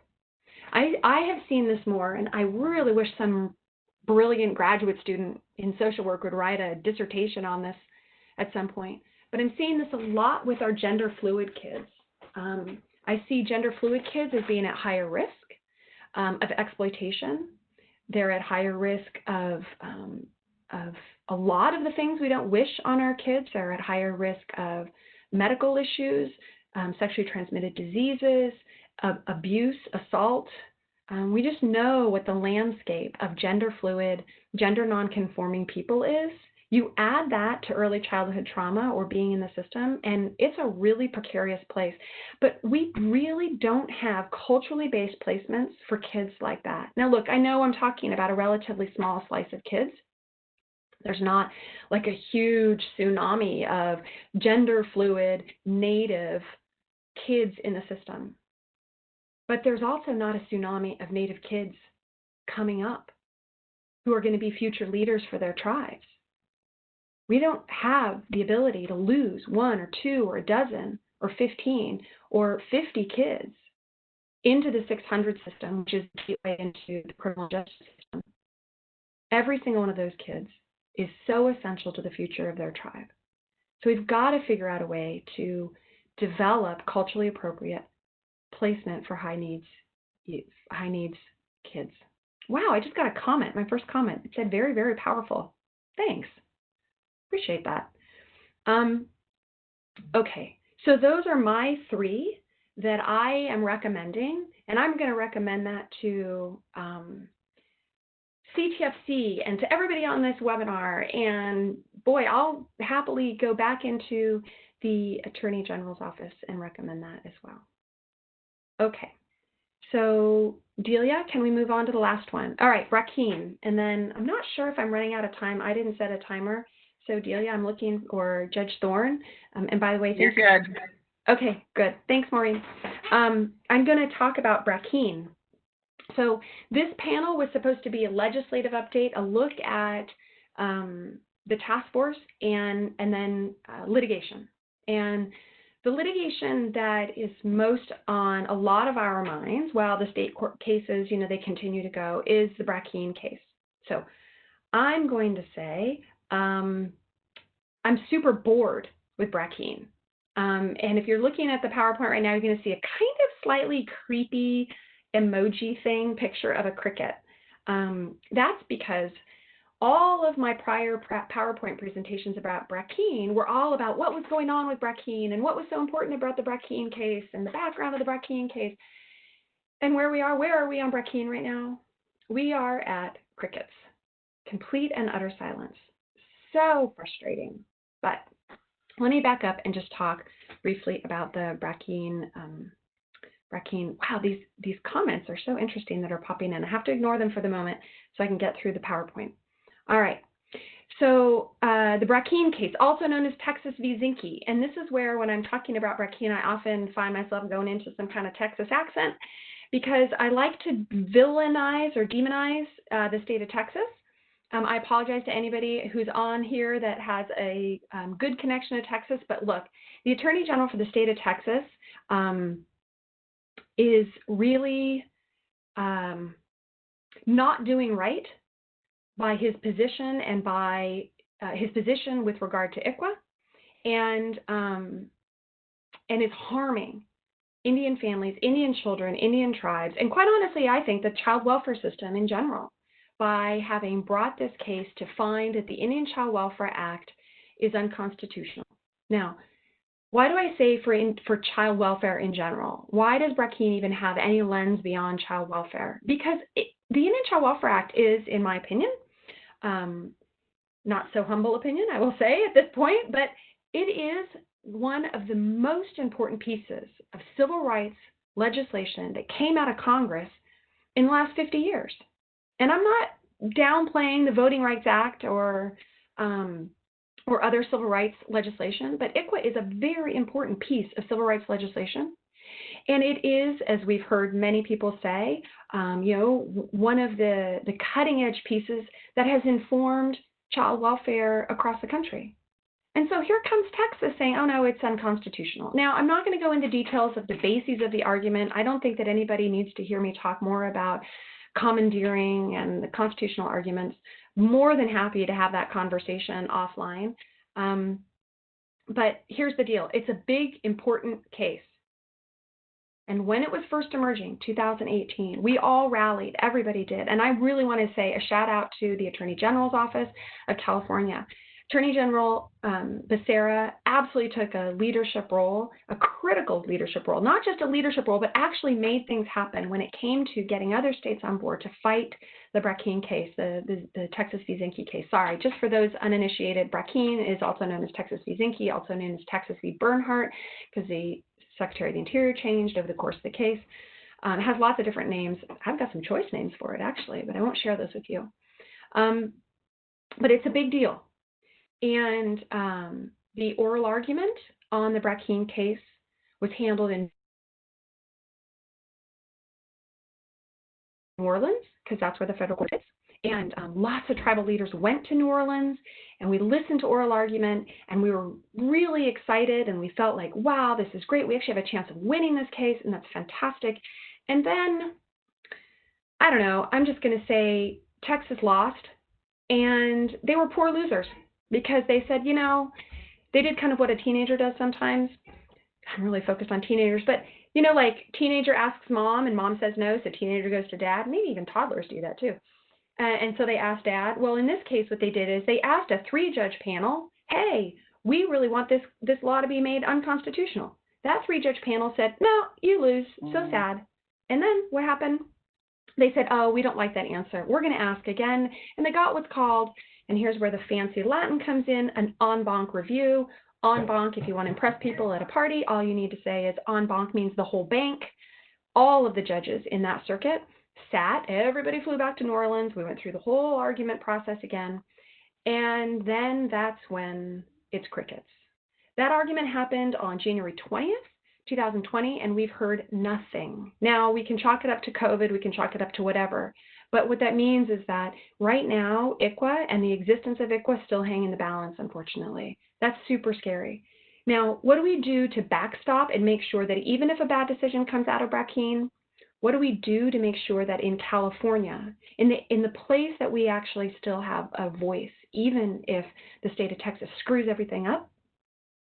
Well, we've got the California version of ICWA that Delia talked about earlier. We've got organizations like CTFC. We've got the task force report. We have an attorney general's office that's supportive. So we've got mechanisms in which we can still support and protect Indian families, but it's going to be tricky if we get a bad decision. Now, I'm an optimist generally, most of the time. So I'm going to believe that we're going to get a good decision out of New Orleans in this case. But if not, then there's going to be a lot of work to be done to make sure that we continue on the positive path we're on, not only to fulfill the recommendations of the task force report, not only to continue to protect things like tribal customary adoption, but also to simply continue to be at the forefront of how we do best practice for Indian kids. So just to finish up on Brackeen, again, we go back to, are we still talking about compliance? Yeah, this case isn't even about compliance, to be honest. It's about whether or not ICWA should even exist. So when the decision comes out, everybody will have a lot to think about. Either, yes, we won, and we'll still have a lot to think about because the challenges aren't going to go away. We'll have won a big case, but we'll still have a lot of work to do. And if we don't, then we've got a lot of work to do because we'll have to figure out workarounds, which California is very good at. And you all that are here are committed to that, obviously, because you're on this weird setup of a WebEx listening to a bunch of talking heads talk about the Indian Child Welfare Act. So I think that I'm done. Maureen, am I done? Kimberly? Yeah. Yeah, just hold on for 1 second. You are almost done, and then I'll introduce Christina. But I wanted to share that I got an email this morning that said Trump's 200th federal court judicial confirmation occurred today. He's filled 200 empty seats. And the last one, the 200th, was in the Fifth Circuit. He has filled all federal vacancies in the federal circuit courts.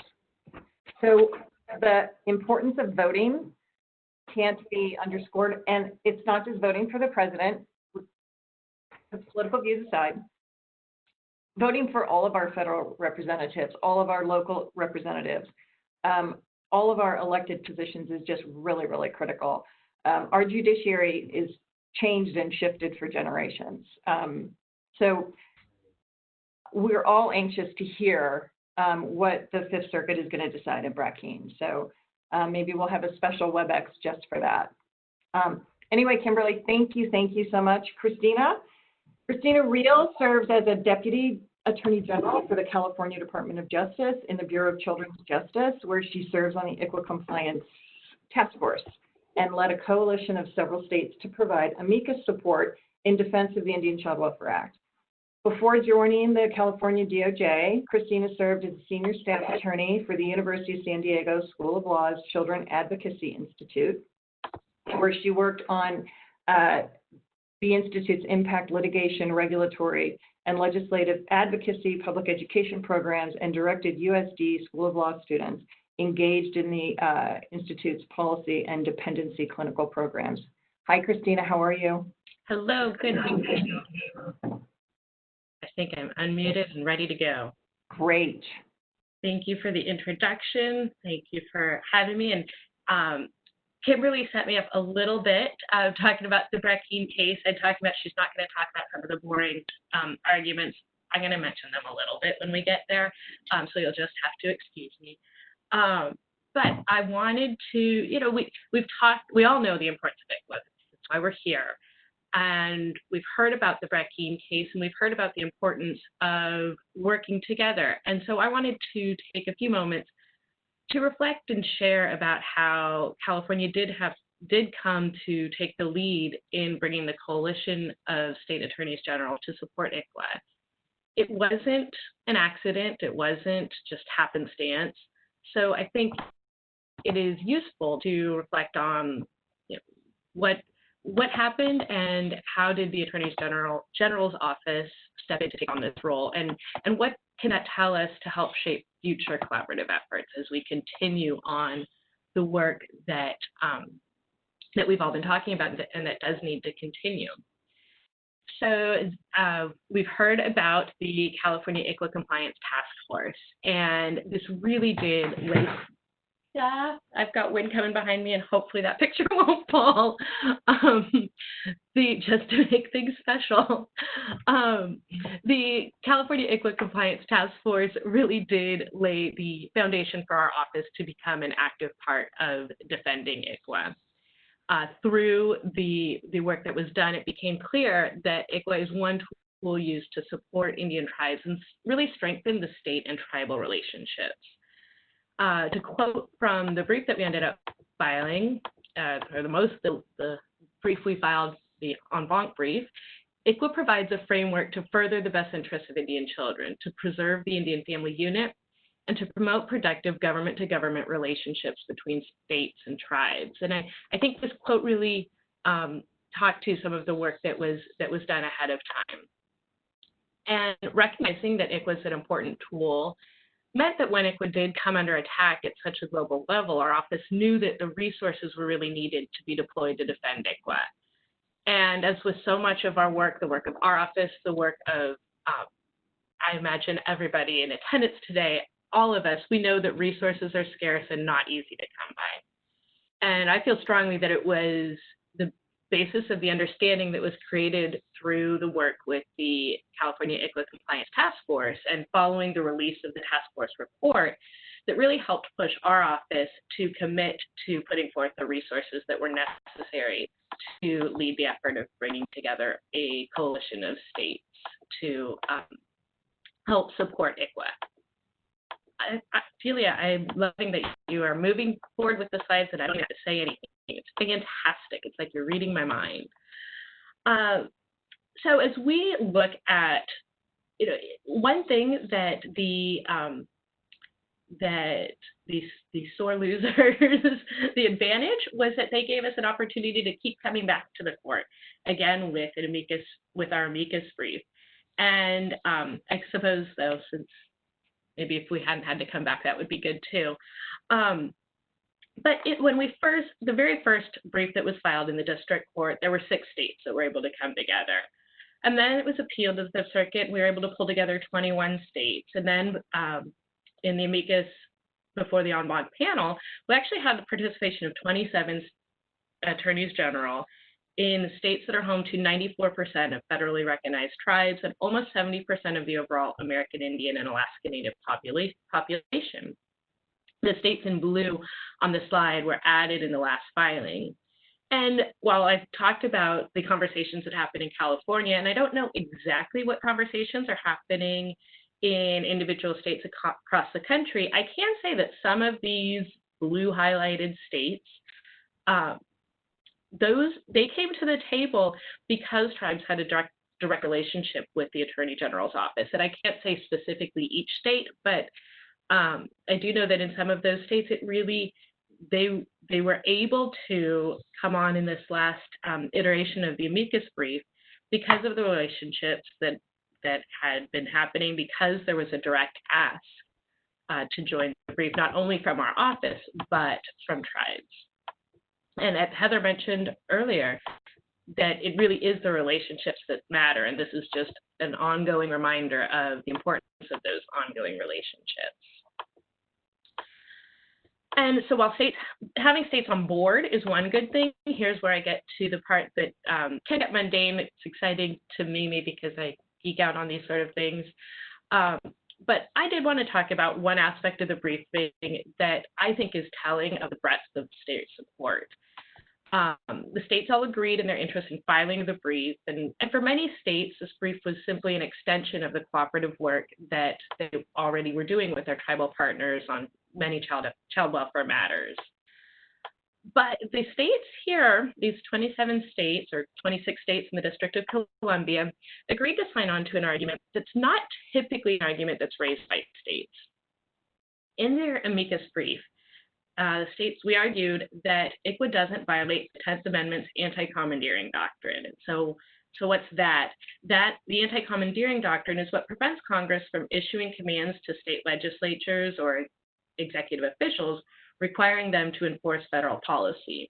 So typically, states are in the position, and we as a state have been in the position to argue that the anti-commandeering doctrine is broad and federal government can't tell states what to do. This brief was able to take a little different tack and argued that that ICWA requires state courts to enforce federal law, and so in that narrow case, the anti-commandeering doctrine doesn't apply. And so we were able to have states say, in this case, in this manner, on these facts surrounding ICWA, it's okay for the federal government to make requirements. And so it's a nuanced argument, and it really did come through negotiated efforts between states to crack, and it required quite a bit of back and forth to get states to argue that that ICWA did not violate anti-commandeering, and it really shows states' willingness to support ICWA. It's a testament really to the understanding of ICWA and the continued commitment among the states that signed on to supporting their relationships with tribes. All right, Delia, this time you didn't read my mind. Can I have the next slide? Not sure if it's up. But I'll just move on. So understanding that there are several states, and certainly California, that has shown a commitment to ICWA. We talked, Kimberly mentioned, it's crickets. We're in this holding pattern now. So what does come next? What would happen if there was a negative ruling in the Fifth Circuit? It really will depend on what the decision looks like. For example, if ICWA is found unconstitutional based on these anti-commandeering principles that we talked about, well, we still have Cal-ICWA, and that's a state law. And so any state that has implemented their own ICWA will be able to enforce their own state laws. So for those of us who aren't as optimistic as Kimberly, and I hope that she's right, but I find myself hoping for a best case scenario and then a second best case scenario, which still would not be a good scenario. Here at the Attorney General's office, the Civil Rights Enforcement section where I sit is committed to strong and vigorous enforcement of civil rights laws like ICWA. And so we continue to accept and encourage information about systemic problems that will inform our continuing and new investigations regarding the implementation of ICWA and other civil rights violations. And so I think on the last slide, I have my contact information, but those, so that can be shared. I also just want to share that ICWA isn't the sole basis of the relationship between our office and tribes, and we remain committed to protecting the rights of tribes, and now seems like a good time to send it over to Mary of our Office of Native American Affairs. Thank you, Christina. Hi, Mary. I really have the distinct pleasure and honor to introduce Mary Lopez Kiefer to everyone today. The Office of Native American Affairs in the Attorney General's office has been vacant for almost 3 years, and in April 2020, Attorney General Becerra appointed Mary as the director. And just imagine taking on this enormous office and responsibility in the midst of a pandemic. But Mary, we're thrilled to have you. We're thrilled to have you on this panel. Just a little bit about Mary.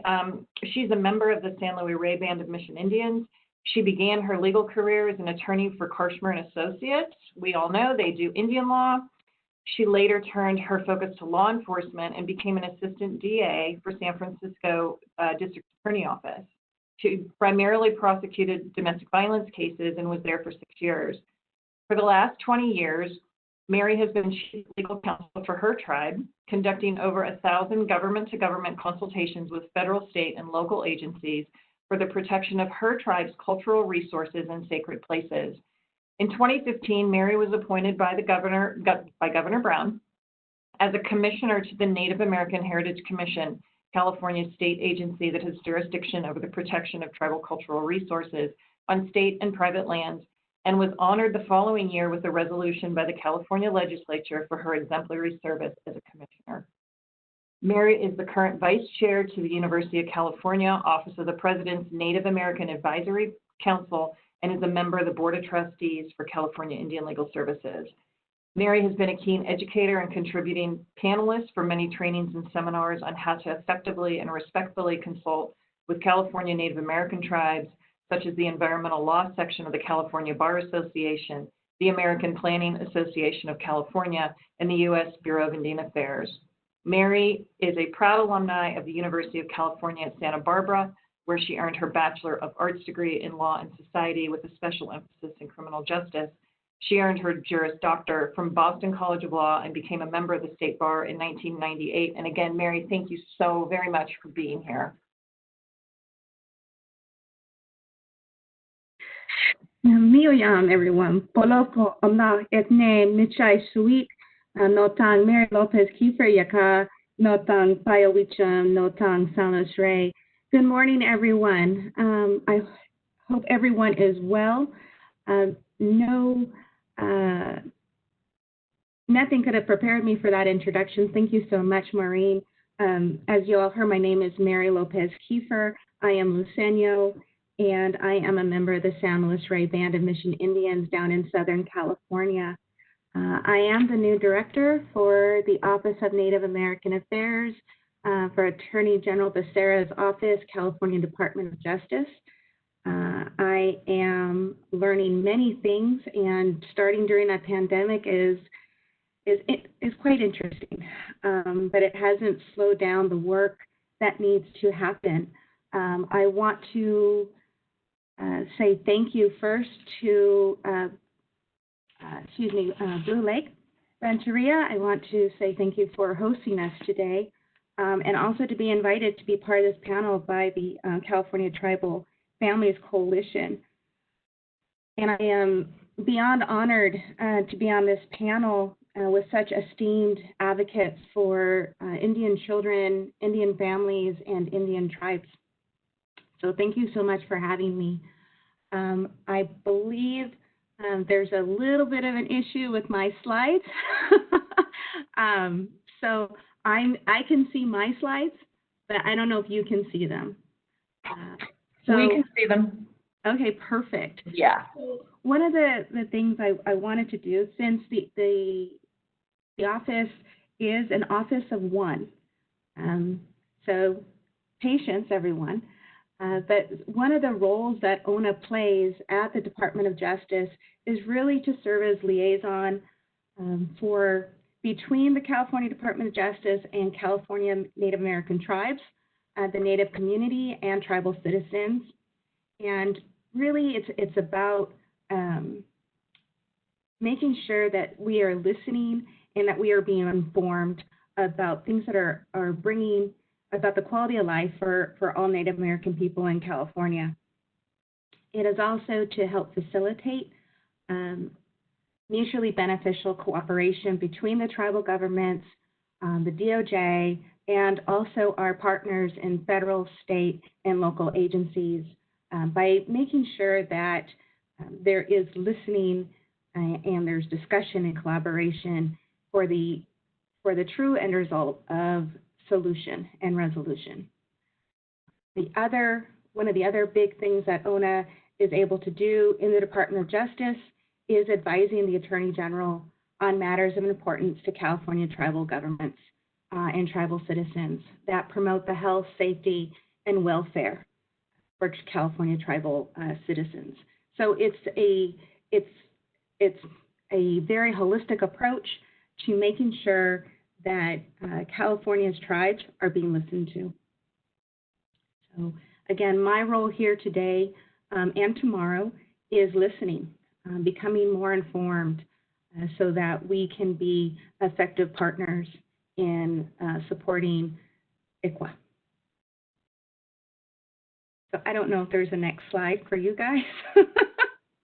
Oh, yay, there it is. So one of the big things I wanted to come and do today was to express to you the commitment of the Department of Justice and Attorney General Becerra to California Native American communities and ICWA and its compliance. We are proud to still lead the bipartisan coalition of 26 states, plus the District of Columbia. I didn't mean to leave them out, to defend ICWA. And as Christina expressed, it's really for 3 reasons. And that was because it furthers the best interests of Native American children. It supports the preservation of Native American children's connection to their tribal heritage, and it protects the sovereignty of tribes. California Department of Justice is dedicated to preserving Native American heritage in every way. So that is the commitment Attorney General Becerra has made, and he intends to keep. This is a important law, and it, as everyone mentions, there's nothing more important to tribes and the self-government than making sure our children are safe. So I just want to leave you with that. And if you have any information you'd like to share with me or concerns, the next slide has my contact information. I'm happy to hear from you so that we can continue our conversation. And no show, no vic. Thank you very much. My heart is good. Thank you. Thank you, Mary. I'm going to ask the panelists to come back so we can see everyone, and unmute yourself so we can answer some questions.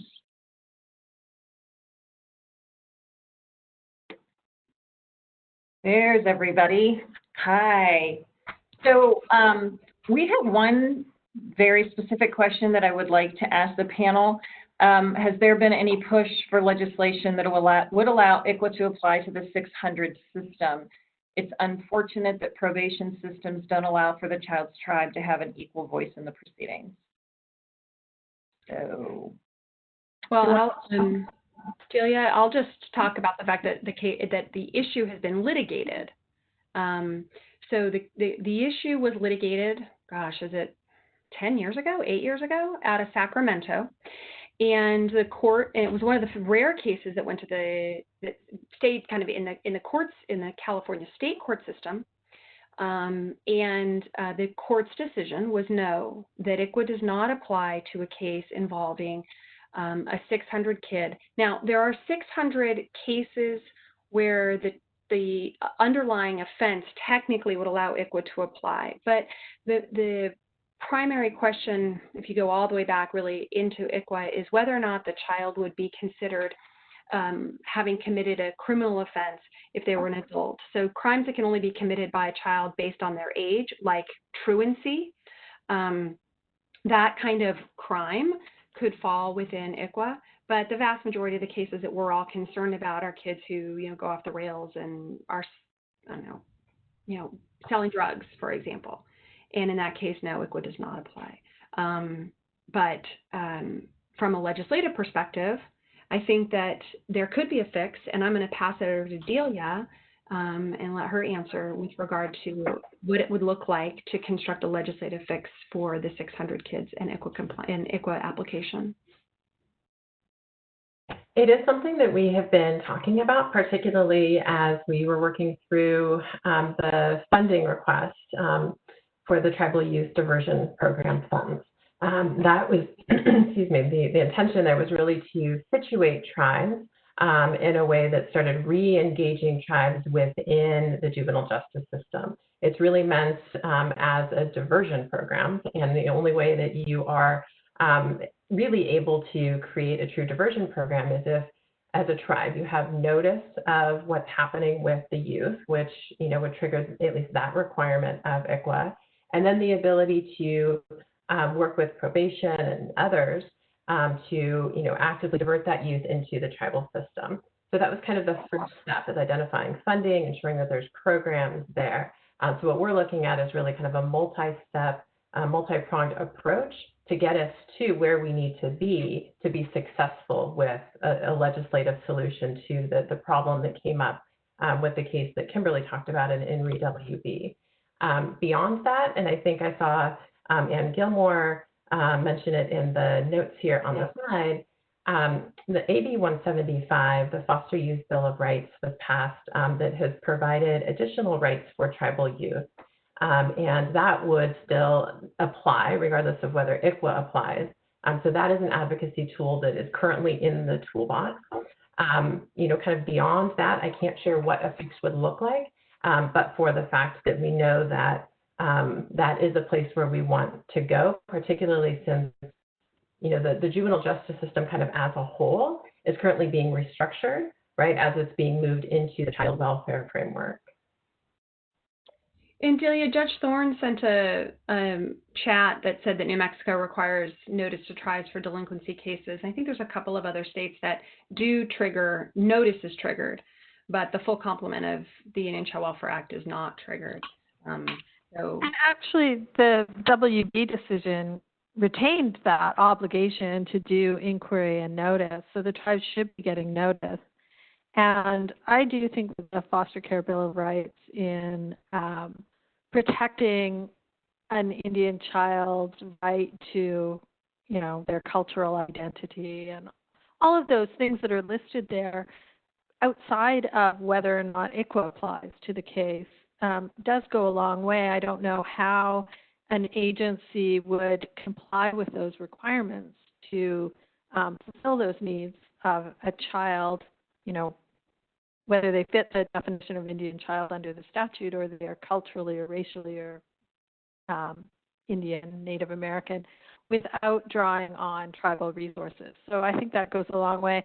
And it did make me mindful of something that probably, Delia, you were involved in when you were in California Indian Legal Services in Bishop, which was the standing order that Judge Stout put in place to recognize a tribe's legitimate and direct interest in juvenile justice cases involving their tribal children under, I think it's Welfare and Institutions Code 676, that authorizes the court to allow the participation of an entity with a legitimate and direct interest in the case. So I think that putting all those pieces together, there are ways in which tribes could definitely argue and should approach their courts and their probation departments to develop policies that would allow them to offer resources to their children. I'll just point out that Rochelle linked the Foster Youth Bill of Rights in the chat for folks who wanted to grab that. Thank you, Heather. If the attendees at the conference have not read the Foster Care Bill of Rights, I urge everyone to do so. It has very, very strong language protecting Native youth. I've used it myself, and it's really a great piece of legislation, and I want to thank CDSS and all the folks that worked so hard on that legislation. We are coming up at 12:28. I probably have the harder question because I don't see any other questions on here. I really wanted to kind of circle this back around because at the very beginning of the panel, I talked about we're up here with the national work and the state work. We need to bring it down to the 58 counties. Kimberly talked a lot about sanctions. As a tribal lawyer doing ICWA work, I've used sanctions. I know other attorneys have. We don't necessarily want to go in and start doing that all the time. But how do we get accountability at the county level? And I think that that really looks to not only CDSS, but also to the governor's office, and also to the California Department of Justice. So we may leave it at that question, but we have maybe 3 minutes, and I'm going to let each of you have a minute. Heather, you're right there. You can go first. All right. I think that I'm getting feedback. Sorry, guys, if you can't hear me.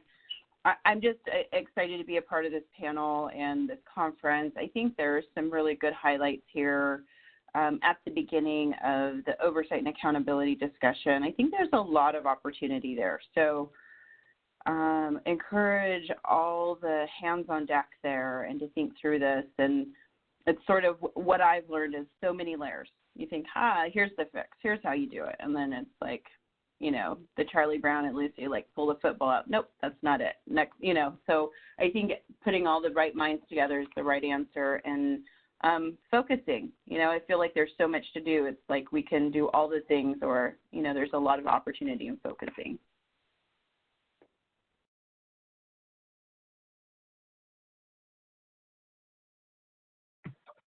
Anybody else? Anne or Mary or Christina?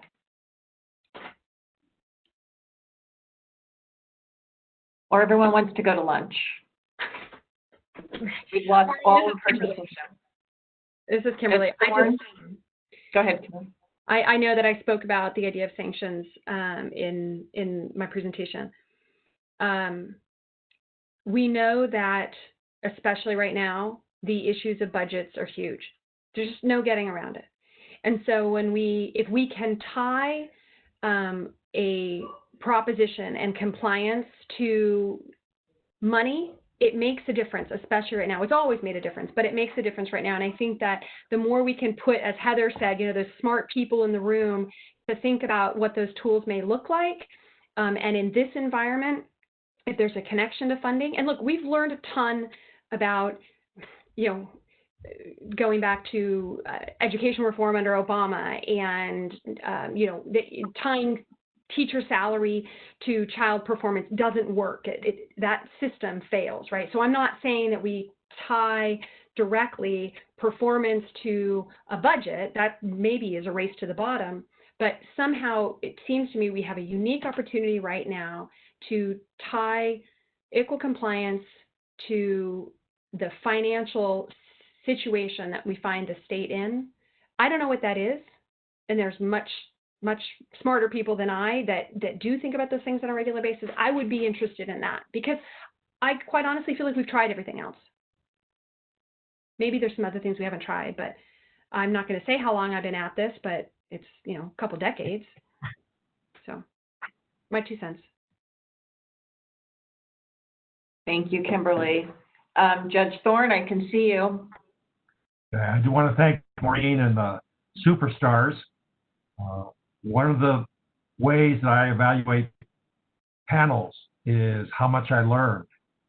And I have been doing this for 40 years, and I still learned an awful lot from the superstars. So I want to say thank you, and please imagine the tremendous applause for this panel from all the participants. You all did a wonderful job. Thank you very much. We are now at the lunch break, and we'll plan on reconvening at 1:45. Please remember to fill out your evaluations so that we know what works and doesn't work, because I'm afraid the virus may not be going away anytime soon. So you all be safe, enjoy your lunch, and we'll see you at 1:45. Thank you. Thank you, Judge Thorne.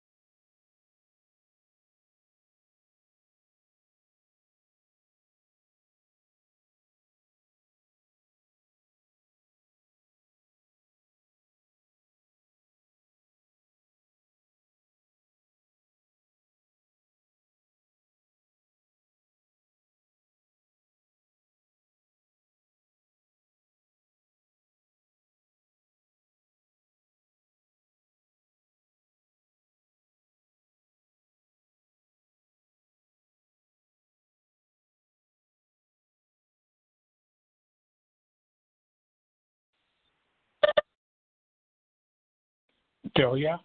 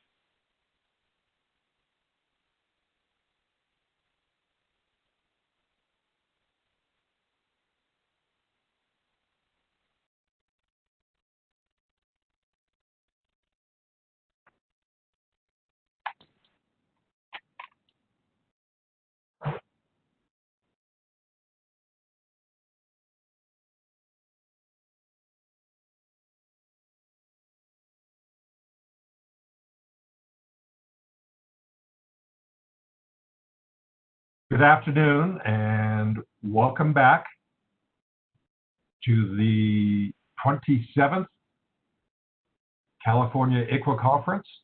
We appreciate you joining us in these unusual situations. The facilitator for the afternoon session is somebody who you probably know very well. She may not realize it, but I am part of her fan club.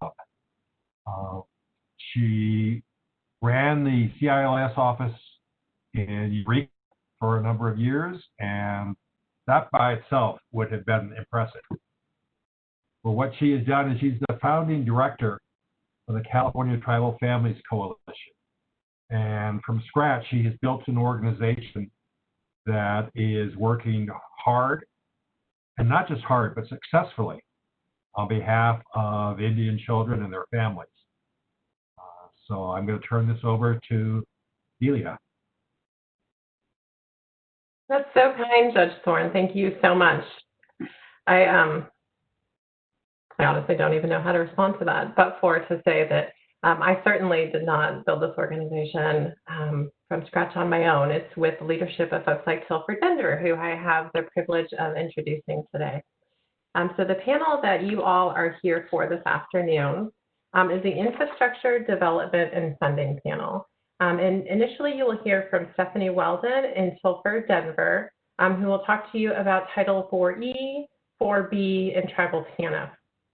And then we're going to take a bit of a break and come back this afternoon and hear from Blair Cruiser and Stephen Goodpasture about Medi-Cal billing, specifically through the county, and then also BIA tribal court funding.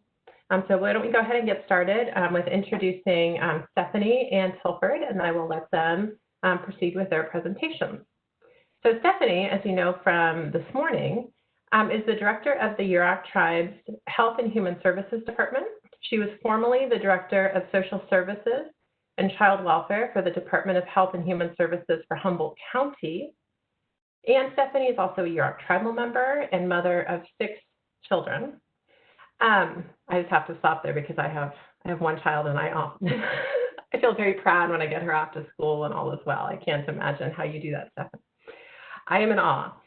And Stephanie works to develop and advocate for collaborative systems that serve the most vulnerable children and families in the community in a culturally relevant and accessible way. And she is one of the most powerful advocates that I've ever had the pleasure of working with. So thank you, Stephanie, for joining our panel today. Tilford Denver is the vice chairman of the Bishop Paiute tribe. He served 4 terms of office for his tribe, including as tribal chairman. He's also the current chairman of the Owens Valley Paiute Shoshone Board of Trustees, which provides governance of tribal lands and the general welfare of the Bishop Big Pine Paiute tribe of the Owens Valley and the Lone Pine Paiute Shoshone tribes located in Eastern Sierra. Vice Chairman Denver also currently serves on the Department of Human and Health Services Secretary's Tribal Advisory Committee, also known as the STAC, and he's seated on the California Department of Social Services Tribal Advisory Committee, and he facilitates the California Tribal TANF Coalition. As if all of that weren't enough, he was also recently appointed by Governor Newsom's office to sit on the Tribal Nations Grant Fund panel. Last, but certainly not least, he sits on the board of directors for the California Tribal Families Coalition. So welcome and thank you to both of you, Stephanie and Tilford.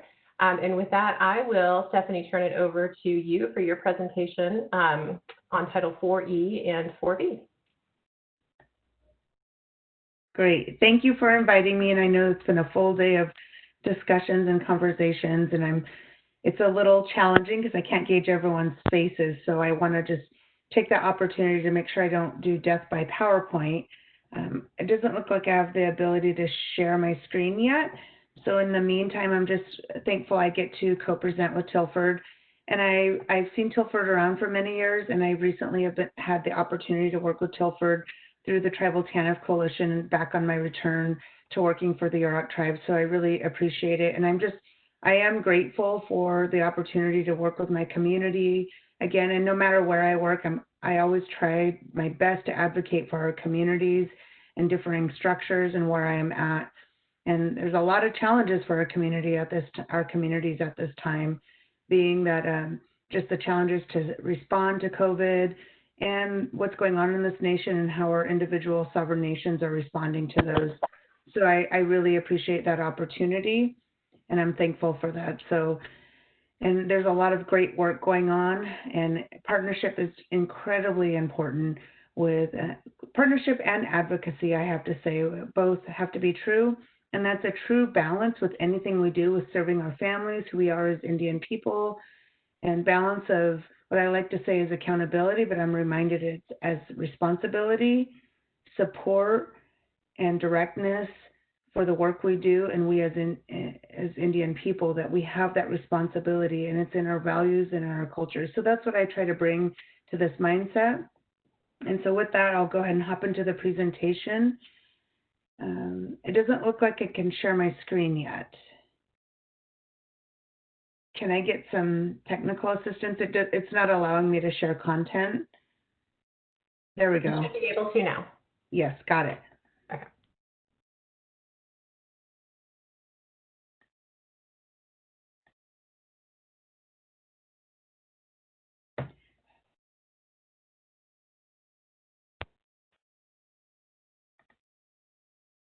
Great. So I have a lot of photos and pictures, and I'm not going to read every slide because there are a lot of slides.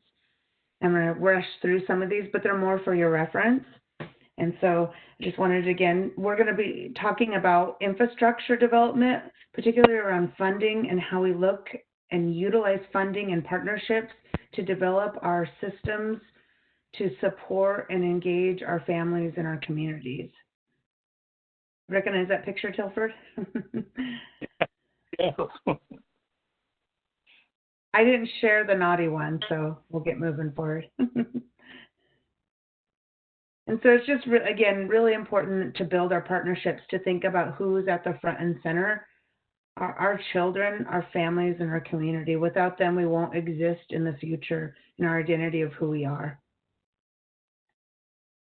And these are Yurok-specific pictures that I just wanted to share. Like, this is so important, looking at our past, our current, and at our future, of maintaining our identity and creating connections for who we are. And this is a lot of the work that I get to do as the director. I get to work with a team of staff to incorporate opportunities for healing and connection, and that's through many different funding sources, including the ones we'll be talking about and others as well. And so hopefully out of this, you'll be able to learn about specifically 4B, a little bit more about TNS and what we're doing, and 4E, some specific tribal examples, and then some general information about those programs from our experience. And then I'm not going to read through all these, but we all know how our tribal children are doing in state systems that are non-tribal systems. We know the outcomes are not good. We know that disproportionate numbers of our children are involved. We know that once they are our children are in the foster care system, whether they be with family or not, that they struggle to reunify. We also know that the entry rates are high, reunification rates are lower, and there's high rates of placement in group homes or STRTPs, and we have higher rates of subsequent reentry. Just overall, not as well as we'd like them to be doing. And so because of system barriers and from a perspective that was developed from a non-Indigenous worldview, they continue to not be as responsive as we can as tribal people and as tribal governments. The challenge with that is that we as tribal governments are young and our infrastructure and development do not have the same access to resources. So overall equity and equality issues. And that we really need to look at as tribal people, not only our children in the systems and our families, because families don't dissolve once children are removed from their home, but at the prevention and earlier intervention, which I believe is the true heart of ICWA, is preventing our families from coming into involvement with child welfare. And then looking at how we really focus on our cultural values. And so I think that's why it's really important to leverage our partnerships and develop funding systems that help us to develop and grow our true sovereignty as we can as Indigenous people, and looking at the importance of tribal justice systems, because we know that the very same systems that created the genocide and hardship for our families are the very same systems that are serving. And I like to always say that systems are made up of humans and people. And as good intention as people are, systems create a status quo and can create a very cultural way of unhealthy healing, and that it's up to us as advocates and it's up to our allies and partners to create those opportunities for healing. And we all have to do it together. And then why does this continue? It's just, of course, differences in worldviews and values, relationships and commitment and connection to community is very different, systematic oppression and privilege, and then policies that are not in alignment. And then, of course, for our own communities, just our cultural values and loss, and also genocidal practices in which we're all on a different, different ends of the continuum of the cultural spectrum, and just knowing where we are, and just accountability measures not set in place. And then, of course, values specifically around shame, restorative justice, family decision, and then the connection to land and families. And then we're really going to focus particularly on the Social Security Act of Title IV, Parts A, B, and E. There are other parts that we will really not be talking about, as well as other sources such as BIA and social services grants to states. There are many, many other opportunities, but we're really going to focus on what is known as Part A, which is TANF, Part B, which is Title IV-B, and Part E, which is what is known as foster care assistance, and there are many subcategories underneath that. And then I'm going to just launch right into Title IV-B. In order to have Title IV-B or IV-E, you have to have Title IV-B. It's a small amount of funding based on your population from birth to age 21. There are two subparts under Title IV-B, and they're very similar but also very different.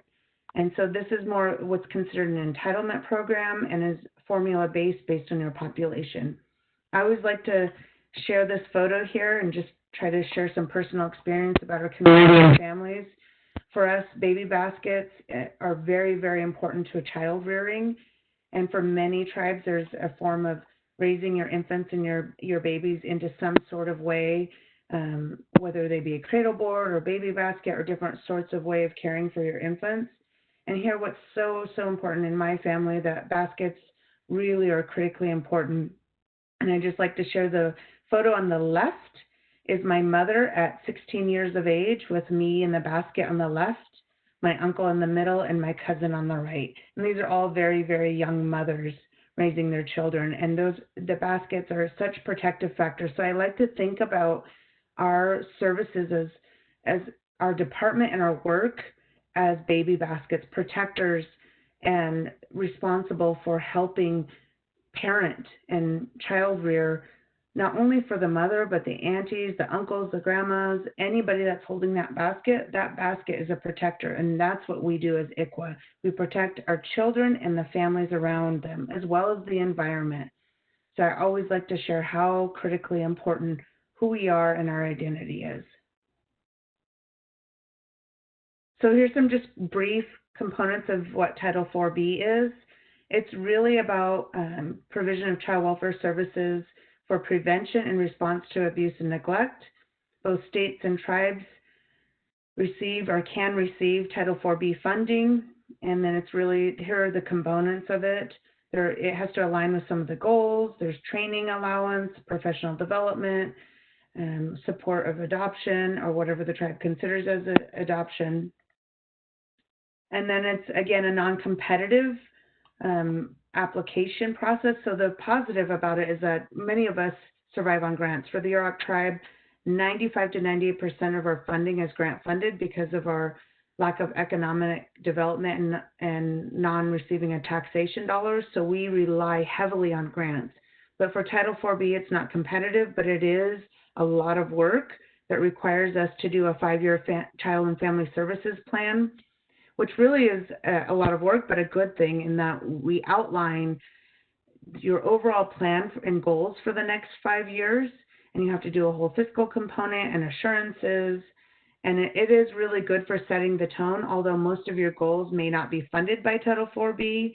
It is your goals of your overall, how you're going to respond to your community. There is a lot more flexibility for tribes. You have to do an annual progress and services report.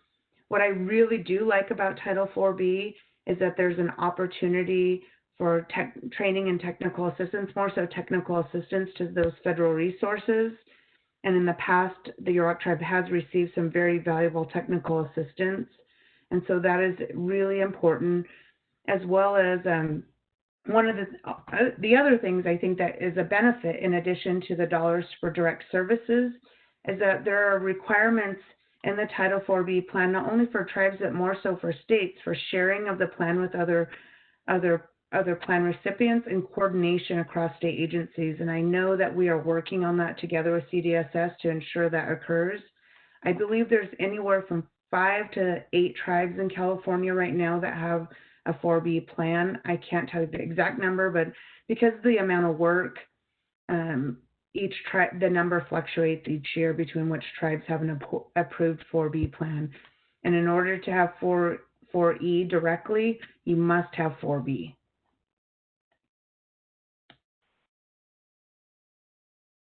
So I'm just going to quickly hop into Title 4E, and then I can take questions about 4B and 4E after we finish with TANF.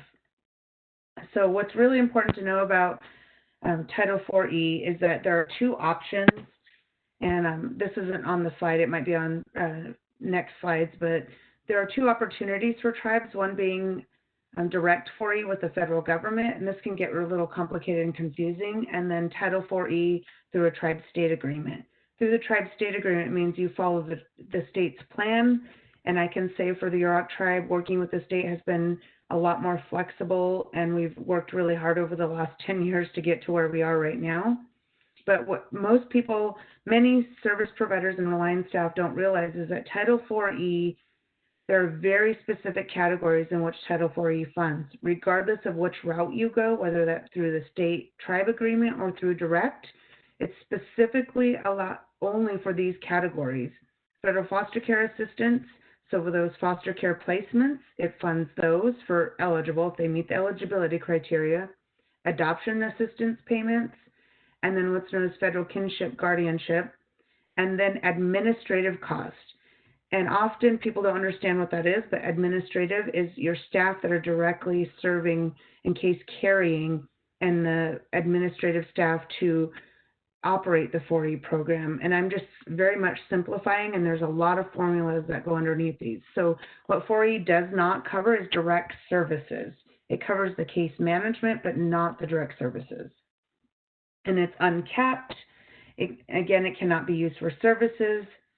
And then it cannot be used for costs related to youth and detention facilities.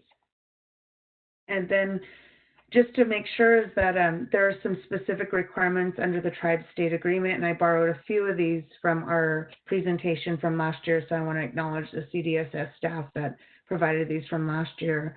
Right now, there are 2 tribes that have a tribe-state agreement, and that's Yurok and Karuk tribe.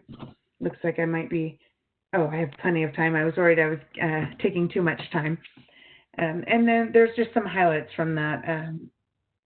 Under this pathway, under the tribe-state agreement, there's some specific work that we do with the state, meeting the state's plan with the feds. That's the only limitation, is that we have to follow the state's plan. But what I can say in the last year or 2 is we've worked really hard with the state, and the state has really supported the Yurok tribe in being a lot more flexible to meet those agreements. With the direct agreement with the feds, there is a little more flexibility. However, there's a lot less support, is what I can say to that effect. Right now with CDSS, if we were to implement tomorrow, there is the potential or possibility that some of the non-federal match might be covered right now for us. I'm not going to say it completely, but that there is that potential, and we are not at the point where we're implementing tomorrow. And then there's a lot of requirements when getting when having a plan and then asking for reimbursement. That's the thing I want to highlight. I hear people say draw down funds or get funds.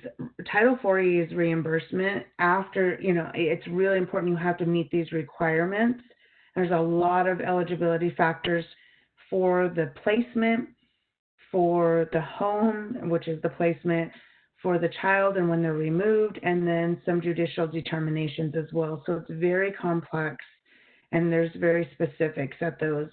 And as it relates to the child when being removed to the family, it's really important to understand that when that child is removed, it is based on a 1996 determination based on AFDC. What's interesting about that to remember is most of these programs and regulations were developed without tribal input or the tribal worldview or perspective. So in 1996, even though that was, our president at the time was a Democratic president, it was the folks that passed this were not Democratic. And you want to think about the mindset of at that time period when that was passed. It was very much a pull yourself up by your bootstraps, less than equality and equity, what this was based upon. You must pull yourself up in order to meet these requirements, and that's what AFDC was all based upon. So it was very interesting at what those income levels and what the thinking was behind that, and we can talk a little bit more about that when we get into TANF. But a lot of that was based upon who had access, who had privilege, who could do what. And so, for example, during that time period and still today, what's very, very common is that our people didn't have access to the same resources or employment or and had very much disproportionate access to services and experienced poverty in way different ways than what the dominant culture has, been able to have access to services. And then, of course, I talked about this already, is that, when children are placed in a tribally approved home, there's a maintenance payment, and then there's a monthly rate. That's a big component of Title 4E. And there's some legal determinations and regulations as to what that payment covers. So I want to speak really talk about the startup funds.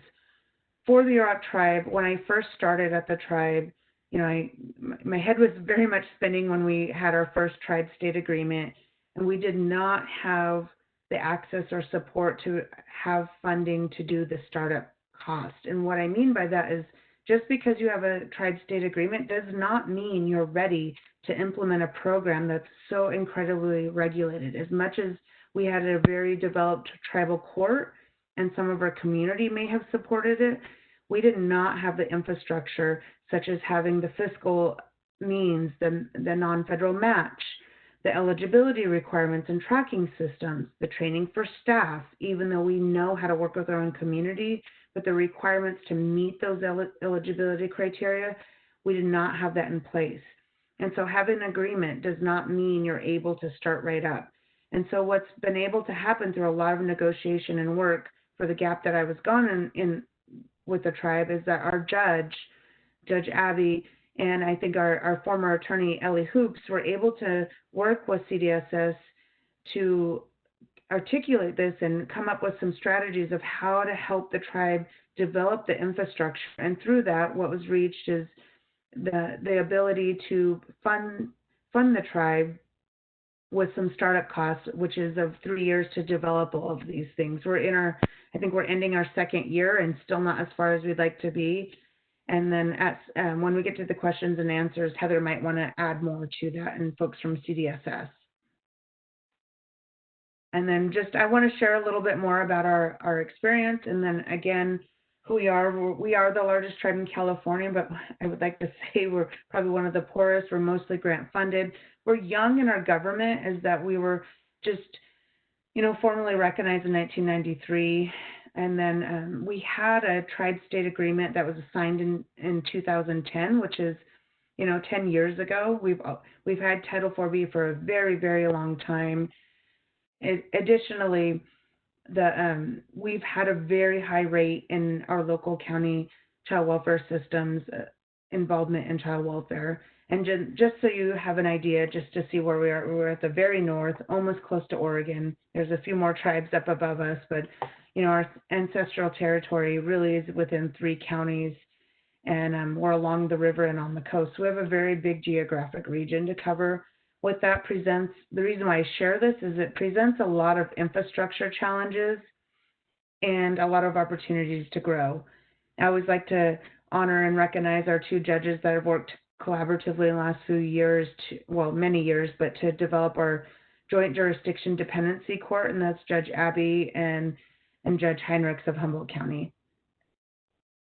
And then just so some other things to know is that through our title, we did receive in 2011 a direct Title IV planning grant with our department work and our tribal court judge. We were able to use that planning to develop some programs and systems to get some technical support in developing our tribal code and policies and procedures, and work with our advisory committee. And then we also have a joint jurisdictional court in Del Norte County as well, as a result of the good work of Judge McElfresh and Judge Abby as well. So we're doing 2 joint jurisdictional courts as a way to work together and to kind of be our interim to move us towards when we transfer and move all of our families into tribal jurisdiction. And so I really also want to highlight the NRC for Tribes. And at that time, we received a lot of TA from one of their consultants, Mary McNevins, who formerly worked for Oregon and many of the tribes up there. We did a lot of peer-to-peer sharing, and they shared a lot of their policies and procedures. And that was made available for our TA through the Title IV-E planning grant, as well as being a Title IV-B tribe. And they paid for our trip there, as well as that peer-to-peer sharing. I'm sure the budget is much different now, but that's an opportunity that Title IV-B does provide, and having that funding, even though there's not a lot of funding for direct services, it does provide that support. And then just some other things that had worked, as well as we were developing our systems and serving our families, we were also working with CDSS throughout this 10-year period to develop 2 trailer bills. And then, of course, there's a lot of different eligibility training, and as many tribes, there was a lot of turnover between 2014 and actually 2019, and a lot of the momentum slowed down. And the Yurok tribe also worked with the BIA. We are a self-governance tribe, and modifying or solidifying the solicitor's opinion regarding use of ICWA and self-governance dollars and other tribal funding to use as a match or to meet the non-federal requirements. And so we have that opinion. That's also an option. And then some of the other things that we utilize is that BIA self-governance funding, which is considered financial assistance or welfare assistance to tribes. There is a child and adoption subsidy allowance within that overall package. And then we also use our TANF funding for a lot of the prevention of at-risk families involved in there. And then just so you know, I really want to highlight what we're working on today that I think is so important, whether you have funding or not, is that all of your internal partners are on board, and that you work really closely, because the work of these other departments is really dependent on your success. Your IT department is so critical, and that they understand the requirements, and that your tribe is able to meet the infrastructure needs, or that you figure out ways, if you can't, to run a foster care program and an overall child welfare program. The fiscal department has to completely be on board. And of course, your tribal court, not only having a tribal court, but ensuring that they can meet all of the requirements for Title IV-E. And then other needs as well. Community engagement is equally, if not more important. And what I mean by that is there's lots of components that your community has to understand what it means to operate a federal and state regulated child welfare program. If you want to move your families and have them all go through tribal court, and you want to take, specifically if you want to take 4E funding, there are requirements that you have to meet, and it'll sometimes look very similar to the state system. And your community, or at least your louder voices or those that experience things, have to understand that, and they have to buy in. The second component of community engagement is that they drive and really outline what child abuse and neglect is and what are the cultural responses to child rearing and child practice and healing to that. Because if your community is all over the place, or they don't have a shared vision for the majority of the community, it's going to make it really hard for tribes to go in and do the investigation, removal, and meet all of those 4E requirements. You can do it without 4E if you have the financial ability. However, having that community buy-in and support is critical to the function of the department that will be implementing it. And then having a really strong plan about training and recruitment of what I call substitute caregivers. And I like to say connection, and I think Art said it really well, Dr. Martinez, around connection. We get stuck on bonding, and bonding is important. However, not in the way that our counterparts like to identify bonding as. It's about connection, who our children are connected to. So really ramping up the ability to train and recruit substitute caregivers as primary caregivers and how they'll keep our children connected to our community and beliefs. And then, of course, you have to have a really comprehensive training and retention plan for staff. I think we at UROC are really struggling with that, being able to do all the work, intervene in state systems, training them there, and then preparing them to implement 4E. If you don't have a strong training plan and retention plan for staff, you lose staff. And so all this other stuff you can read. I'm not going to go into all of it because there's a lot there, and I think I'm way over my time. Just recommendations, if you're considering any of these programs, and one of my mentors used to say to me, do your homework. Before you just advocate, do your homework. That means do your research, talk to people, talk to advocacy groups, talk to folks like Casey, ICWA, talk to your partners and understand the whole shift, and what's going on behind the scenes. Review all existing agreements that you can, and then know the regulations. Do your best to read them and interpret them and know what fits and doesn't. And then make sure you have partnerships and know your players within your internal structure, have peers that you can rely on, and then think about creative options or solutions, build your allies, and don't forget always to advocate. Don't settle for being told, nope, sorry, you can't do this. This is the regulation.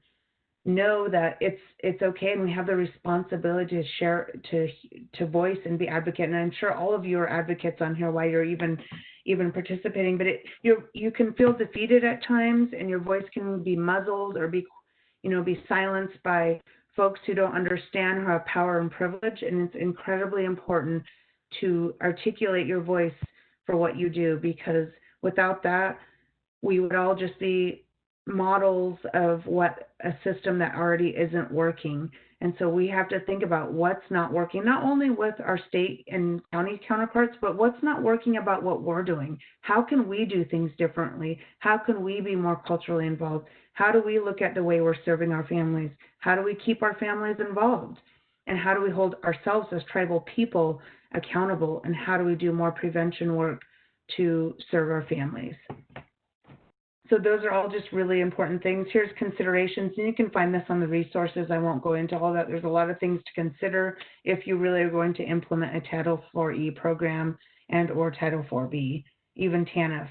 And so I'm not going to go into too much more detail of TANF because I'm sure Tilford will cover it all. There's just some strategies for your review that can be covered under TANF.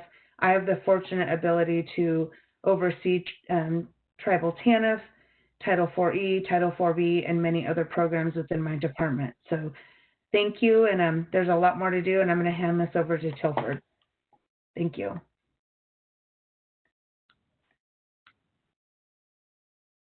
Thank you, Stephanie. Really appreciate that. It's so interesting, right? I mean, tribes want to develop tribal infrastructure, and in order to do that, you have to have the funding capacity, but trying to obtain the funds without sort of morphing the tribal system into something that really mirrors the state system is a real challenge to do, and I appreciate you articulating that for folks.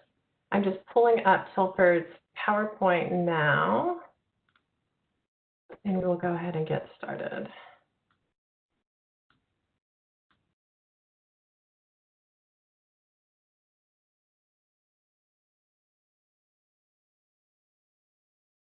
Okay, Tilford, can you see your PowerPoint?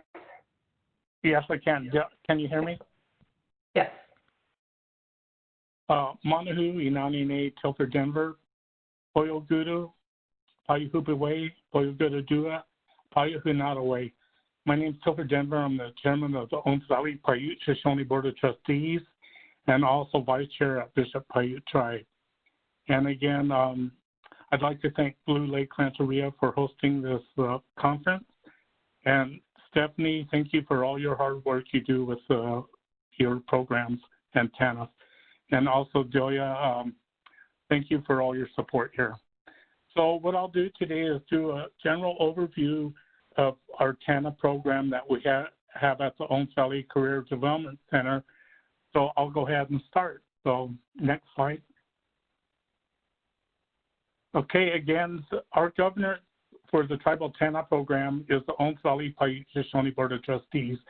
And just to give you a little history, everyone, is back in the early 30s, the Owens Valley, we had a lot of tribal members that didn't have any land and were being invaded by the city of LA, taking all the water.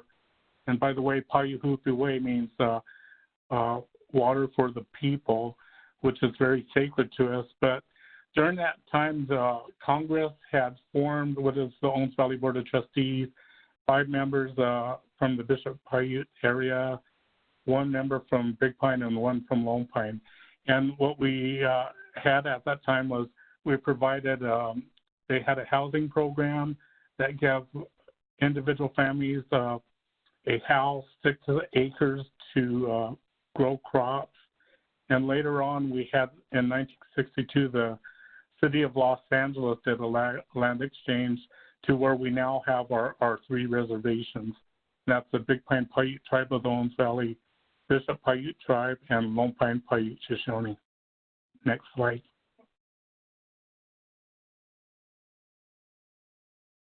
So again, OVCDC, the Owens Valley Board of Trustees created the Owens Valley Career Development Center in 1976 in order to increase vocational education opportunities for our people in Owens Valley.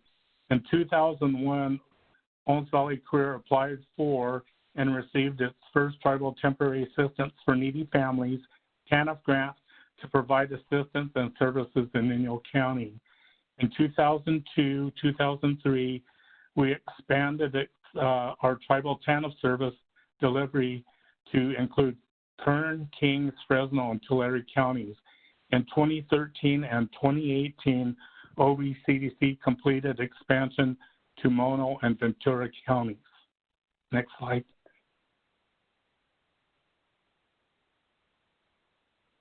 So this is our mission statement that we've had since 1976.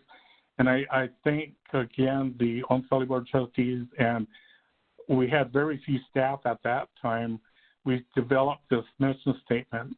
Again, we're dedicated to American Indian organization operating under a consortium of sovereign nations, whereby providing the opportunity for improvement in the quality of life by focusing on education and self-sufficiency while protecting, preserving, and promoting our cultures in the spirit of positive nation building for Native people of today and generations of tomorrow. Next slide. So again, our core values we feel are very, very important to what we do and all our staff we have. We currently have around 160 staff, 14 offices in our service area. So again, we want to recognize all these values that we get from our grandparents, our parents, our ancestors. So we figure all our staff should really value our core values. So I won't go through each one, but you can see that this is what our core values are at OVCDC. Next slide. So again, our service area, as you can see, we're in Eastern California and part of Central California.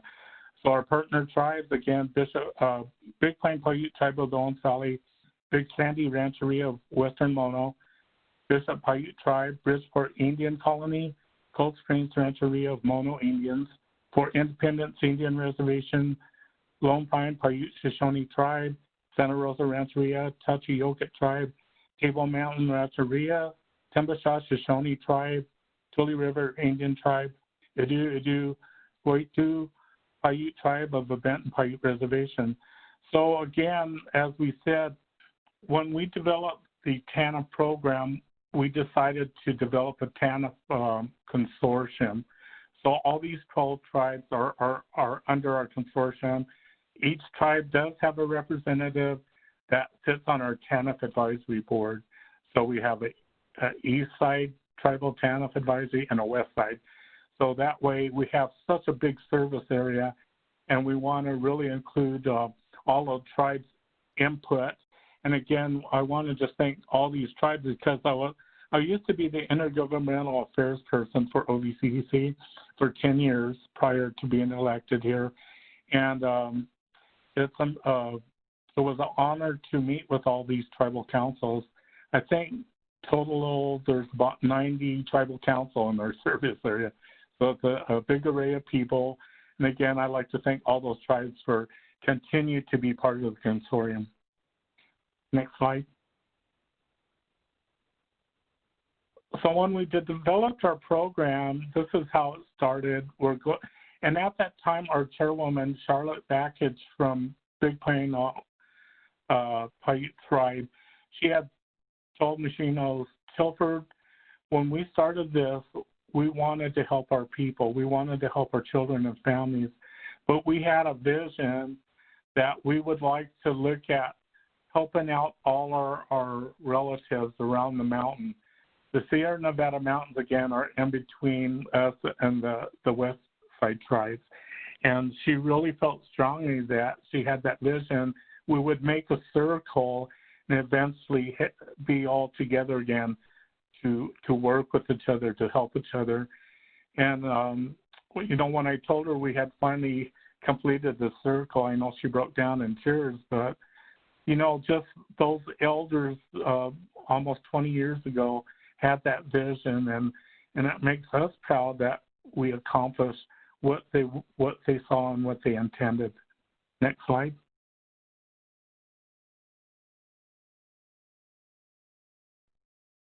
So again, our programs at OVCDC, the Tribal Temporary Assistance for Needy Families, TANF, Family Literacy Program, and the Numili Dua Language Program. So these are key components to a lot of our services we have out on Valley. And again, all our programming has to have cultural curriculum. And we really felt it was important because who better to help our people? And I always remember my mom talking about, before she passed on that, she said that the way we took care of our children were sacred. And she goes, in today's language, as far as English, you see a lot of these things of domestic violence, drug abuse, alcohol abuse, domestic violence. She goes, our people never had those words in our language because we respected the family unit. So this really makes me happy that we're able to take some of our ancestors' words and implement it into our program. Next slide. Okay, so the four purposes of TANF, and this is in federal legislation, again, 1, to provide assistance to needy families so that their children may be cared for in their own homes. 2, to end the dependence of needy parents on government benefits by promoting job preparation, work, and marriage. And those 2 are under our cash aid division. Then 3 and 4 are our prevention. So number 3, to prevent and reduce out-of-wedlock pregnancies. And number 4, to encourage the formation and maintenance of 2-parent families. Next slide.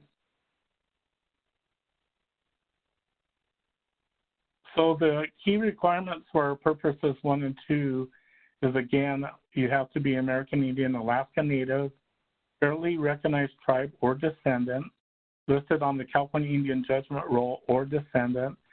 And our program's a 5-year lifetime limit, 60 months for TANF cash assistance, and also required participation in work-related activities.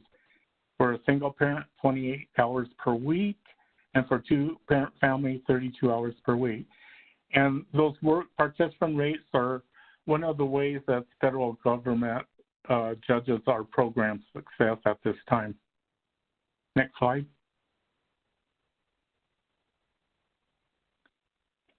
So the TANF Purpose 1 and 2, this is our eligibility requirements. You have to have, you're a Native American family with tribal verification, at least one child under the age of 18 in the home, income equal to or less than 200% of the federal poverty level, resources less than $10,000, vital records including birth certificates, social security cards, etc. for all family members applying for aid, current school enrollment verification, and immunization records for all children. So these are all part of the application process that our staff handle. Next slide.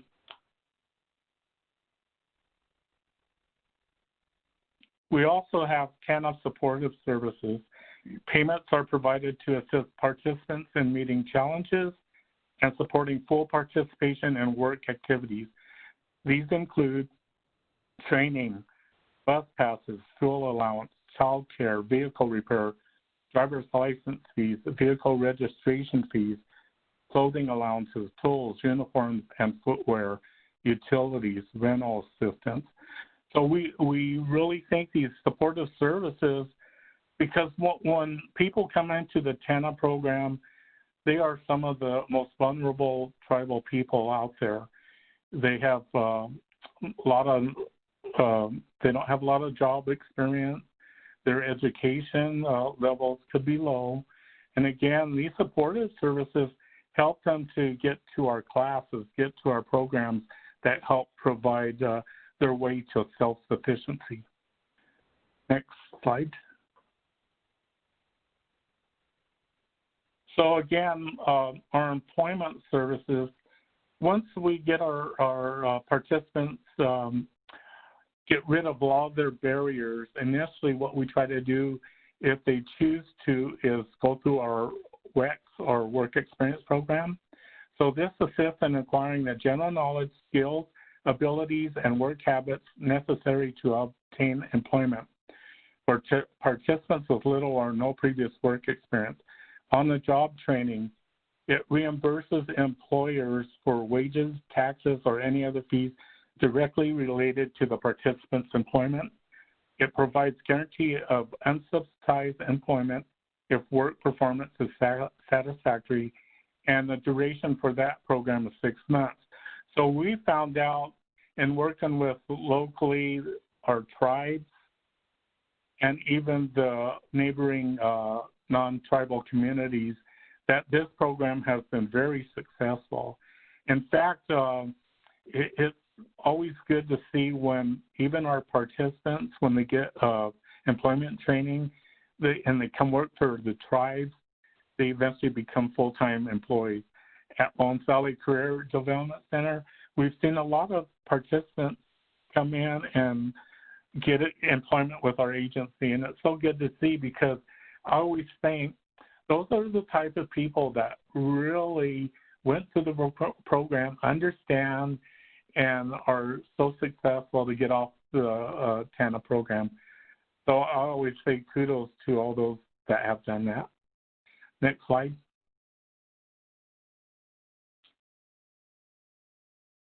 So originally when I started working with Lone Valley back in 2008, I believe at that time we had over 700 tribal families we were assisting. And as of today, we have 500 family cases. We serve 250 adults, 1,105 children. We have 71 different tribes represented in our service area. But what I want to say is this demonstrates from the beginning we've decreased the caseload, and the majority of it is due to people becoming self-employed or employment, or even obtaining their degrees. And we do have a lot of clients that choose to go down the road of education. And it's really exciting because I was able to speak at our local college this past couple weeks. And we had 9 tribal people that run through our career development program that graduated with degrees. So it's exciting to see that. Next slide.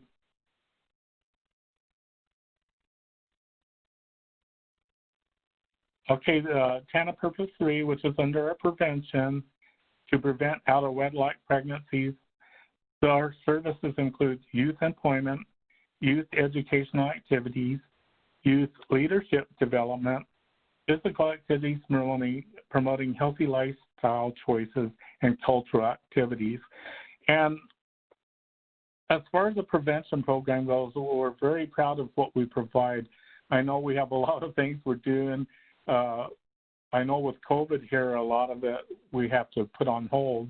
But for example, we have a cultural youth gathering where we bring youth from all our service area, usually around 100 youth, and we go out and provide a camp where they're there for 3-4 days, and they're able to integrate, know each other. I think we have a lot of important speakers come in, our elders. We do a lot with our language program, Family Lit, we do a lot. But again, physical activities there, but it's exciting to see and hear from a lot of those youth that attended our youth gatherings, how excited they were. I know a lot of these youth now contact each other. They become friends. I always had elders tell me, you know, like we used to go across the mountain to different events, and you make your really good friends. And this is just one of the areas we're working on, helping our youth to educate and become better people. I know we have a mountain camp that we had to cancel, but at that we try to get all our youth to learn more about our traditional ways, you know, with fishing, horseback riding, being out in the mountains. It's just one of those things that brings everyone together to acknowledge and understand who we are as Numu or people. Okay, next slide. Okay, Purpose 4, again, encourage 2-parent family formation. Services and activities include healthy relationships, alcohol drug prevention, life skills and executive functioning, domestic violence prevention, family literacy, fatherhood, marriage promotion, parenting education, and cultural activities. Again, these prevention activities are broad. We have so many good collaborative partners in all our areas that we're able to work with other agencies to really implement some of these programs, as you see here, that really help to build a person and help them give good guidance for the path forward. Next slide. So again, the eligibility requirements, you have to be American Indian, Alaska Native, reside within the OVCDC service delivery area, income of below 300% or federal poverty level, and or meet an at-risk indicator. Next slide. So these are our at-risk indicators. Living in a high crime rate area, living on or near reservation and rancheria lands or Indian allotments, previous involvement in the juvenile justice system, attending a low-performing school, being a member of a low-income family, having documented learning and or academic challenges, having parents who are not high school graduates, being a single parent with children, living with a caretaker relative, previous history with mental health issues or involvement in behavioral health, mental health services, homelessness, experience in substance abuse issues, pregnant or parenting teen, and domestic violence victim or survivor. So these are the at-risk that would make these individuals eligible for our services. Next slide.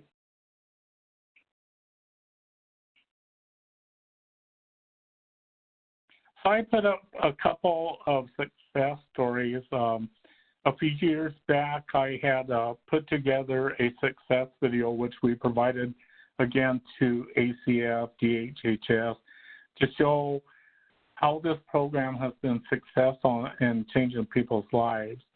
So right here, I have a couple people I want to share. Janet, she went through a hard time. She had a lot of barriers. She went through the program. She got assistance from TANF.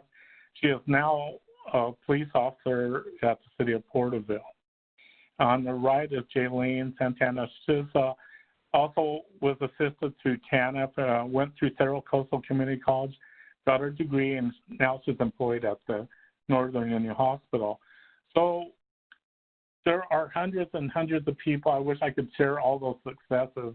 I know when I did the filming on the success video, I even teared up because you see how people come in really broken down and to meet their goals through their tribal family assistance plan.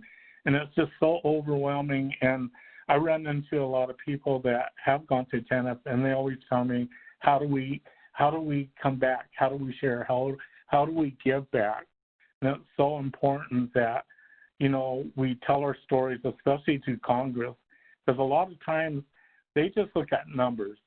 They don't see what we see on the battle lines is how people come in with hardship, and within that time of period going through the program, there's success. So, you know, I'm proud of all the people, but I have to give kudos to our staff because our staff really work out hard in assisting all our people move forward. Okay, next slide.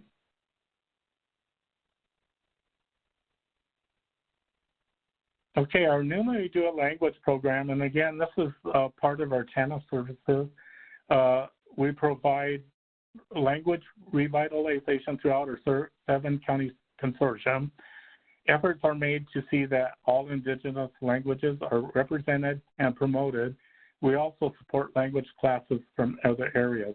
We currently offer language classes in Owens Valley Paiute, Pakanapul, Kawayasu, Yolumni, Wukchumni, Toinumni, Western Mono, Pasquayaki, and Navajo.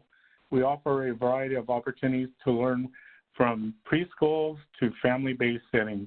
We encourage learning throughout cultural experiences such as basket weaving, beadwork, traditional songs, and dance. And I'd just like to say to our language staff that's out there, they are very important with our cultural curriculum. And as you see, we have elders, we have the youth, trying to get back our traditional ways because, again, these are so important to who we are as people. Next slide.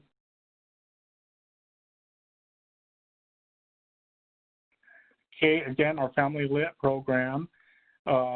Family education component includes GED preparation, high school diploma, academic assistance, tutoring, and life skills to help promote self-sufficiency and raise the educational level of individuals. Our parenting education, Native-based parenting education component will increase participants' knowledge of parenting techniques to promote positive parenting skills and cultural values to strengthen family formation. The parent and child interactive activities, the parent-child interactive activities component provides family formation opportunities for families. Various interactive cultural and education activities are provided to families. These literary-based activities provide a positive learning experience for families. And I think this program, again, has been so instrumental in helping our people move forward, especially the young children. And I'd like to really thank our staff who work with all these families. And, you know, a couple times when I go visit the programs, how exciting it is to see all our families being involved with that program. Next slide.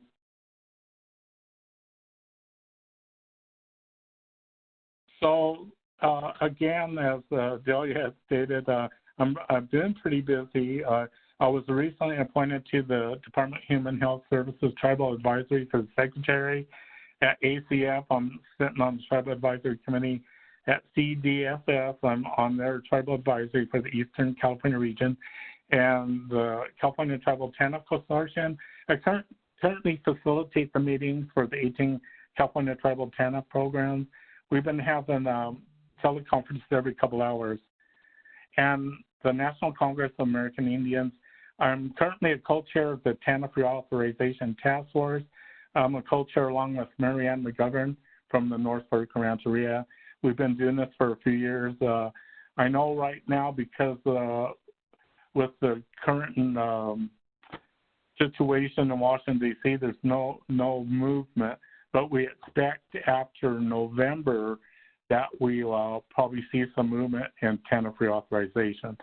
So, and also, I just recently appointed to the California Tribal Family Coalition, and I'm honored to sit on that and do what I can to assist with Delia and all their issues.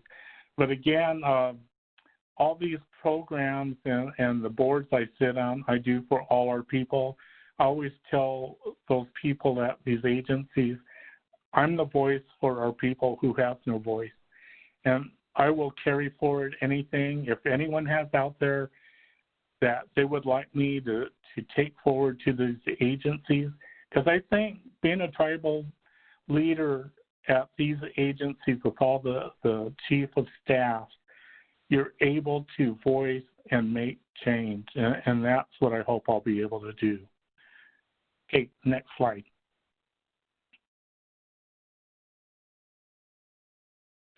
So just in closing, again, I'd like to thank the ICWA Conference for allowing me to share a little bit. I could probably go on for hours and hours, but this is just a little indication of over 20 years it's taken us to develop a program that's successful. And again, we hope that we're able to share with other tribes a good vision to move forward in TANF services and helping protect our families and children. So again, Manu, and thank you, everyone. Thank you, Telford, and congratulations to you and the 9 tribal people who graduated from college and all of your success stories. That's absolutely amazing.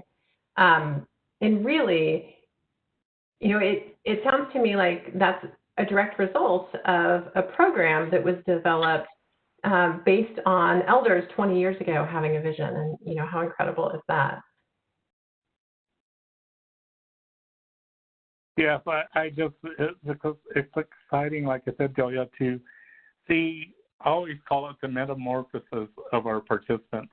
I always say they come in like a caterpillar and they leave as butterflies. It's astounding. But when you see the tears on their faces, it's not tears of sadness, it's now tears of happiness. Right.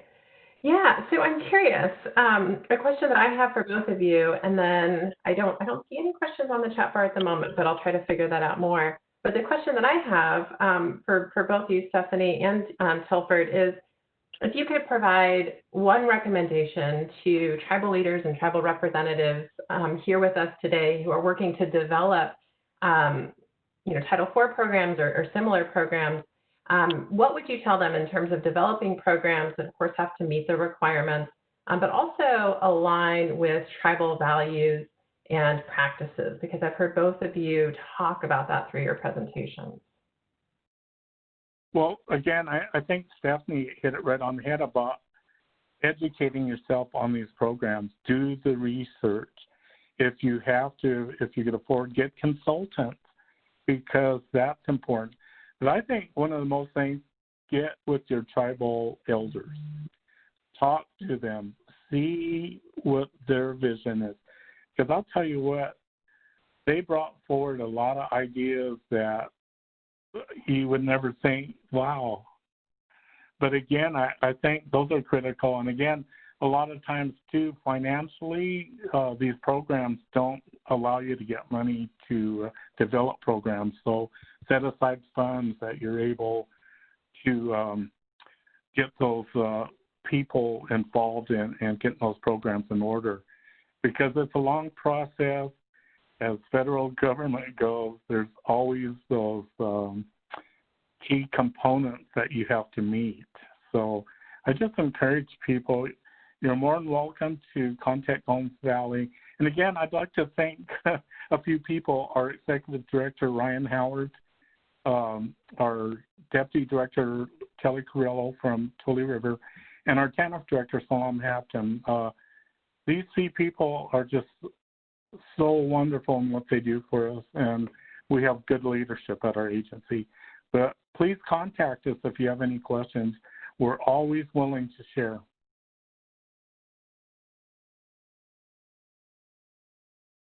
Thank you, Telford. And Stephanie, would you mind sharing a recommendation to that same question? How do you develop these programs and maintain tribal values and practices as you're having to do things like negotiate your policies and your tribal codes within these federal and state requirements? What we've done really is looked at over the years how our families respond to some of the requirements. And of course, talking with elders and committee and people with lived experience, even if we didn't have the most structured way of doing it. And I can think of a couple of examples when it comes to 4B and 4E. Particularly, I think with 4B, there was some specific language that the region wanted in our plan, maybe not my direct regional rep, but maybe the overall regional director at some point in time where we said, nope, that doesn't work for us. And that's not what the regulation says, particularly, around some of the goals that we established. I think another area is around one that really comes to mind. Language is really important when we talk with our families, and specifically when you think about child and family team meetings. There's some guidance and expectations around those and practice models, and then SDM as well. A lot of those literal language approaches do not fit with our community and family. As great as some of the models are, a lot of those models are based upon, I have to say, indigenous worldviews, but adapted in a very Western or dominant viewpoint. And so the translation gets lost and doesn't always come out the way it should be. The way we practice or the way we know or work as tribal people, that's true social work great practice. And the social work profession has borrowed from a lot of that, which is great, but also in that borrowing, the translation gets lost. And so I can think specifically around practice and then translate that to regulation. With child and family team meetings, what I see happen in theory is it's a very rigid approach that doesn't allow for conversation and communication. And specifically, we know with a lot of our families that family is everything, even if they hold you accountable or you've isolated. And I've seen some practices where they won't invite family. The system won't, because they'll say the parents don't want that. And so how do you balance that? That's in conflict with how we work as a village or as a tribe or as a community. And so I could see as a non-native social worker that being a challenge. So how do they wrap themselves around that? So that's why it's so important to work with your tribe. But in regulation and development of your own plan, you make it the way you see fit for your community, and you don't marry yourself to a spot that doesn't work for your community, that hasn't worked for a while. That's another really good example. There's a lot of other very detailed examples I could give, but they're just worldview differences. And so making sure that you take from your observation what you've seen that doesn't work with families. And then I do have to say there are times when, because we are also a government structure as tribes, we too can fall into that trap, and at times have done practices or made policies or tried to meet requirements that don't work for our families and that aren't traditional approaches or cultural approaches. The hard part is that we try to take traditional values and practices and apply them to a world or a community that has been wounded in a non-traditional setting and try to marry those two, and that can be conflicting and challenging as tribal people. It can be very hard to do. Thank you for that. I know that that's a primary challenge for tribes nationally that are, trying to, implement particularly tribal Title IV-E programming. And looking here at the comments, Judge Thorne, I see that you have shared that Families First, so the Family First Prevention Act, so somewhat recently passed federal legislation, that when it's implemented will allow 4E to be used for both prevention work to assist with post-reunification with different, meaning fewer eligibility requirements. And Stephanie, I saw you nodding your head. Do you want to speak to that a little bit, or Judge Thorne? Sure, I can just give from our perspective, the challenge with that, and I'm sure if the state wants to weigh in, for us is under a tribe-state agreement. We've been told numerous times by the feds we don't have that flexibility because we have to go under the state's plan, which the state doesn't have the flexibility. So there's a prime example of one of the unfair or not, things that are not meeting the tribe's ability to serve their community. We're not in a position to have a direct agreement right at this time. So what that means is we don't have that same flexibility. I mean, the state is working with us to be as flexible, but they cannot allow us to go outside of their plan. And so that's a prime example of one of those barriers. And so we're going to continue working on it and figuring out ways to do that. I just wanted to interject that Stephanie's right, that if you work through the state plan, you have to fall under their plan. But the Children's Bureau has made pretty clear that they intend to grant flexibility to tribes who direct fund. And by implication, you ought to be able to work with the state to create more flexibility, because they could look back at the rules that apply. And as long as their plan is approved, they can fund under it. So the first step is to get the state to put it in their plan that allows tribal flexibility.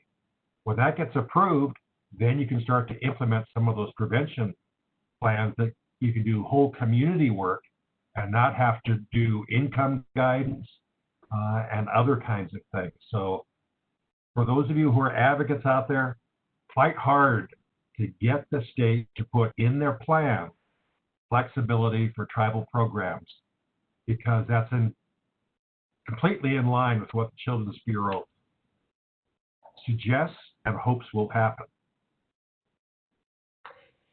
And I would just maybe piggyback on that a little bit. I was reviewing Title 4E guidance somewhat recently out of the Center for Tribes, and they very clearly document that it's their understanding that tribes can negotiate a direct agreement for maintenance payments and a pass-through agreement, so an agreement with a state for administration and training, which would allow for kind of a maximization of the 4E dollars. Not something that, to my knowledge, has been done in California, but would provide the kind of flexibility I think that would be necessary to draw down those prevention dollars or access those prevention dollars. And when you have a program that works, document it. Because when you can do that, then that fits a different category of funding under the Family First Act, and others can then try and replicate it. So if you have something that's working, begin to document it, either internally or with your local schools of social work or somebody else. There's always somebody who has a master's thesis that needs to be done or something else. Get them to start documenting what you're doing that works. That's a very good point. I think we have a lot of work to do here in California. I know other states, like in particular Washington, many more tribes have 4E programs where they're actively accessing Title 4E dollars, and understanding, all of the regulations that go along with these programs. I still see this as a place that many more tribes will, start to navigate in the next decade. And it was actually one of the recommendations of the task force report that CDSS start to develop programming internally that would allow tribes to negotiate Title 4E agreements, in a way that kind of reduced the barriers that exist there, largely just due to kind of misunderstanding about how the programming might work, because it's so new for everybody. I think that everybody's very well-meaning as we walk through this work, but it's challenging because we don't have a good model set at the moment. So thank you so much to both Stephanie and Tilford. You both shared a tremendous amount of information. Both of their PowerPoints are accessible in the Google Drive in the Tribal Infrastructure Development and Funding Panel folder. The link to the evaluation for this panel should be available both in the chat and then also in the folder. And we'll take a break and then reconvene at 3:15 with Blair Cruiser and Season Good Pasture. With that, I'll turn it back to you, Judge Thorne. Thank you so much. Again, Stephanie and Tilford, I hope you're hearing the applause from people who really appreciate what you did. And especially given this virtual format, your PowerPoint is readily available now. And so I would hope that people will take advantage of following up with you to learn from your example, not necessarily to copy. Every community is different, but to learn from your example and build on that so we can continue to learn from each other and do better for our children and our families. So thank you both. Thank you to conference members, and we'll see you back here at 3:15. Thank you all.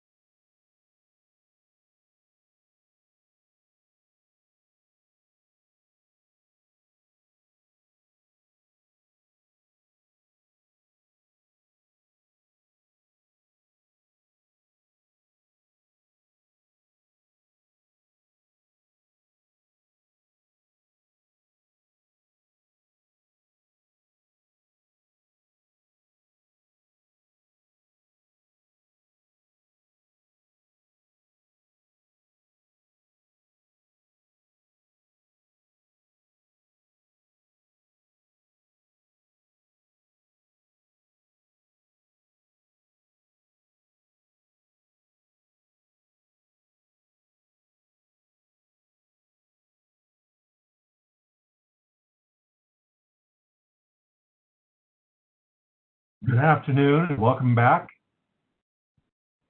We're in the final stretch for the day. I have to say that I have been pleasantly surprised with how smoothly this has gone. I hope those of you in the audience have had whatever difficulties you encountered resolved without too much trouble. My thanks again to Dustin Boyd and to Blue Lake Rancheria for literally making this possible.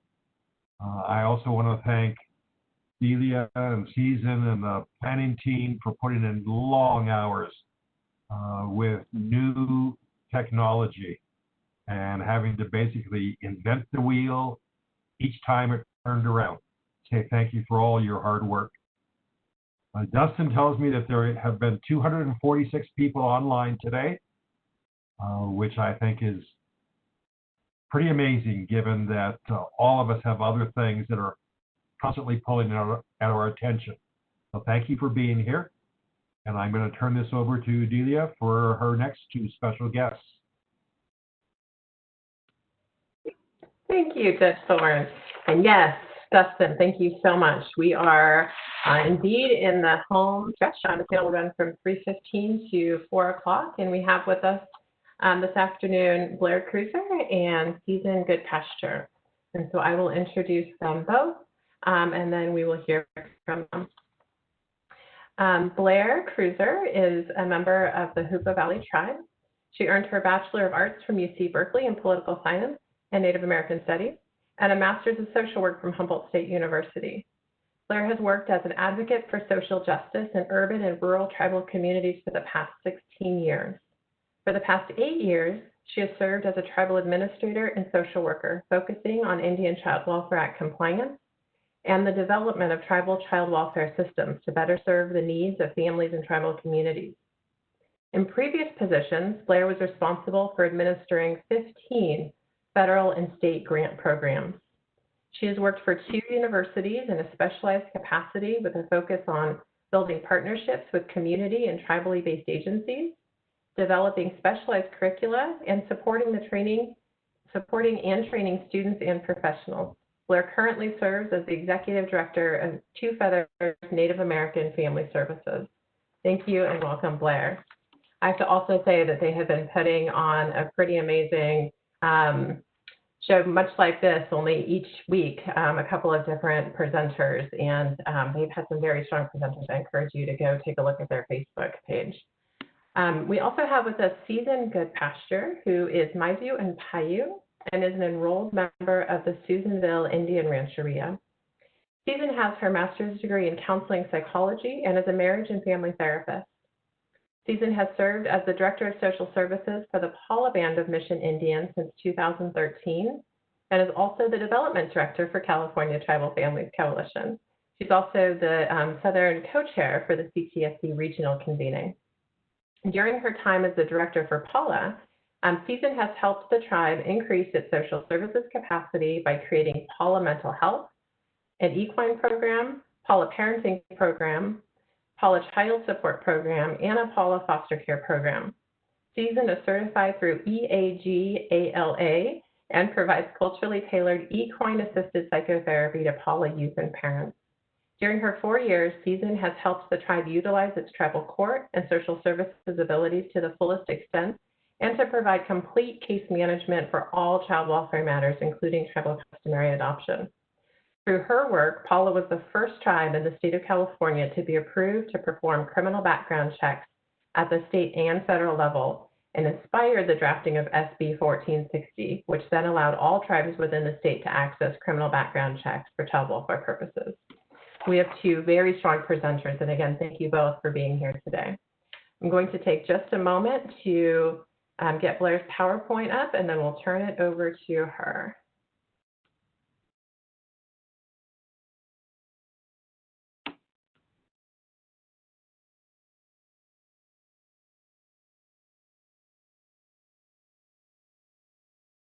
Blair, you are on. Thanks, Delia. As Delia said, I am currently serving as the Executive Director of Two Feathers Native American Family Services. We are a tribally chartered nonprofit of the Big Lagoon Rancheria, and we provide prevention and behavioral health services to Native youth and their families in Humboldt County. And we've been doing that for more than 20 years. I got asked to be part of this tribal infrastructure development panel because this year, in March of this year, actually, Two Feathers became the first tribally based organization in our county to be certified as an organizational provider of specialty mental health services for youth. So this means through a contract that we have with Humboldt County Department of Health and Human Services, we can bill Medi-Cal for certain mental health services that we provide to youth and their families. So we sought this opportunity because what we see in our community, and especially in my work previously being an ICWA social worker, for many of the youth that are most in need of these services, particularly youth in foster care and their families, the only culturally appropriate behavioral health services that are available are through our tribal health clinics. But those services usually can only be provided within the four walls of the clinic, and that makes it really difficult for them to be accessible to the families that are most in need of the services. It's at least been my experience in doing the direct practice. So the clinic-based services also don't often include case management services and other home and community-based intensive services, which is, again, what most of our families and youth need when they're dealing with the child welfare system. So the services needed by our youth and families, we have found, are also often grant-funded, time-limited, and not very sustainable. And we have a lot of times when we get these sort of really great programs going and we get families engaged and youth engaged, and then all of a sudden, you know, the program's gone because the grant ran out.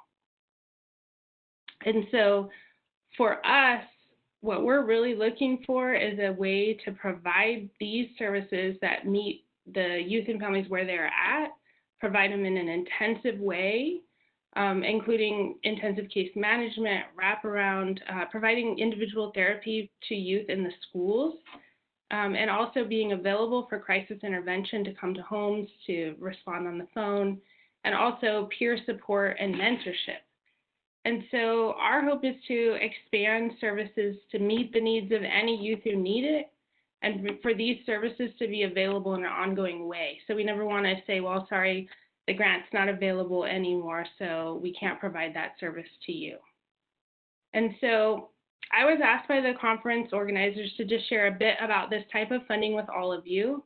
I just want to say up front, I'm not in any way an expert, and so I can share a bit of the basics, and I will tell you, we actually had our contract approved on March 1st, and then the shelter-in-place went into place 2 weeks later, and so, you know, our contract is very new, and now there's all these new rules because of the shelter-in-place orders. So we are, like I said, by no means experts, and I'm just trying to share part of what our journey has been in hopes that you can see this as potential funding sources, especially for services that many of our tribal social service programs are already providing, and we're just looking for ongoing funding to support. And so, Delia, if you can go to the next slide. So just a bit of the basics. You heard from Stephanie and Tilford earlier about the Title IV program. So Medicaid is actually also part of the Social Security Act, which was passed in 1965, and this is Title 19 of the Social Security Act. That is Medicaid. So in California, Medicaid is actually called Medi-Cal, and mental health services under this program are provided by our counties through mental health service plans that they work out with the state. So the Medicaid services are usually available for low-income individuals, and they include healthcare services, but also mental health services. So Delia, you can go to the next slide. So I'm just going to share a little bit about what types of services are allowable under Medi-Cal billing. And so just to go through some of them, the first one, assessment and plan development. So a lot of the Medi-Cal requirements include doing really specific types of assessments and then developing Medi-Cal compliant treatment plans. And so you can actually bill for the time that you do this part, which is good because I think Delia and I had heard recently, you need to be paid to make a plan to make the plan. And this is sort of what that does, because it takes a lot of effort.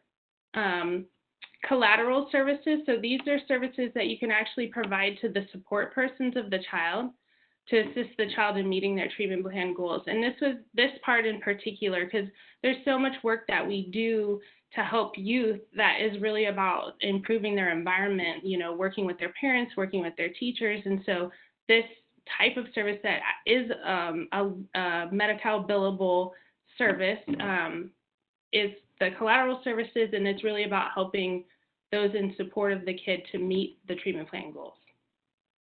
Rehabilitative services.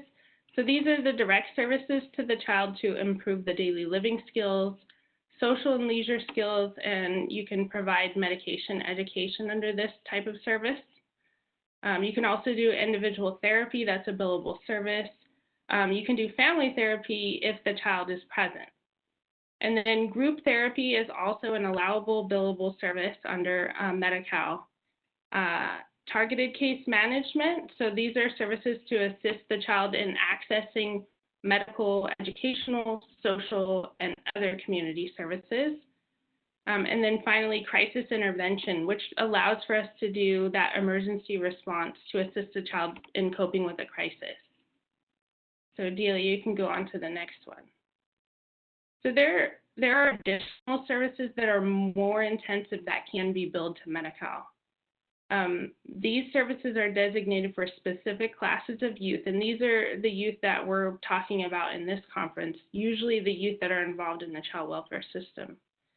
And so there are young people who may be at risk for higher levels of care, may need more intensive services in their homes and communities.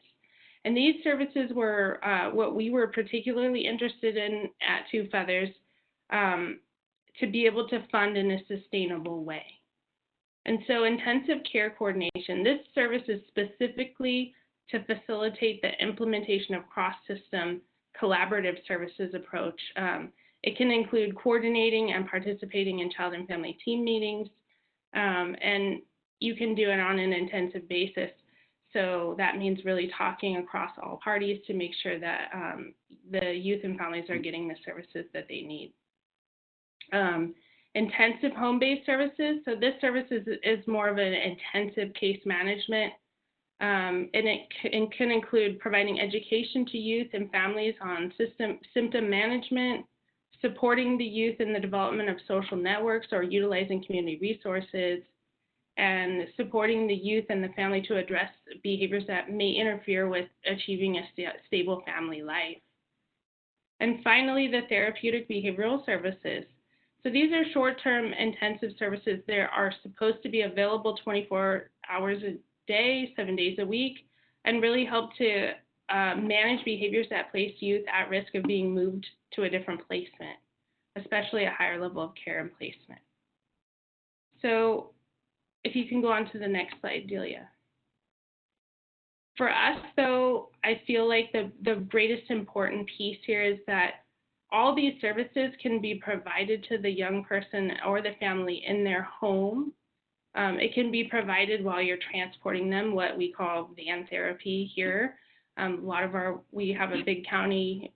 Transporting young people and their families is something we do a lot, and a place where you can actually have really great therapeutic conversations. So, but also providing in the community, providing it at the school. We do provide therapy to young people at the schools. It's really a great thing for young people that it's hard to get them into the clinic, or, transportation is such a huge barrier in our county too, being such a large rural area. The other part is that even though you have to have a licensed professional that is sort of supervising and signing off on the activities, you can bill for certain services for individuals on your staff that just have at least 2 years of experience in the mental health field. So they don't have to have the credentials as long as they're being supervised by a licensed professional. So I think these two things make this Medi-Cal billing through your county of particular interest and really addressing those services that the young people and the families really need, where they can have them most accessible. So Delia, you can go on to the next slide. So I think this is a really great option for some, but I think it's important to share the challenges as well, and it may not be suitable for all tribal organizations. We find that it is suitable for us so far, and maybe that won't be forever, but the benefits that we believe will really help us to sustain our program so that we're not just so dependent on grant funds. And I think that's true about the Title IV programs, the hope being that, because they're entitlement programs, you're not limited to, okay, well, you could try this project out for 5 years, and even though it may be great, you can't keep getting the same type of grant funding for that because it's supposed to be a demonstration project. So in that way, it's really important that, community doesn't really engage in the service and then it's gone because the grant has run out. So the other part, like I said, that you can provide the services in the home, in the community, or the school. For most of our tribal health clinics, they're really limited. They can't go outside the 4 walls of the clinic. And so for us, we really see that as a way to complement the services that our clinics are providing. They can provide therapy inside the 4 walls, but how can we help to get families to therapy at the clinic? How can we bill for those services that actually complement the services that are being provided by our tribal health clinics? And additionally, being able to bill for non-credentialed staff. So, we have folks that provide mentorship. I mean, my hope is that we can even at some point bill for the services that they're doing with the young people. And then, of course, because it's a reimbursement program, your billing can grow as your need grows. And that, of course, is in negotiation with your county and the terms of your contract. But the fact that it's not, well, we only have this certain amount, so we can only serve these few people. It's really, if the need's there, then you can grow. But there are a lot of challenges, and I really appreciated Stephanie's going through all the requirements of Title IV-E and Title IV-B. It's a price you pay on some level to be able to access these services, but there is a way to be creative, and a lot of it is, like you had said, Stephanie, about translating your services. So, you have to translate it into their language, but you can do your service in the way that is the best for the youth and families that you're working with. So the challenges are, of course, that you can only bill. All of these entitlement programs always come with an eligibility for the person that you're serving. So the youth have to be Medi-Cal enrolled, and they have to have a specific type of mental health diagnosis. And then also that diagnosis has to interfere with their function in life. The documentation requirements are pretty extensive, so you have to develop certain types of treatment plans, you have to conduct certain types of assessments, and then your progress notes really sort of are the proof in how you get paid. That's how you get reimbursed. So every service that you do has to be documented with the time frame and what specific treatment plan goals you were working on. Again, if you don't have a licensed professional on staff, that can make this really difficult because they do need to sign off on certain documents in order for you to bill. And then what we found was a barrier in contracting with our county agency is that they do require higher organizational insurance premiums. For some tribes, that's probably not an issue, but for us as a smaller nonprofit, that was something that we had to work on. So Delia, if you want to go to the next slide. So like I said, I think much of the advantage of this type of funding is really about your ability to translate the things that you would do with families into the language that is Medi-Cal approvable, and that really goes into your notes and your treatment plan. So I just will share for us, our journey about becoming an organizational provider in our county, it took close to 2 years to finally secure the contract and develop the infrastructure to be compliant with all of their rules. And also our process probably doesn't exactly reflect how every county would go through their process of certifying organizations. So I can just share our experience, and then of course be available if anybody's interested in wanting to discuss this more, and I will provide my email at the end of this. So for us at first, just even meeting with the county administrators to understand their process and the steps that it would take for us to become an organizational provider.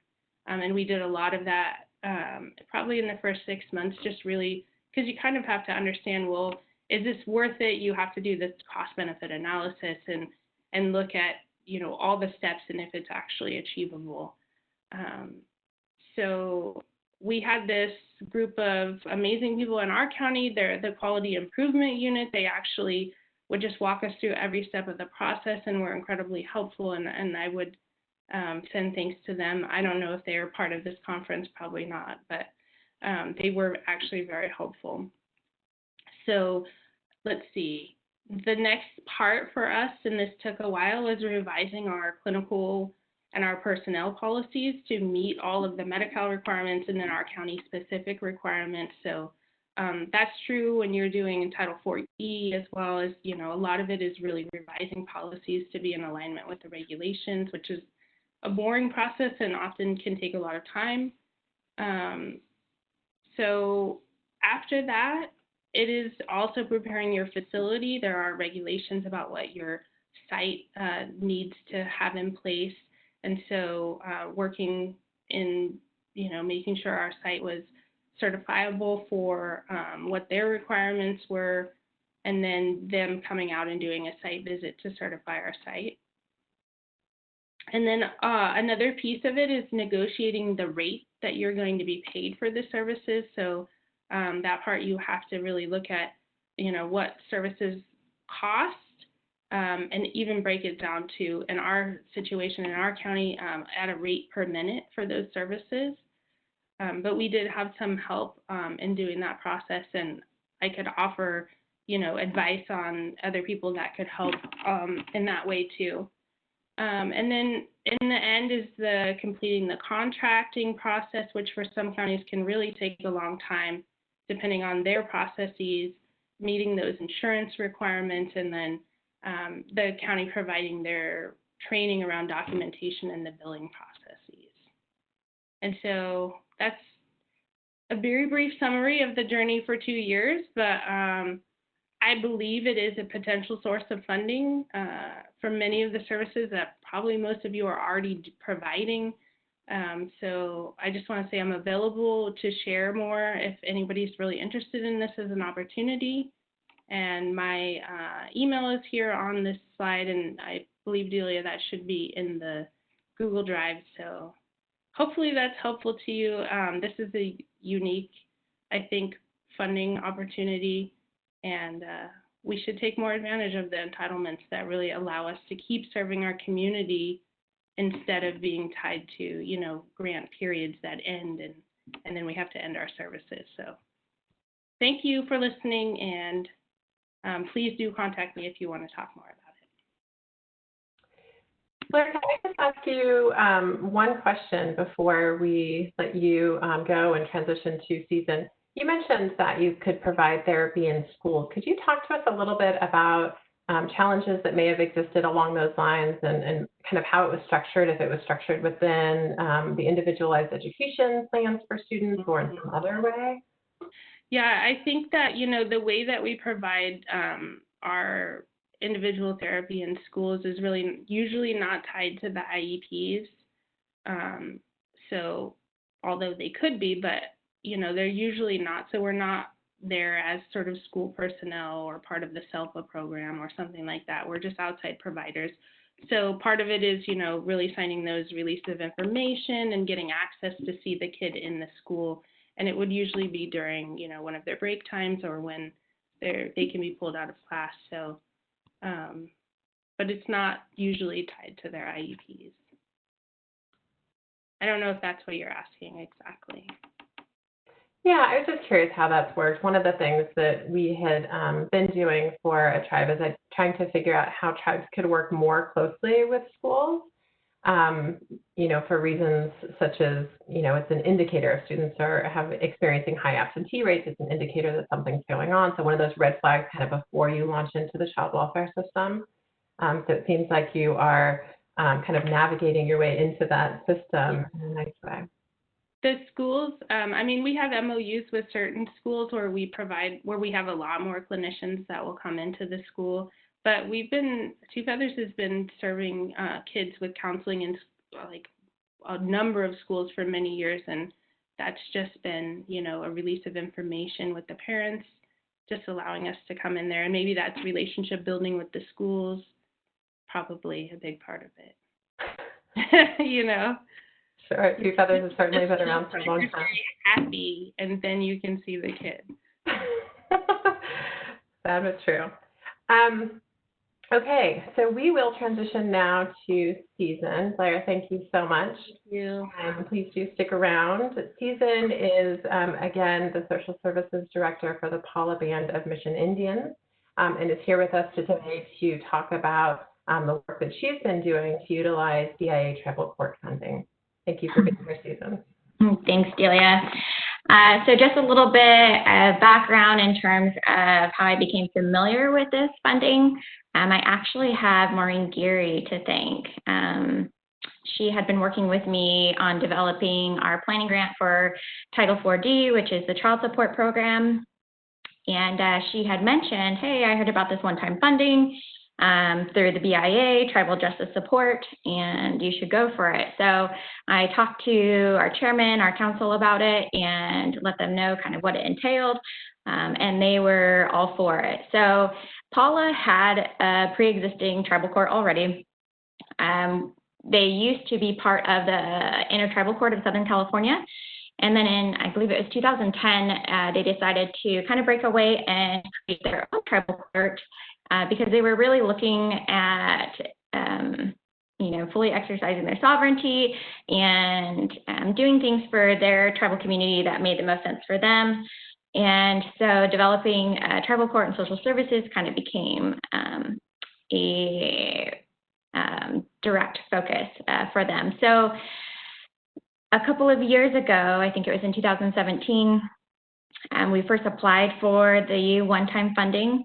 And kind of a disclaimer, so when I heard one-time funding, I really thought one-time funding because, right, it says one-time funding.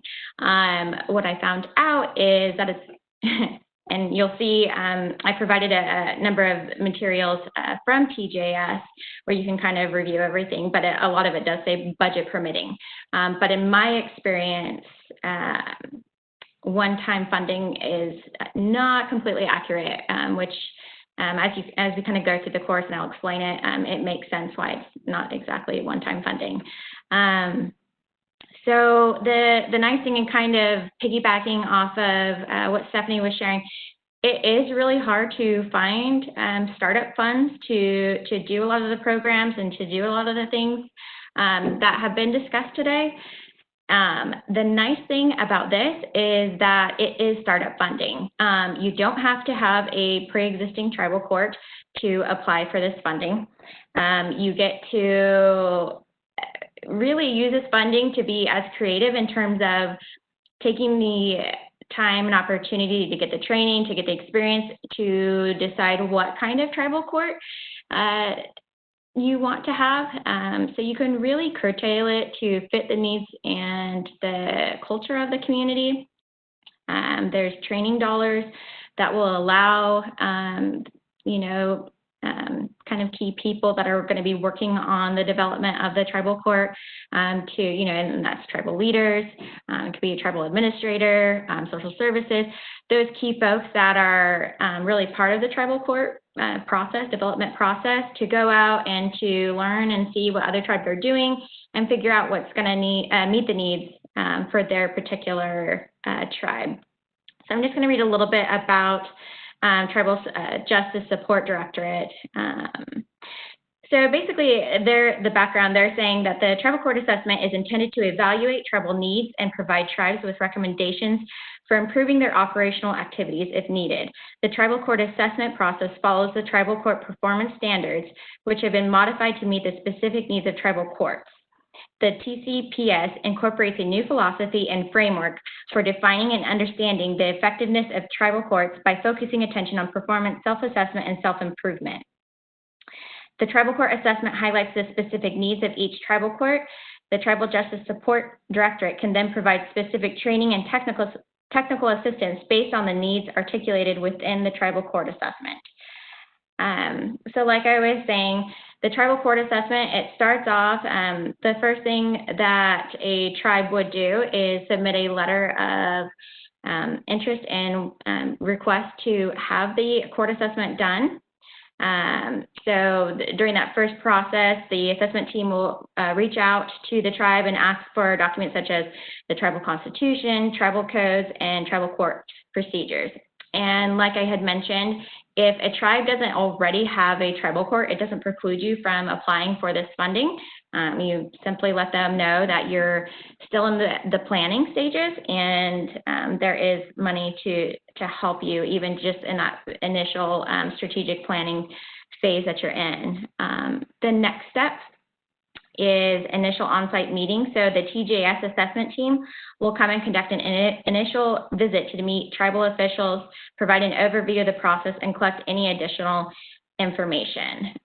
So this is helpful in the sense for TJS to get familiar with what is your existing infrastructure, what do you currently have, how are you currently operating your tribal court, to get kind of an overall feel from tribal leaders and those key personnel that are working with the court on maybe what tribal court they are wanting to have, or how they are currently operating, or maybe some changes that they would like to see.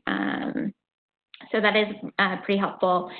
Their third step is the multi-day on-site assessment. So during this on-site visit, the TGS assessment team observes court proceedings, reviews case files, and schedules time with key stakeholders in the tribal court system. The assessment team will provide preliminary findings on the main themes that emerged during the assessment.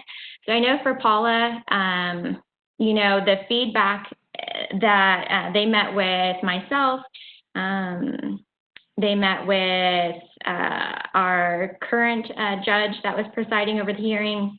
They met with the tribal court clerk and the council. And so during their interviews with us, they kind of asked us our roles and how we viewed the court and the process, different needs that we may have identified. And so they kind of took all of this information and use it to really give us really meaningful feedback, and just what they observed, what they're definitely experts. They've gone out and assessed many courts, so they already kind of have a pretty good understanding of just general needs that tribes have in starting up tribal courts or expanding their tribal courts, which is helpful. And that leads us to step 4, which is present findings and recommendations. So the assessment team will present the report with findings and recommendations to the tribal chairman, tribal council, or others as designated. So this is kind of going back to the point that I made where the misinterpretation that it's one-time funding. So for Paula, we were provided with all of the feedback and recommendations from TGAS based off of their visits and their interviews with all of us, and they identified a number of things. And what was neat about it was we could then look at the feedback that we were given, see what made sense for us, and obviously a lot of it was very concrete feedback that we did need to learn from and implement. So just simple things, even in terms of like a recording and amplifier system, a data management system for handling the court cases, like I said, court equipment, training for court staff. So all of those different things, those are all things that can be funded by by the court assessment. And sometimes you don't know what your needs are until you've had the assessment done. So, which again, like I said, the staff are really helpful because they have met with a bunch of tribal courts. You know, in one sense, there's kind of some basic things that every court kind of needs to operate, and they provide the funding for that. And then two, you know, they will work with you to really figure out what the vision is of your particular tribe and what you're wanting to achieve. So again, just some kind of basic things that they will cover, which I think are important to highlight, are a court management system, alcohol monitoring system. I recently spoke with Melissa Lee, and she had shared that one of the tribes, it was kind of innovative. So there was this new device, and it's fairly expensive, but its ability to monitor alcohol. And she tried to explain it to me, very confusing. I can share that information. But different things like that. I know for Paula personally, you know, our families where substance abuse has been an issue, they're paying for our drug testing kits, and those are really costly. And if we do the hair follicle test, again, very costly, and they've been paying for that. They cover mental health assessments, and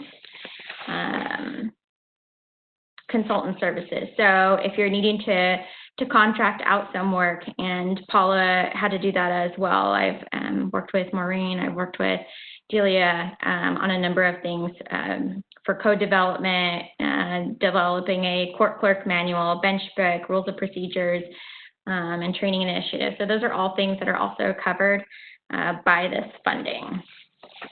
Some additional funding that's available from TJS. It's called Tiwahe, and I hope I got that right, Tiwahe funding. That actually is going to kind of touch on what Kimberly was mentioning earlier, where, you know, tribes really are lacking legal representation in the courtrooms, right? And so what's awesome about this funding is it provides funding for that. Again, budget permitting, but here's a list of things that TJS can provide in terms of funding for: guardian ad litem for children and child welfare cases, ICWA cases, and custody cases.